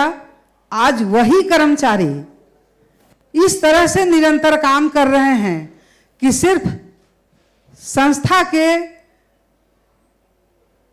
ऊपर जो चेयरमैन हैं और सीईओ हैं, सिर्फ वो बदले हैं, कर्मचारी वही हैं, लेकिन एक सही मार्गदर्शन मुझे लगता है कि उनको सही दिशा दे सकती है। बहुत बढ़िया बात कही आपने। 3 बैठे हैं आप। Thank you sir. पहला है कि लक्ष्य निर्धारित होना चाहिए, दूसरा है मोटिवेशन होना चाहिए और तीसरा है डेडिकेशन होना चाहिए। तीनों को मिलाकर के जो इम्प्लीमेंटेशन किया जाएगा, that should be transparent, if I get the gist of it. बहुत अच्छी बात कही आपने।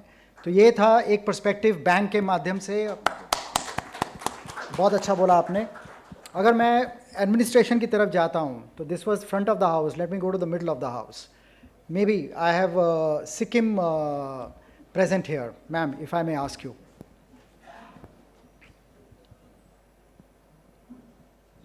Hello, sir. Good afternoon. Is the question the same? Question is the same. Oh, okay. Territory has changed. Territory has changed. Okay, thank you. First of all, thank you for calling my name. Before I say a single word or something, I would like to congratulate on behalf of my Sikkim government and on an individual way. For the 100th SKOCH Summit. Okay, the heartiest congratulations to you. And Thank you.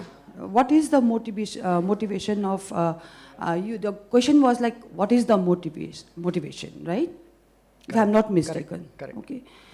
Sikkim is a very small state, you know. It has just recently, not more than 49 years, it has been taken up or has merged to India as a country, as a state. So in a month or two, we'll be celebrating our 50th anniversary of that merger of being 22nd state of our country, India. So we take very proud of our state being merged into India as a country, okay? The motivation, as I'm, what I can put it into words is like, I'm very motivated looking at my more than 52,000 beautiful women out there in Sikkim rural areas who are scattered in rural setup, okay? Looking at their faces and their enthusiasm motivates me the most. Because when I go and penetrate into the villages and go into each one of their houses, their smile and their enthusiasm gives me all the motivation to work more, okay? And the second motivation itself comes from our Honorable Chief Minister. He himself is like so much into, uplifting all the women set up in the rural areas and also at the urban area. the focus that the so much of focus our chief minister has in his mind for the rural women and for their upliftment in terms of socio-economic areas, that also gives me a lot of motivation to work more for the rural women. So these are the two, main, motivations that as a CEO, being a Chief Executive Officer of State Rural Livelihood Mission, push me more into, I have to put in more than 200% to my, women setup spread across, rural pockets. These are the, I have to put it into two sections, these categories, So behind, this, apart from these two motivations, I've got a lot of motivations. I've got a strong setup when it comes to rural, department. I have a strength of, more than 112, yet very comparative, very small setup, but then very motivating my staff and my, people out there in the mission. That also is my motivation. That's it. Very well said. Please have a seat. Very well said that, when whatever interventions that you are doing and the beneficiaries receiving it well and a smile comes on their face, that means your efforts have that much paid off. And of course, you have to have the backing of your masters, the political will, as well as the support of the relevant departments to give a push to your efforts. Congratulations for making these efforts. Let me go back to the bench. Backbenchers. So any hand going up there? Otherwise, I'll pick the person. Okay, no one. So person sitting right behind, on the left hand side. Yes. Mike.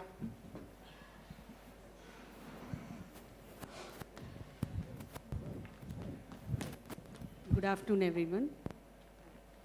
First of all, thank you for giving this opportunity, and also congratulations to all the winners. I have seen the very beautiful projects which are inspiring.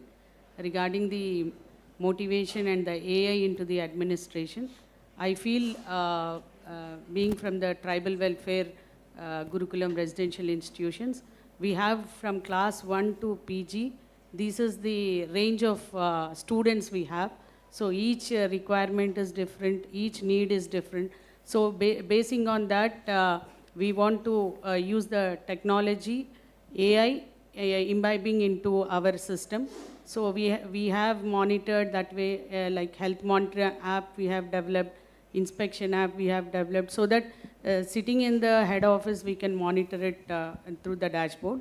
And another important thing is women empowerment, because most of the students that come to us are majority tribal students, who are basically first generation education that is happening in their families. So what we have to cater is, unlike the normal schools, first task is motivating the parents, then motivating the students. After admission, retention is one of our biggest challenge that we are facing. And after retention, after the 12th or the degree or the PG, we don't want to leave the kid that way without any career. So when we thought of it, STEM and AI was one thing which we thought we should get more of our students into the STEM technologies, so that they will have good careers in their thing. So for that, we are collaborating with a lot of NGOs and also the IT sector. The T-Hub is one thing which is giving us a lot of support. And our Honorable CM Garu has announced a future city, AI city it would be. So once that comes up, we want our scientific temper to be more, so that our students will be taken into those jobs, and that kind of collaboration we are thinking about it. And hopefully it will only happen with a private PPP model. That is what we are planning. Thank you for the opportunity. That's wonderful. I'll give you an example there. We make a lot of documentary films on what has changed for the people. And invariably, all our films, historically, they ended with happy faces. People are smiling. Why will anybody smile? Because you got what you wanted. And that brings a smile on the face of the administrator, the implementer, because that's the objective that you worked towards, and that has been fulfilled. So that is something which has inspired us. That is the biggest motivation for us, because governance in the country or anywhere, since we are Indians, we are patriotic Indians, nationalists. So we would like to see country moving forward. And with a single objective of this forward movement, somebody has got to take the cudgel of documenting it. Somebody got to take the responsibility of saying this was there and it is here today and where it will be tomorrow. Because then there is a mechanism which has been created looking back, and looking back is then looking forward. So that has been the biggest motivation for us, and that's the reason why we are standing here in front of you, the 100th edition of SKOCH Summit and the 100th edition of SKOCH Awards. And we've been together in this journey of progress. Well, I'll come back to you with more questions. Thank you very much.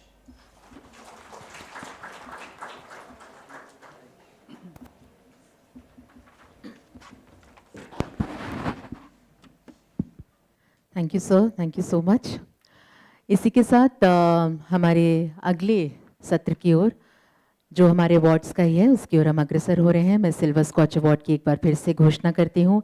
दिया जा रहा है Maharashtra state electricity distribution company limited को उनके project solar Gram Yojana under PM मुफ्त बिजली योजना के लिए। आमंत्रित करती हूँ missus Abha Shukla, additional chief secretary energy, कि वो मंच पर आए और इस अवार्ड को आप प्राप्त करें। Ladies and gentlemen, this is our Silver Scotch Award.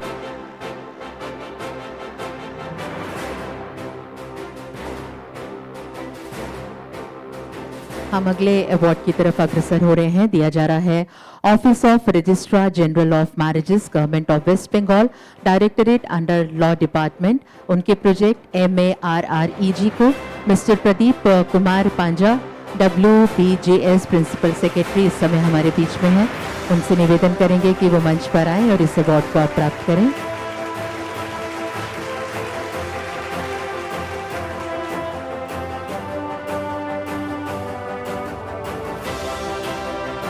Mr. Ghosh is here to receive this award from Office of Registrar General of Marriages, Government of West Bengal, Directorate under Law Department, for the project MARREG.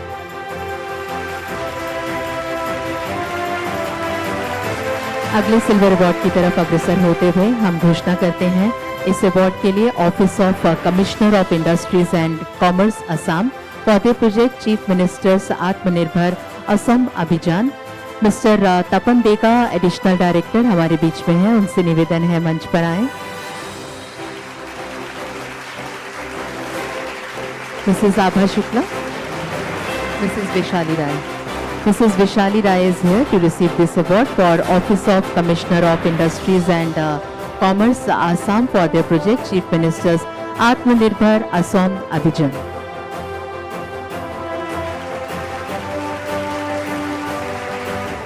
Ma'am आप थोड़ा सा और रुके हमारे साथ। एक और award है for easy of doing business project के लिए for office of commissioner of industries Ease of doing business for Office of Commissioner of Industries of Commerce Assam.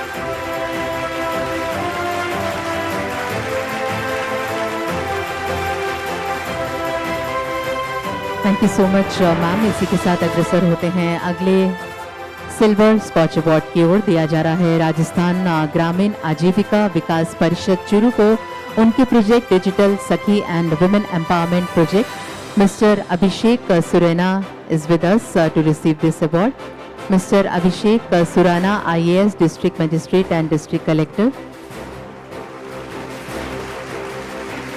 Welcome, ma'am.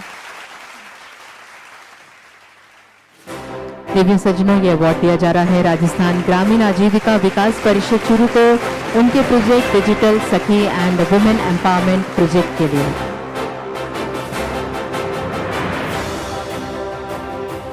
अगला सिल्वर अवार्ड प्रदान किया जा रहा है Sikkim state rural livelihood mission को उनके project state rural livelihood mission के लिए।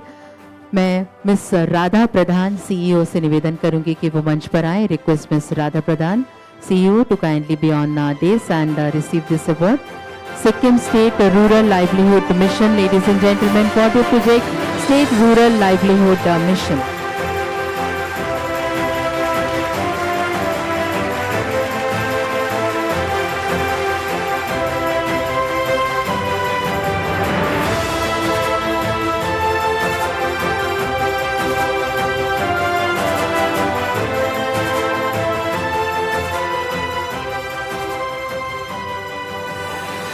अगला सिल्वर अवार्ड प्रदान किया जा रहा है तेलंगाना स्टेट पुलिस डिपार्टमेंट को उनके प्रोजेक्ट ई पेटी केस सिस्टम मोबाइल ऐप के लिए। मैं आमंत्रित करती हूँ Mr Ravi Chandra S, deputy superintendent of police ITA cell.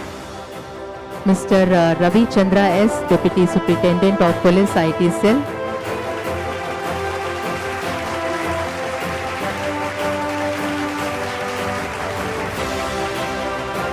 प्रिय सज्जनों, ये हमारा सिल्वर स्कॉच अवार्ड है तेलंगाना स्टेट पुलिस डिपार्टमेंट के लिए उनके प्रोजेक्ट ई पेटी केस सिस्टम मोबाइल ऐप के लिए।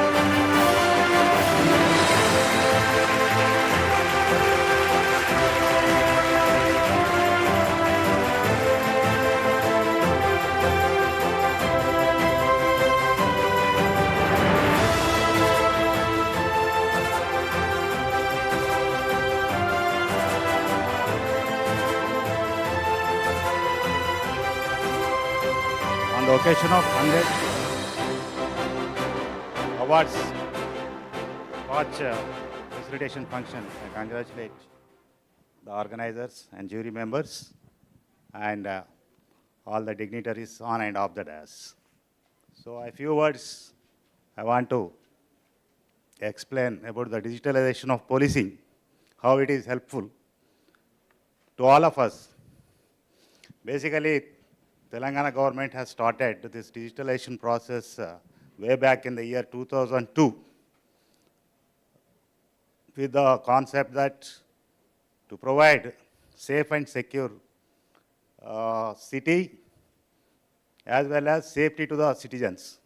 Under this, the then government and present government, they visualized the concept of safe city project. Initially, it began for the Hyderabad city, then expanded to the other surrounding cities. So part of that, we started registration of cases online without any physical contact. So everything gets digitalized and the evidences are captured directly so that the transparency will be improved. And whenever we present the cases before the honorable courts, we get more convictions. So then it generates the fear of law among the bad elements of the society. For development of any society, basically the fundamental element is safety, safe feeling. If any investments or any economy we want to attract or to develop, basically safety is the prime content and element. So with that intention, we transformed from electronic digitalization of registration of cases to mobile, on mobile governance. Now anybody on the street, if making any mischief activities like eve teasing or drunk and drive or any nuisance, then it is automatically on our officer on the street can register directly with evidence and bring them to a record, and most of them are getting convicted. So 90%, 90 to 95% people are getting convicted for smaller offenses. So the basic fundamental principle is that whenever we curb the small offenses at the initial stages, we can prevent the higher crimes. So after implementing this, we could achieve the reduction in major cases like robberies, dacoities, and other conventional crime has come down drastically. So here, this is very much important tool, so which our other states also adopted in our nation. Thank you all, one and all. Thank you so much, sir, for your valuable words. और इसी के साथ हम Telangana state warehousing corporation के लिए silver Skoch award की घोषणा करते हैं उनके प्रोजेक्ट वेयर हाउस मैनेजमेंट के लिए। मैं मंच पर आमंत्रित करती हूँ डॉक्टर कोरा लक्ष्मी, मैनेजिंग डायरेक्टर, और मिस्टर रायला नागेश्वर राव, चेयरमैन को। Ladies and gentlemen, let's put our hands together for Dr. Kora Lakshmi, Managing Director, and Mr. Raila Nageshwar Rao, Chairman. This is for Telangana State Warehousing Corporation for their project Warehouse Management.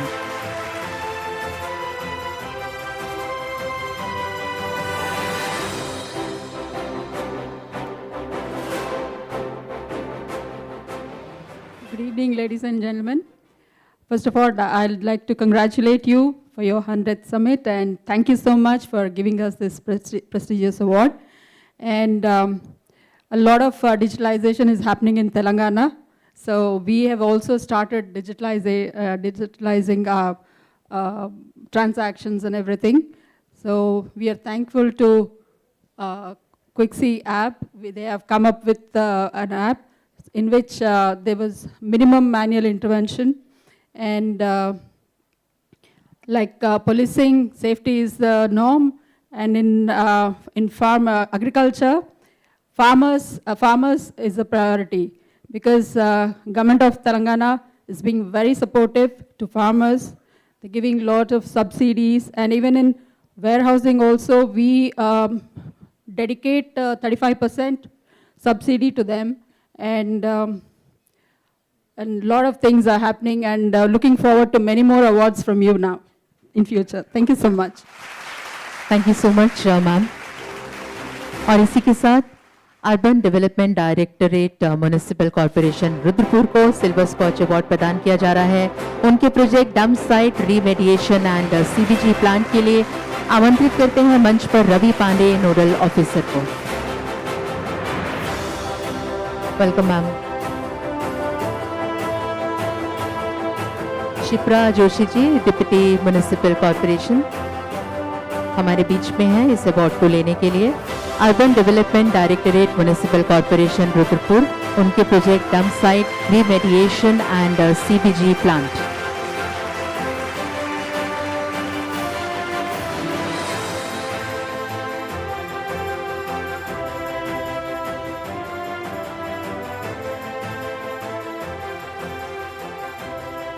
हम अग्रसर हो रहे हैं एक बार फिर से हमारे बहुत ही इंटरेस्टिंग सेशन की ओर, जो धंजल सर यहाँ पे लेंगे। जनता की आवाज़, जनता के लिए, जनता के द्वारा।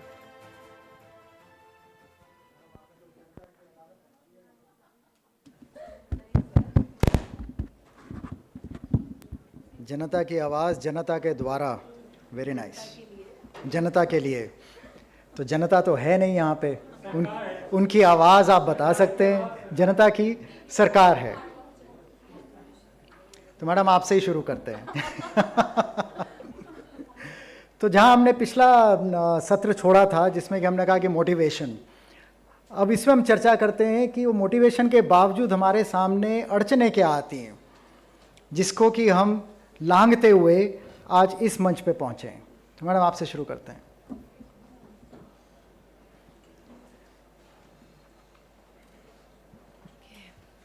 Honorable dignitaries and fellow esteemed change makers, first of all, just like others also, I'm also like as a part of this summit, on the behalf of Gujarat State Health team, we like to thank you, SKOCH team, particularly Samir Kochar sir and Guru Sharan ji. This is just not the 100th SKOCH summit. It is a centennial episode that you are carrying out to appreciate every change maker. So thank you for that. The challenges, if I think particularly in the health sector, is first we actually know the demand, but demand changes ever. Like demand and need which is there a month ago or 2 months ago, it changes rapidly, because we are now, the decadal or generation changes are like in 1 year or 5 years we are getting these changes. So rapid changes because of rapidly growing society and country. Another thing, the momentum. To keep with that momentum till the things get achieved, the challenges changes.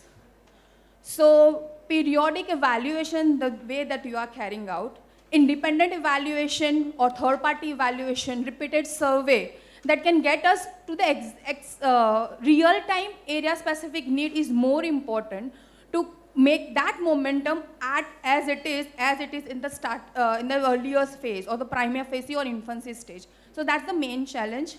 As I am in the Gujarat state, I'm sure that other states are also having that support, that we don't have that challenge in the support from visionaries or leaders. Our leaders are committed.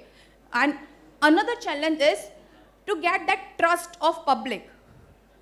As demand changes, need changes, momentum changes, with this competitive being in public, it is not like that only private sectors get the challenges, that the competitiveness. So public health system also get that challenge. So to keep that trust of, like if I at present I am in the portfolio of Bal Swasthya Karyakram. So keep that trust of public in the parents, their families. So you should continue your health services at public health institutes. And we are also capable to provide those, you can say qualitatively in-time services that is required for your child. So it is, we need to make them understand, in a shorter word, awareness. So awareness, need and evaluation are major challenges. आपने बिल्कुल सही कहा, क्योंकि मैं 2018 में महसाना में था और मिशन इंद्रधनुष तब चालू ही हुआ था, जिसमें कि वैक्सीनेशन ड्राइव चल रहा था, both for the expecting mothers, newly born, and for the younger children. आपने बिल्कुल सही कहा कि जनता का भरोसा, वो लोग सामने नहीं आ रहे थे ये मानते हुए कि ये इंजेक्शन लगा देंगे, उसके बाद पता नहीं हमारा क्या होगा, शायद बच्चा ना हो. तो जनता का भरोसा जीतना सबसे बड़ी चीज़ है. और भरोसा कैसे जीतेंगे? It's a chicken and egg story. You have to do something good for the people to believe that whatever you are trying to do next is also good for them. Meaning to say that whatever interventions are happening, first you have to do the capacity building. You have to reach out to people, tell them that this is what we are doing. Perhaps it has not been done yet, or so far in the history of whatever you have experienced in your lifetime. These are the benefits, and you have to have the case studies to show them. How do you convince people? So that is the biggest thing, जनता का भरोसा. और उसके बाद में उनका capacity building कैसे किया जाए, ये दो चीज़ें हमें जो सामने उभर करके आई वहाँ पे, दोनों ही अच्छे तरीके से डील किया गया. और मिशन इंद्रधनुष 4 साल तक चला. कोविड के पहले ही सिर्फ जा करके बंद हुआ, और उसका जो इफ़ेक्ट है आज 4-5 साल में सबके सामने देखने को मिल रहा है. तो जो भी इंटरवेंशन है थोड़ा वक्त लगता है, लेकिन उसका आउटपुट और आउटकम हमें सामने देखने को मिलता है. कोई और स्टेट से कुछ बताना चाहते हैं? Yes ma'am.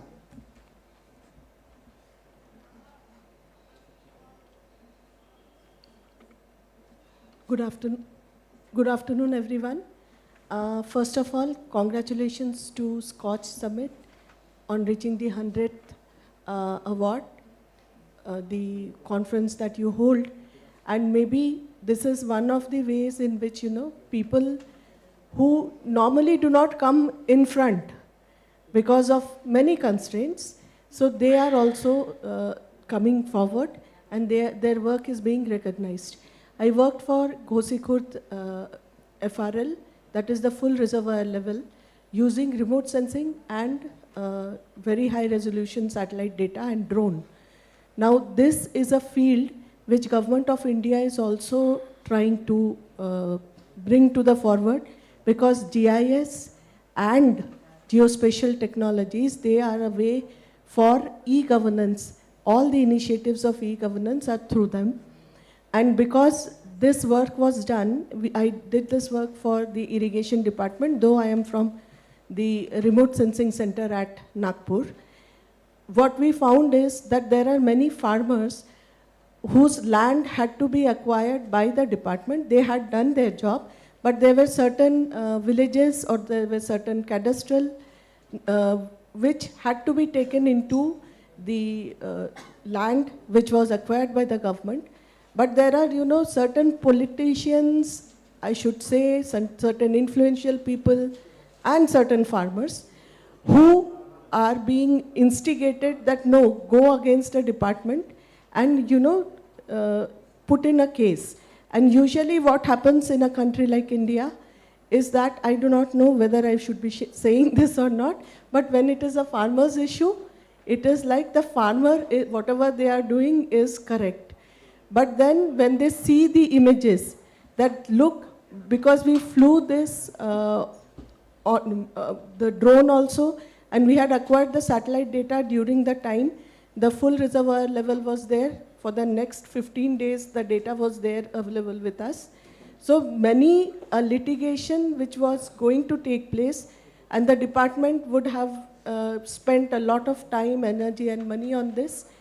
They found this data very useful, and just by showing them the images, many of the litigations were taken back. So this is the challenge that we had, and this type of challenges, you know, when you have the remote sensing data or you have the drone data and you have many layers which can be put one on top of the other through the GIS, it helps in saving time, saving the efforts of the government officials, and this is the way forward. I'm also working for the PM Gati Shakti, and most of the people who have come here must be knowing that the silos in which the people are working, the various departments are working for any of the projects that have to be taken. Now the government directive is that for any project which is there, if they are not using the PM Gati Shakti portal for any of the projects which are more than 15 crore, the sanction will not be given. So through your portal or through your SKOCH, I would like to tell all the generations who are coming up, all the people who are there, to start using the geospatial technologies. Thank you. बहुत अच्छा बताया आपने. इसको यहीं पे विराम देते हैं. मैं फिर से आपके सामने हाजिर होऊंगा 2 सवाल लेकर के. धन्यवाद.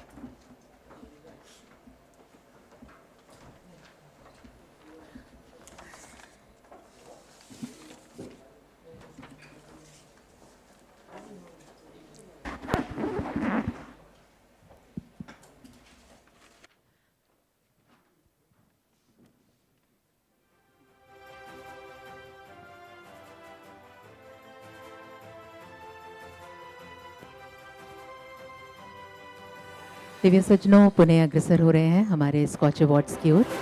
इस समय हम गोल्ड स्कॉच अवार्ड की घोषणा करते हुए आप सबको बताते हैं ये अवार्ड दिया जा रहा है कल्याण डोंबिवली म्युनिसिपल कॉरपोरेशन को उनके प्रोजेक्ट स्मार्ट गवर्नेंस के लिए मंच पर आमंत्रित करते हैं miss Indu Rani Jakhar municipal commissioner. Miss Indu Rani Jakhar municipal commissioner, उनसे निवेदन है कि वो मंच पर आए। Ladies and gentleman, this is our gold Scotch award for Kalyan Dombivali Municipal Corporation for their project Smart Governance.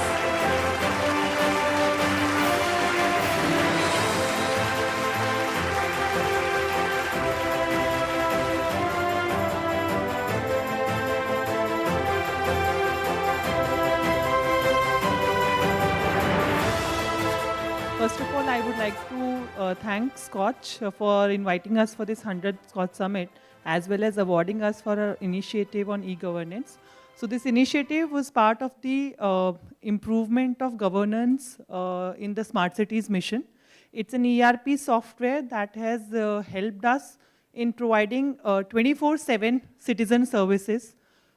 It has improved the accessibility of the people to the municipal services, as well as it has helped us in better operational efficiencies and bringing transparency in the entire system.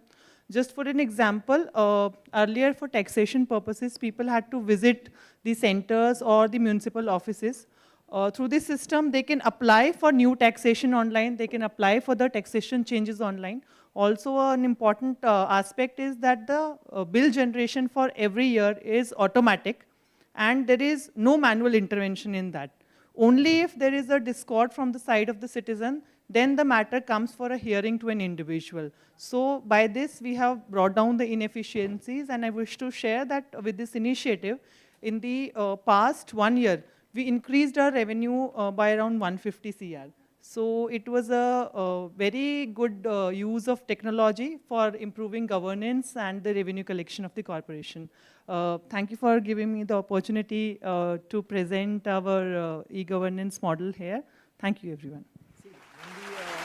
Say that, you know, Scotch Awards is a continuum. In fact, KDMC was one of the very first municipalities in Maharashtra. After that, 274 odd municipalities were computerized basis KDMC model. and we had the opportunity to video documentation, made a film, and even that time KDMC won the award. So congratulations once again.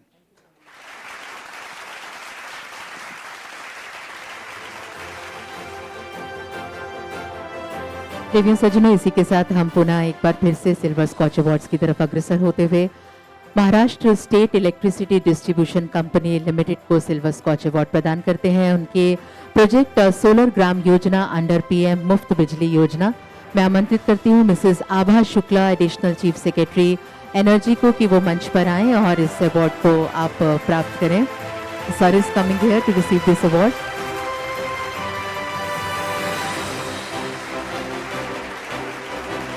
Chandra sir is here.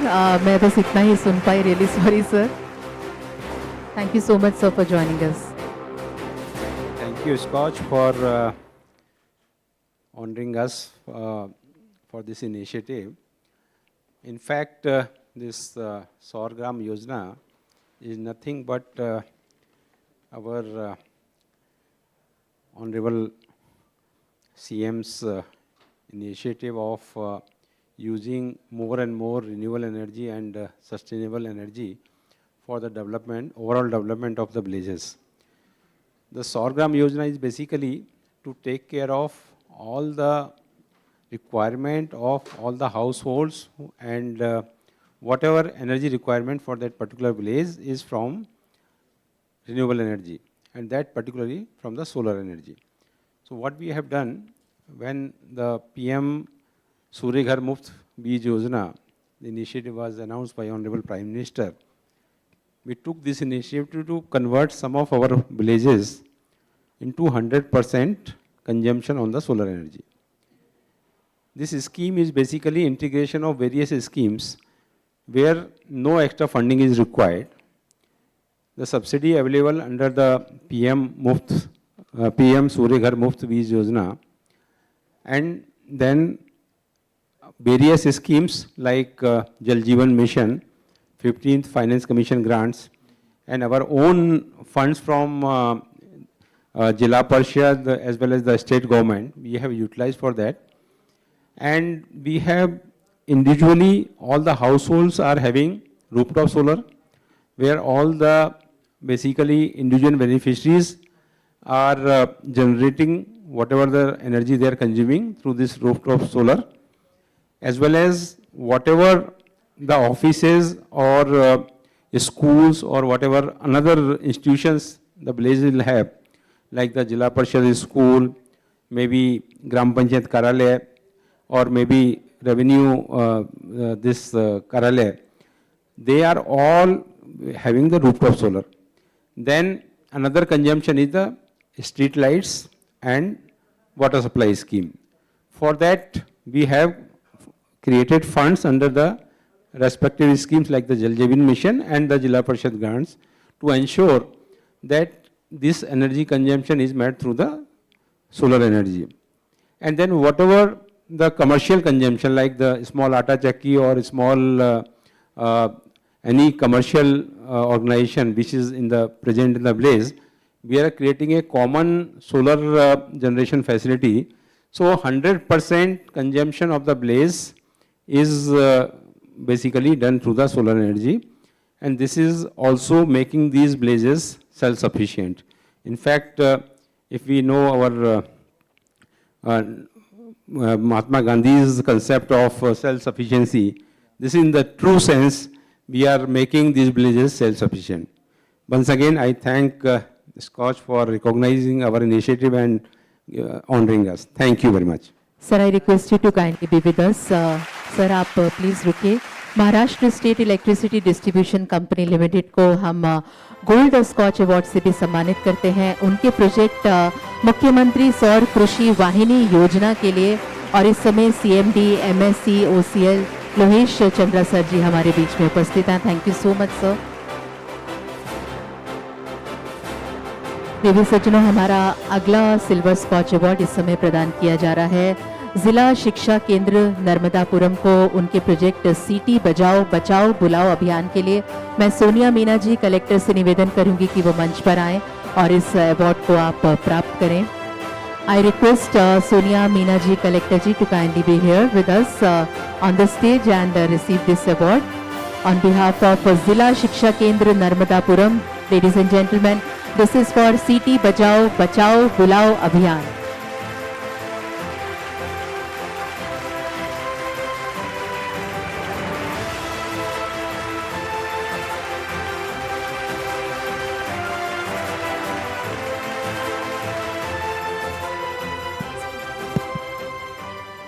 Thank you to SKOCH for awarding us this award for our project in the education sector, which is very simply termed as City Bajao Bache Bulao. And as the name of the project goes, I think everybody understands that what must be the objective of the same. About a year back when I joined the district of Narmadapuram, erstwhile Hoshangabad of Madhya Pradesh, which is very close to the capital city of Bhopal, we observed that despite the proximity to the capital of the state and Narmadapuram being a fairly urbane and prosperous district, the level of education, the quality of education or the educational outcomes of the departments were not very satisfactory, including the attendance of the students in primary and middle schools. So we were continuously working towards this end as to how we can motivate the parents and the children to send their children to school, and for the children to come to schools and find a vibrant, playful, and a good environment to study. Coincidentally, at the same time, I would like to congratulate my district program coordinator of the Jila Shiksha Kendra, which looks after the activities and operations of the primary and middle school. And it was his very creative idea to form a band and a group of teachers as well as school children themselves who would go house to house in a village, go to every hamlet, and literally Siti Bajao there, and the children themselves would go to the houses to call their friends to school.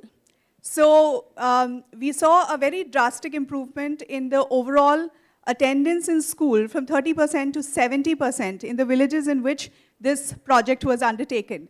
And it was about 115 villages in the district have been covered under this campaign and project till now. And given the success of the initiative, we will be now expanding and extending it to the rest of the district.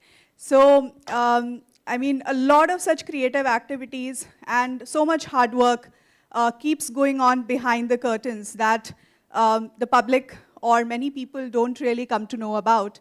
And I would like I would like to thank SKOCH for creating that platform to felicitate such unsung, hardworking government officials. And I would also like to congratulate them on their 100th summit. And thank you so much. आपने बिल्कुल सही कहा, ये अगर सीटी बजाओ school बुलाने के लिए एक अभियान चलाया गया तो देखने में अगर इसको अगर सिंपल टर्म्स में सोचें कि कौन सा बड़ा बात किया, सीटी बजाने से कुछ थोड़ी होता है, सीटी बजाने से तो लोग भाग जाते हैं, वो चोर और पुलिस वाली कहानी। लेकिन इसमें एक गवर्नेंस का बहुत ही अहम पार्ट रहा, वो ये कि इनोवेशन और मोटिवेशन और उसको over a period of time convert into a process and that process which gets replicated in other places. तो कोई ना कोई काम तो पहली बार ज़िंदगी में होगा ही, और उसके बाद में अगर उसमें सक्सेस मिलती है और उसको अब हम स्केल कर पाते हैं तो चाहे छोटा सा इंटरवेंशन क्यों ना हो, एक बड़ा बन करके हमारे सामने in the ultimate objective it appears and gives us the results. Congratulations for that. Thank you so much, ma'am, for such wonderful insights about your project. Thank you so much.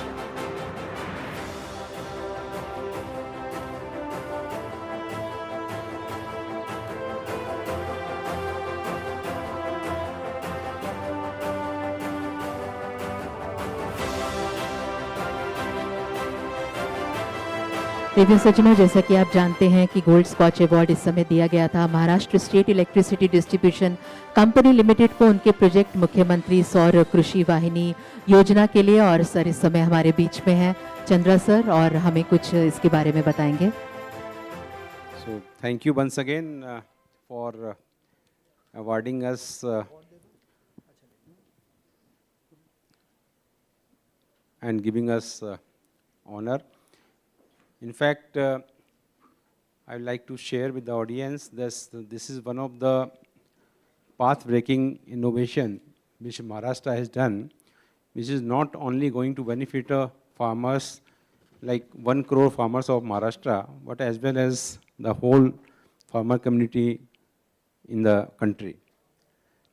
In this Mukhyamantri Saur Krishi Vahini Yojana, or we can say in the central government it is known as a Kusum C scheme, which is fulfilling the dream of our Honorable Prime Minister and our Honorable CM Shri Devendra Fadnavis ji, that we should supply daytime power to the farmers. In most of the states right now, the farmers are getting power 50% time in the day and 50% in the night. Maharashtra being one of the states where we have highest consumption in the country, if you see from the energy consumption point of view for a state, and we are the highest consumption DISCOM in the country and second largest in the Asia. Our consumption is equivalent to some of the European countries right now. And 30% of this consumption goes to the agriculture sector. So being highest agriculture consumption based state, we decided that we should do some intervention to reduce the cost of power supply to the agriculture sector, as well as we should supply the farmers daytime power. In this context, we started this Mukhyamantri Saur Krishi Vahini, for which we are being honored. And the main intervention in this is that whatever the agriculture load near the substation, we are creating small solar parks near the substation and feeding the energy into the grid, not into the grid, but we are at the 11 kV level. So this is the world's largest distributed renewable energy project we are implementing in Maharashtra, and I'm happy to share that within next 15 months, in fact, by March 2026, 100% agricultural load in Maharashtra will be shifted to the solar energy. We have already done the feeder segregation.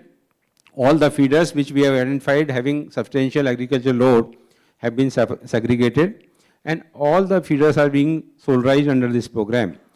This program is not only helping the farmers, but also helping the DISCOM in a big way, because we are also getting benefited in the terms of reducing the T&D losses, because we are injecting the energy at the 11 kV level and it is getting distributed at that point only.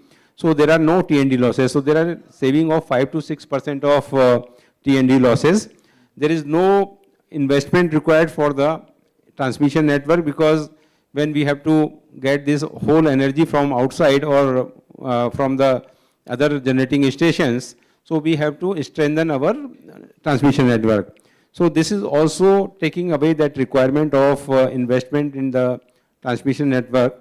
At the same time, this is also going to benefit the women in a big way, because when we are supplying the power 50% time in the night, they cannot participate in the agriculture activities. So we have estimated this whole program of converting the agriculture load in the solar energy is going to invest in the state of Maharashtra around 65,000 crores, going to create around 70,000 employment in the rural areas, because these are small solar parks where the execution is required, and then for the period of 25 years, we have to have the operation and maintenance. Besides this, we are also having a huge saving in terms of the government subsidy, because now along with this distributed renewable energy, we are also doing the distributed storage. So whatever the energy is required for the agriculture will be taken care by this solar energy. But when the agriculture load is not there, we are going to store in these distributed locations and then distributing this energy for the other load. So this, along with the agriculture, is going to benefit other areas also. The tripping issues, the voltage level issues are also going to be taken care. And most importantly, the cost of power supply, which used to be 9 rupee plus in the agriculture sector, which used to be cross-subsidized by the industries, and then at least 5 rupees cross-subsidization by the industry, then government used to subsidize it further, and we used to recover from the farmers 1 rupee 27 paisa only. But that is also again an issue of recovery. So in this case, what we are doing, we are reducing the cost of 9 rupees 70 paisa to 3 rupees. Because the solar energy we are getting at 3 rupees. So the cross-subsidization of the industry is 100% being removed. And at the same time, the government subsidy which used to be required for subsidizing the cost of electricity for the farm sector is again being reduced. So in the next 5 years, the overall impact of this MSKY scheme, as well as the renewable energy which we are now, projects we are doing in next 5 years to take care of our energy requirement, will be saving to the tune of 60,000 crores of money in terms of the power procurement cost. And this will again reduce the subsidy burden in terms of 70,000 crores in next 5 years. So I think this is one of the initiatives which Government of India has already recognized, and most of the states are following it. This is some initiative which is going to change the whole overall scenario in the agriculture sector as well as in the power sector. Thank you once again for recognizing our initiative. Thank you. Thank you so much, sir. And with this, we are once again announcing our Silver Scotch Award for Uttarakhand Livestock Development Board for their project Indigenous Breeds Conservation by Sexed Semen Production. And for this, may I request Dr. Ghanshyam Dutt Joshi, Joint Director, to kindly join us on this. देवी सज्जनों, इस समय हमारे बीच में doctor Ghanshyam Dutt Joshi, joint director, Uttarakhand livestock development board को indigenous breeds conservation by sex semen production के लिए silver Skoch award प्रदान किया जा रहा है।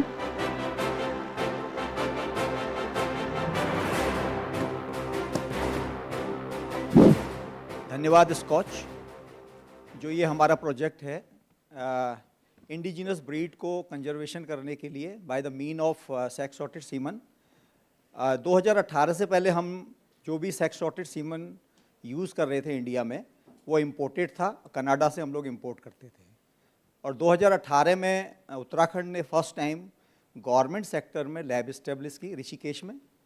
और आज की डेट में हम लोग जो है लगभग 5-6 ब्रीड जो हमारी उत्तराखंड में रिकॉग्नाइज हैं या हम लोग यूज़ कर रहे हैं, उन जो इंडिजिनस ब्रीड्स है उनके सीमन सेक्स सॉर्टेड सीमन बना रहे हैं। आपको पता, अभी आप लोगों के लिए सेक्स सॉर्टेड सीमन एक नई चीज़ होगी। सेक्स सॉर्टेड सीमन में हम क्या करते हैं कि जो स्पर्म होते हैं उसमें से वाई क्रोमोसोम जो होता है उसको हटा देते हैं। जो वाई क्रोमोसोम जो है मेल को पैदा करने के लिए रिस्पॉन्सिबल है और एक्स क्रोमोसोम जो है फीमेल पैदा करने के लिए रिस्पॉन्सिबल है। तो हम लोग वाई क्रोमोसोम को इसमें हटा देते हैं और केवल एक्स क्रोमोसोम हमारा जो सीमन होता है उसमें रहता है। तो उससे हम 99% जो है फीमेल पॉपुलेशन को पैदा करते हैं। उससे हमारे कई सारे डायरेक्ट और इनडायरेक्ट फ़ायदे हैं। जैसे आपने देखा होगा जो आपकी जो अर्बन डेवलपमेंट डिपार्टमेंट हैं उनको काहे की प्रॉब्लम है कि आपके पास आवारा छुट्टा सांड घूमते रहते हैं। तो क्या होगा, जब बछड़े पैदा ही नहीं होंगे तो वो प्रॉब्लम आपकी वैसे ख़त्म हो जाएगी हमारे इस सेक्स सॉर्टेड सीमन के थ्रू। दूसरा, किसान के घर में जब बछिया पैदा होगी और वो अच्छी जेनेटिक कैरेक्टर की पैदा होगी, इंडियन नस्ल की पैदा होगी, क्योंकि 2000 लगातार क्या हो रहा है, इससे पहले जब भी हम लोग यूज़ करते थे क्रॉस ब्रीडिंग प्रोग्राम यूज़ करते थे तो हमारी जो 42 तरह की नस्लें हमारी इंडिया में पाई जाती हैं कैटल की, तो वो अलग अलग नस्लें जो हैं उनमें मतलब क्रॉस ब्रेड नस्लें होती चली जा रही थी। तो अभी क्या हुआ कि हम लोग उसको कंजर्व भी कर पाएंगे, अपनी इंडिजिनस ब्रीड को प्रिजर्व कर पाएंगे। अभी जो हमारी इंडिजिनस ब्रीड है उसका जो मिल्क है वो A2 मिल्क है। तो लोग कहते हैं कि A2 मिल्क अच्छा है, तो उसमें एक अलग से प्रोटीन होता है, केजीन, जो A2 के लिए उसको रिकॉग्निशन देता है।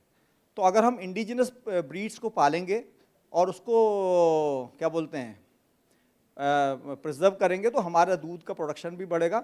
और जो हमारी रूरल इकोनॉमी है, जो हमारा किसान है, करीब 70% जो पॉपुलेशन है वो गांव में रह रही है, और जो रूरल इकोनॉमी की जो बैकबोन है वो क्या है, एग्रीकल्चर एंड एनिमल हस्बेंड्री। हम लोग कितना ही अदर सेक्टर्स को भले ही हम लोग बढ़ावा दे रहे हैं, लेकिन बढ़ावा देने के साथ साथ खाना तो हमें चाहिए ना, दूध तो चाहिए ना हमें। तो सबसे सस्ता प्रोटीन हमें कहाँ से मिलेगा बच्चों के लिए? दूध, वो एनिमल से ही मिलेगा। अगर हम इस सेक्टर को बचा पाएंगे, अच्छा प्रिजर्व कर पाएंगे, तभी हम नेक्स्ट जो हमारी पॉपुलेशन है उसको हम नेक्स्ट हेल्दी बना पाएंगे और अच्छा बनाएंगे। तो ये ओवरऑल क्या है, एनिमल हस्बेंड्री सेक्टर जो है वो ओवरऑल जो है ह्यूमन लाइफ को ही अपलिफ्ट करने के लिए बनाया गया है। तो कहीं ना कहीं जो हमारा ये प्रोजेक्ट है वो कहीं ना कहीं गेम चेंजर बनेगा किसानों के लिए और सोसाइटी के लिए। धन्यवाद स्कॉच कि आपने ये 100वें जो आपका प्रोग्राम है इसमें हमें इनवाइट किया और हमारे प्रोग्राम को रिकॉग्नाइज किया। Thank you.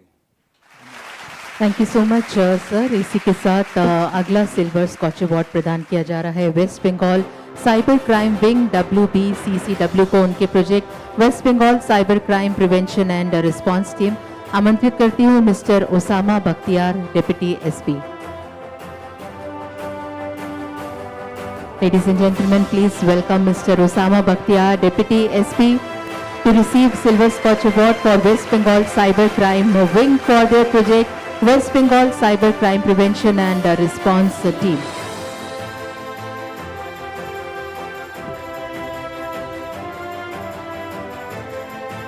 अगला सिल्वर अवार्ड प्रदान किया जा रहा है women and child development department Assam को उनके प्रोजेक्ट पोषण शिविर के लिए। मैं mister Jai Shivani, district commissioner Jorhat से निवेदन करूंगी कि वो मंच पर आएं। आई request Mr Jai Shivani, district commissioner Jorhat, to kindly join us on the dais and receive silver Skoch award for women and child development department Assam for their project पोषण शिविर।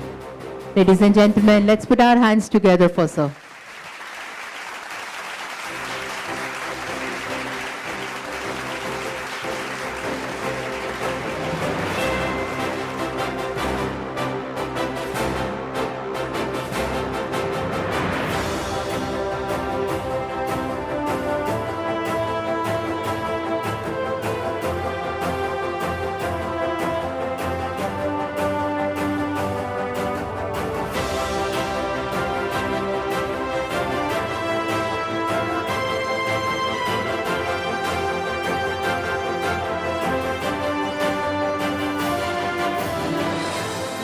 Congratulations sir।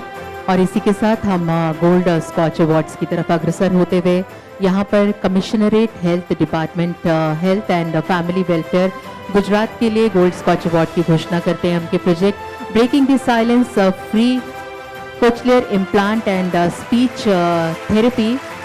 I request doctor Surendra Singh Chauhan, medical officer, to kindly join us on the dais and receive this award.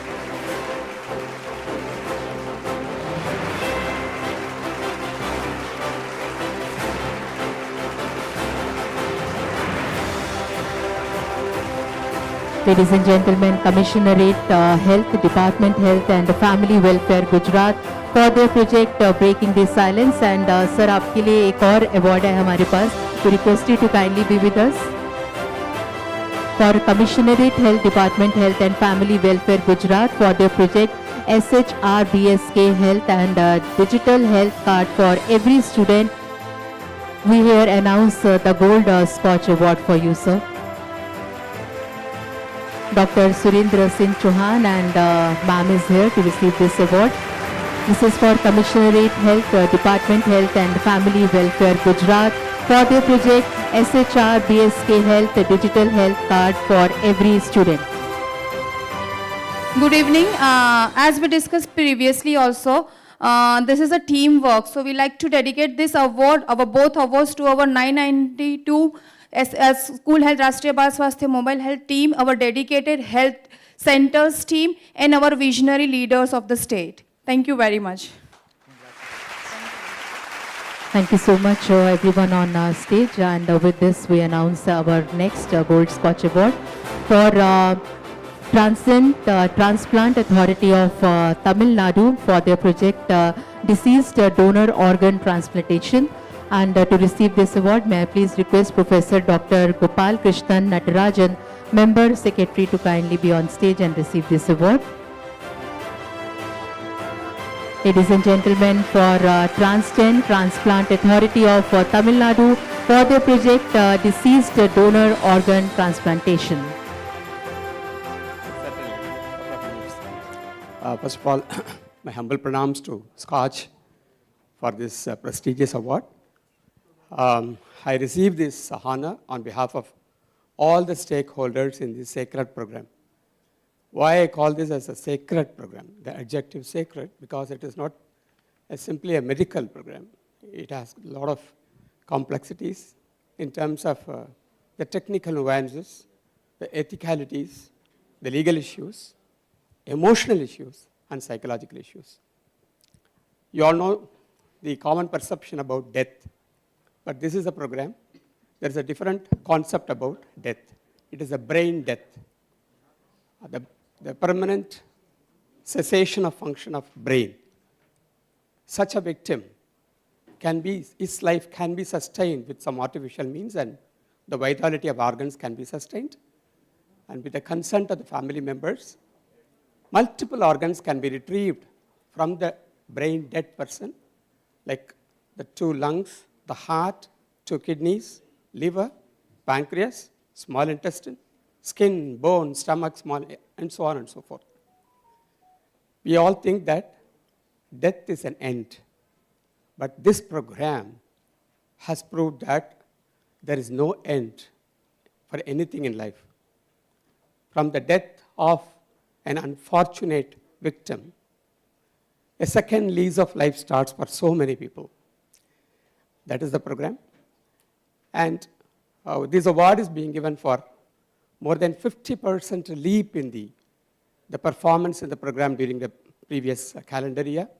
In 2024, Tamil Nadu has recorded the highest number of 268 brain deaths, from whom 1,500 organs and tissues were retrieved and successfully transplanted.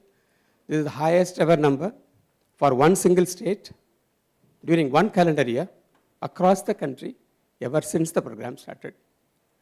How this was achieved, the TransTen, the Soto Tamil Nadu Transplant Authority Tamil Nadu, played a kind of a liaison work, the conduit work, connecting beautifully and seamlessly the 5 important domains of the program: the political class, the bureaucracy, the media, the technocracy, and the common man. And we have a huge encouragement and support by our the political dispensation, Honorable Chief Minister, Health Minister, and so on, and the bureaucracy and media. This is not just a medical program, and it is not a program, it is a movement. And finally, the most important thing is that taking a decision to donate organs in the most difficult time, that is very important. How is it feasible? This is a kind of testimony to the greatness of the Indian psyche, the Sarve Jano Sukhino Bhavantu. In Tamil, we call it as Yadum Gure, Yavarum Kedir. The entire mankind is one. So, in that difficult time, the families come forward to donate organs selflessly, without any materialistic gains. Thank you so much. I dedicate this award for all the 268, the noble souls which have departed, but still living in thousands of fellow countrymen. Thank you so much.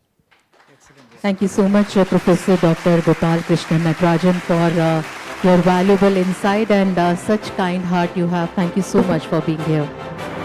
और इसी के साथ अगला gold Skoch award प्रदान किया जा रहा है office of the district magistrate and district collector Uttar Dinajpur, उनके प्रोजेक्ट ज्ञानालय उत्तर दिनाजपुर को मैं mister Biman Chandra Das, deputy magistrate and deputy collector से निवेदन करूंगी कि वो मंच पर आएँ और इस अवार्ड को आप अपने ऑर्गेनाइजेशन के लिए प्राप्त करें. Mister Biman Chandra Das, deputy magistrate and deputy collector, Ladies and gentlemen, this is our Gold Scotch Award for Office of the District Magistrate and District Collector Uttar Dinajpur for their project Gyanalay Uttar Dinajpur.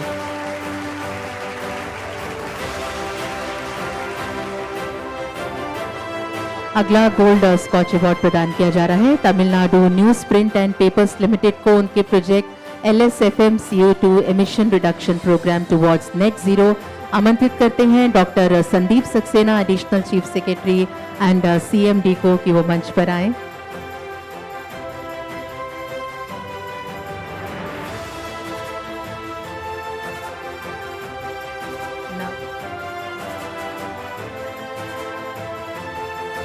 So sir is here and उन्होंने मुझे बताया भी but मैं ठीक से समझ नहीं पाई उनका नाम, really sorry for that, but thank you so much sir for being here and taking this award for your organisation Tamil Nadu Newsprint and Paper Limited for the project LSFM CO2 emission reduction program towards net zero. Good afternoon to all. I am Nagarajan, Chief General Manager, Tamil Nadu Newsprints and Papers Limited. Actually, this award was given to our CMD, Mr. Dr. Sandeep Saxena, IAS Additional Chief Secretary. As he is not able to come, I am receiving this award on behalf of him. So just for the brief introduction, Tamil Nadu Newsprint Papers Limited is promoted by Government of Tamil Nadu in the year 1983. And this was the first project in the world. We started the project with making the paper with bagasse, that is sugarcane waste, instead of trees. So almost 60% of the raw material we are using from bagasse, from the waste. This renewable energy, it was started in the 84 itself. And we started with 90,000 tons per annum. Today we are making 6.5 lakh tons per annum. We have 2 units. And we have good social, economical schemes also. Whatever the water we are treated in effluent, we have selected 1,400 acres of dry land, which was not grown by any species. Now, entirely it is covered with the coconut tree. Around 900 farmers are getting benefited for the last 30 years. And we made a society for that, and the district DRO is the chairperson for the society. And for the renewable energy also, in 1992 itself, we started wind energy for 35.5 megawatt. So we are forerunner for every eco-friendly products. In 2007 itself, we started the element chlorine-free bleaching instead of chlorine bleaching. And also we taken the methane gas and we reduced around 8,000 liters of fuel oil every day.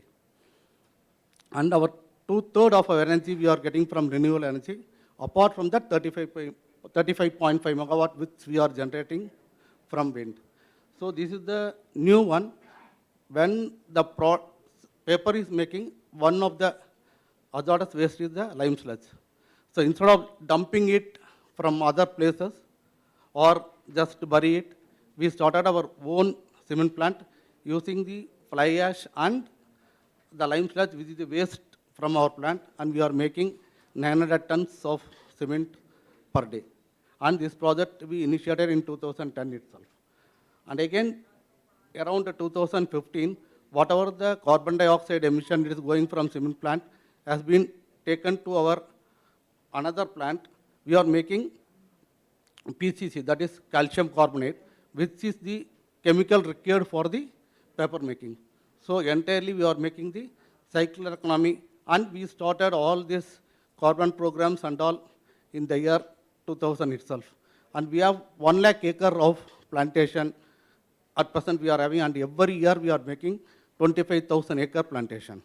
And the saplings around we are selling hybrid clonal plantation, we are selling for just 1 rupee to the farmers, around 5 crore saplings every year. Thank you. Thank you for cause, and congratulations for their 100.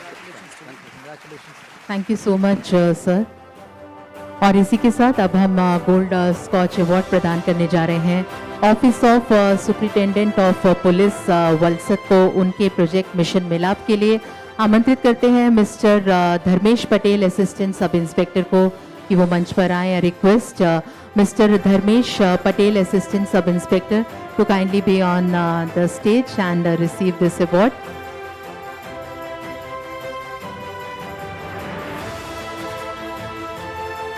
Ladies and gentlemen, Mr. Dharmesh Patel, Assistant Sub-Inspector,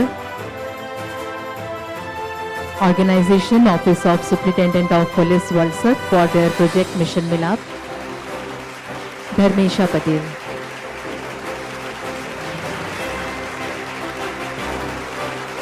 Mr. Dharmesha Patel, right ma'am?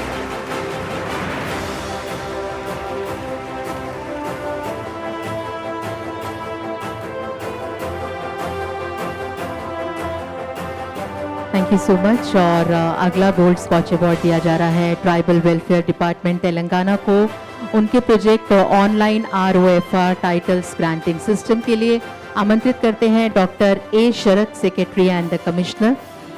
Doctor A Sharad.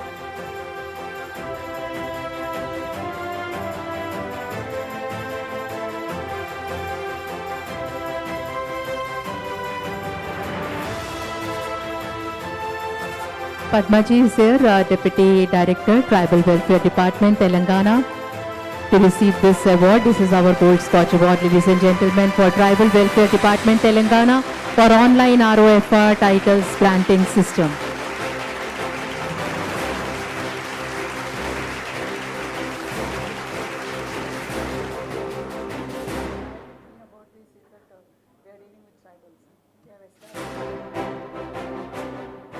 Thank you, sir. Good evening, ladies and gentlemen. Today I have come on behalf of Telangana Tribal Welfare Department, and the project we have done is online titles granting system. So it was very inspiring because through this system we have established a very transparent and most easy method for sanction of land to the tribal farmers. Earlier, they used to be exploited by all these middlemen, tradesmen, and businessmen. But with establishment of this system, now they know their right, they know their benefits. So it is a very good, inspiring module we have done. And many of the farmers, almost 150,000 farmers have benefited from this. Thank you. Thank you, sir. And I would also like to congratulate Scotch for celebrating their 100th event also, sir. Thank you so much, ma'am. Record of rights we have heard from across the country, but record of forest rights is something which is what has been one of the firsts at your state. Congratulations. Congratulations, ma'am. और इसी के साथ अगला gold Skoch award प्रदान किया जा रहा है राजस्थान जन आधार अथॉरिटी को उनके प्रोजेक्ट राजस्थान जन आधार योजना के लिए आमंत्रित करते हैं मंच पर mister Nirmal Kumar Sethi, director.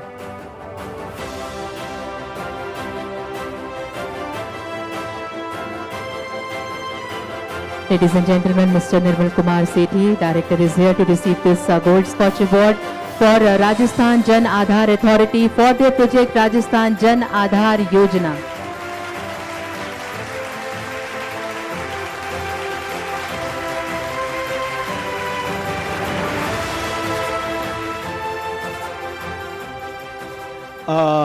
Thank you, Scotch, for recognizing Jan Aadhar.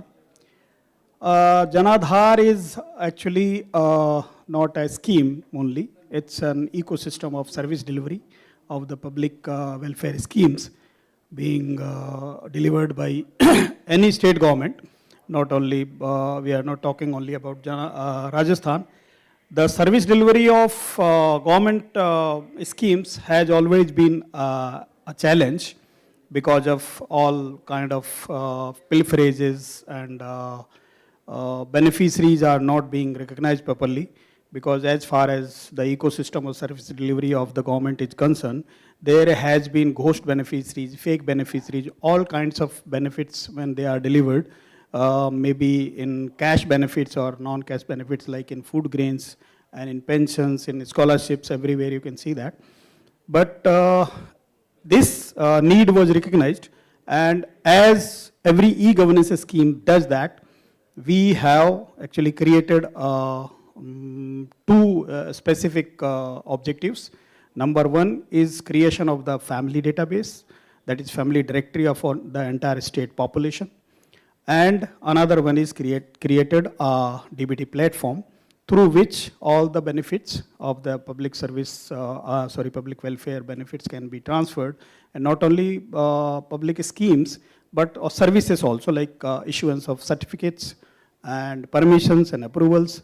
Every, whatever scheme or the benefits of services are given, it has been mandated by the Rajasthan Janadhar Authority Act that every department has to route their benefits through Janadhar platform only. This has ensured almost 177 schemes have already been mapped with the Rajasthan Janadhar DBT platform, and more than almost 98% population has already been covered.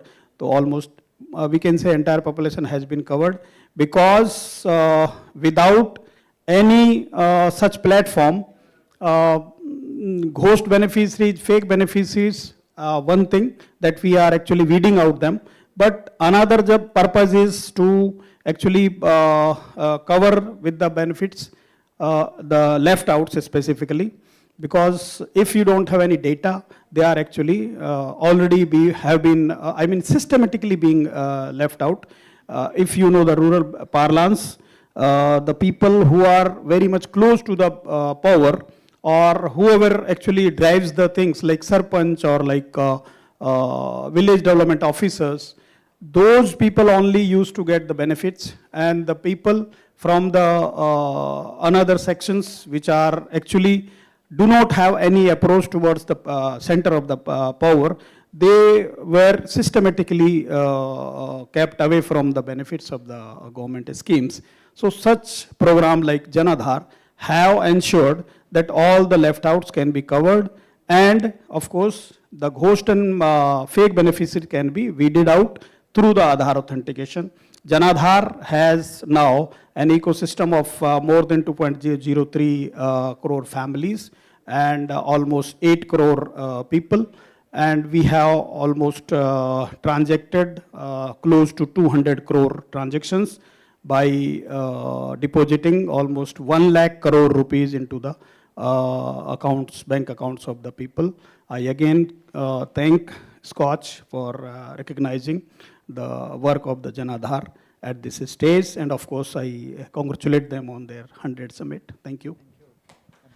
Thank you so much, sir. And with this, I announce the last award of the day, but definitely not the least award. In fact, the most valuable Gold SKOCH Award is going to Department of Scenic Welfare, Government of Andhra Pradesh for the project Resettlement and Rehabilitation of ex-servicemen.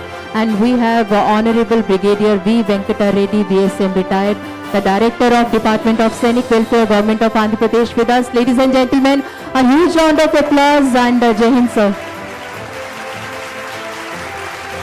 प्रिय सज्जनों, ये gold Skoch award प्रदान किया जा रहा है department of Sainik welfare government of Andhra Pradesh को उनके project resettlement and rehabilitation of ex serviceman brigadier V Venkata Reddy BSM retired, जो इस डिपार्टमेंट के डायरेक्टर हैं, इस समय हमारे बीच में हैं।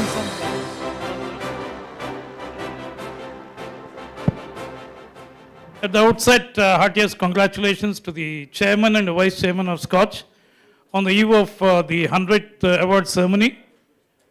Frankly, I was not very keen in participating, I was not very active.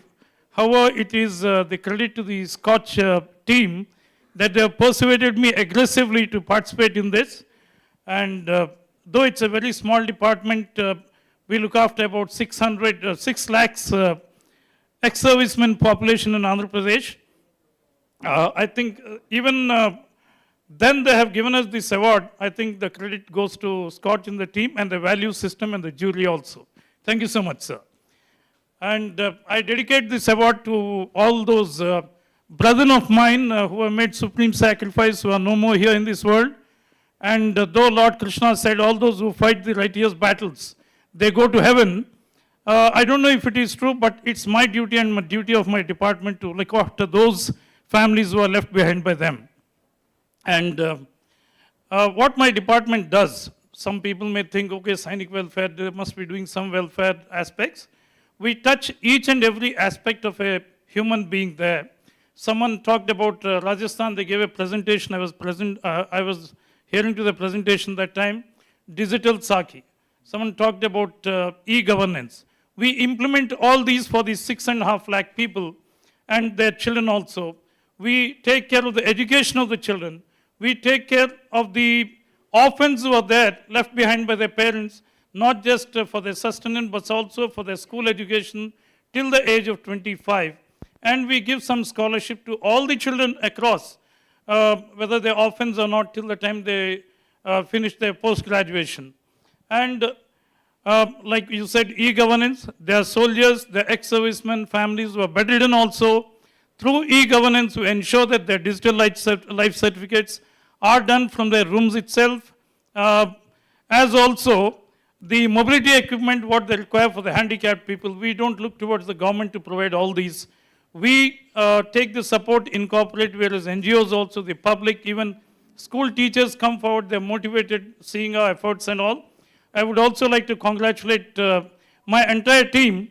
We are a small team of 140 who are authorized. However, since the governments have stopped recruiting because of budget constraints, we are working with 90 people, 90 employees across the 26 districts of Andhra Pradesh, and we are achieving this. And since so many administrators are there, so many young IAS officers here, I would like to make a small appeal to all of you. Many of us feel that Sainiks means they are uneducated when they come out.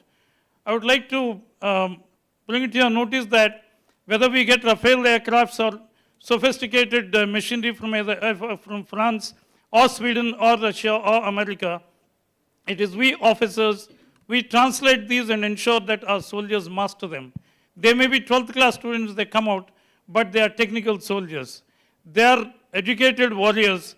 Unfortunately, after if it has to, a missile has to go 250 kilometers ahead, after crossing Himalayas or anywhere, how to calculate the trajectory and ensure that precisely it is these 12th class passed soldiers who are doing all that, whether it is anti-aircraft machinery or the aircrafts also. But when they come out, we value the simple graduates who can go for first show, first release, first show, than these people. Only thing is they need slight reskilling and upgrading their skills so that they can be utilized for their employed in the state fruitfully and for better purposes. You're also seeing in our state also, when there are calamities, even the retired soldiers come forward to do all these. I don't have to quote the examples, you all are well aware. The district administrators are well aware of what they can do with the ex-soldiers. In fact, what we are doing in my department, going beyond what this, after the soldiers retire, we have tied up with the various universities and ensure that they get graduation certificates after slight upskilling and increasing the knowledge. They get their diploma, technical diplomas also, so that we increase their employability and eligibility for various employment, this thing. Kindly keep this in mind and try to reskill the soldiers and motivate them for better governance within your own districts. Next is, while these soldiers are there, they're not just firing weapons when they're in the military. I've been for 8 years, close to 8 years in the northeast states, I won't name the states. When the central government lost confidence in the state administration, it is we who have, I don't say we, it is the soldiers who are there, army development groups who have created, the central budget was given to them. They are the ones who constructed schools, everything as per the requirement, provided medical aspects, constructed roads and all in certain states. When I was in Mizoram, my wife wrote an article as to how the schools through education, we can get them into mainstream. Then one of the chiefs read this. In J&K, I think the officers who are from there are left already. We have started army schools in every district. Believe you me, when I was there as a BGS intelligence, I used to get, I'm not naming those organizations, which are not so favorable to India. However, I used to get calls through other intermediaries to give admission into army school for so-and-so's grandson like that. They are the most sought after the ones. So The army is not just firing or boarding the guard. They are doing administration. Army by itself has got their own signalers. We are the first ones, I think, to have got, a different sort of digital STD into the country from France, isn't it? So we are highly technical, and we are imparting all these aspects to the public wherever we are serving, especially in the disturbed areas. I think Army is the one who spread Hindi as a national language across the country. Thank you so much. There are many aspects to say, but I won't give a lecture here. Thanks again to SKOCH and for the value system, sir. Sir आपका बहुत बहुत धन्यवाद करते हैं आपकी इस गरिमामय उपस्थिति के लिए बहुत बहुत धन्यवाद sir. Ladies and gentlemen, with this we conclude. We really thank all our policymakers, our government officers, our dignitaries, esteemed panelists and luminaries from different fields to be here. Thank you so much for your valuable presence. We are absolutely honored and delighted. And इसी के साथ देवियों सज्जनों हमारे 100वें scotch summit और award ceremony की दूसरी श्रृंखला को अब हम विराम देते हैं. आप सभी का आभार व्यक्त करते हैं. नमस्कार, जय हिंद.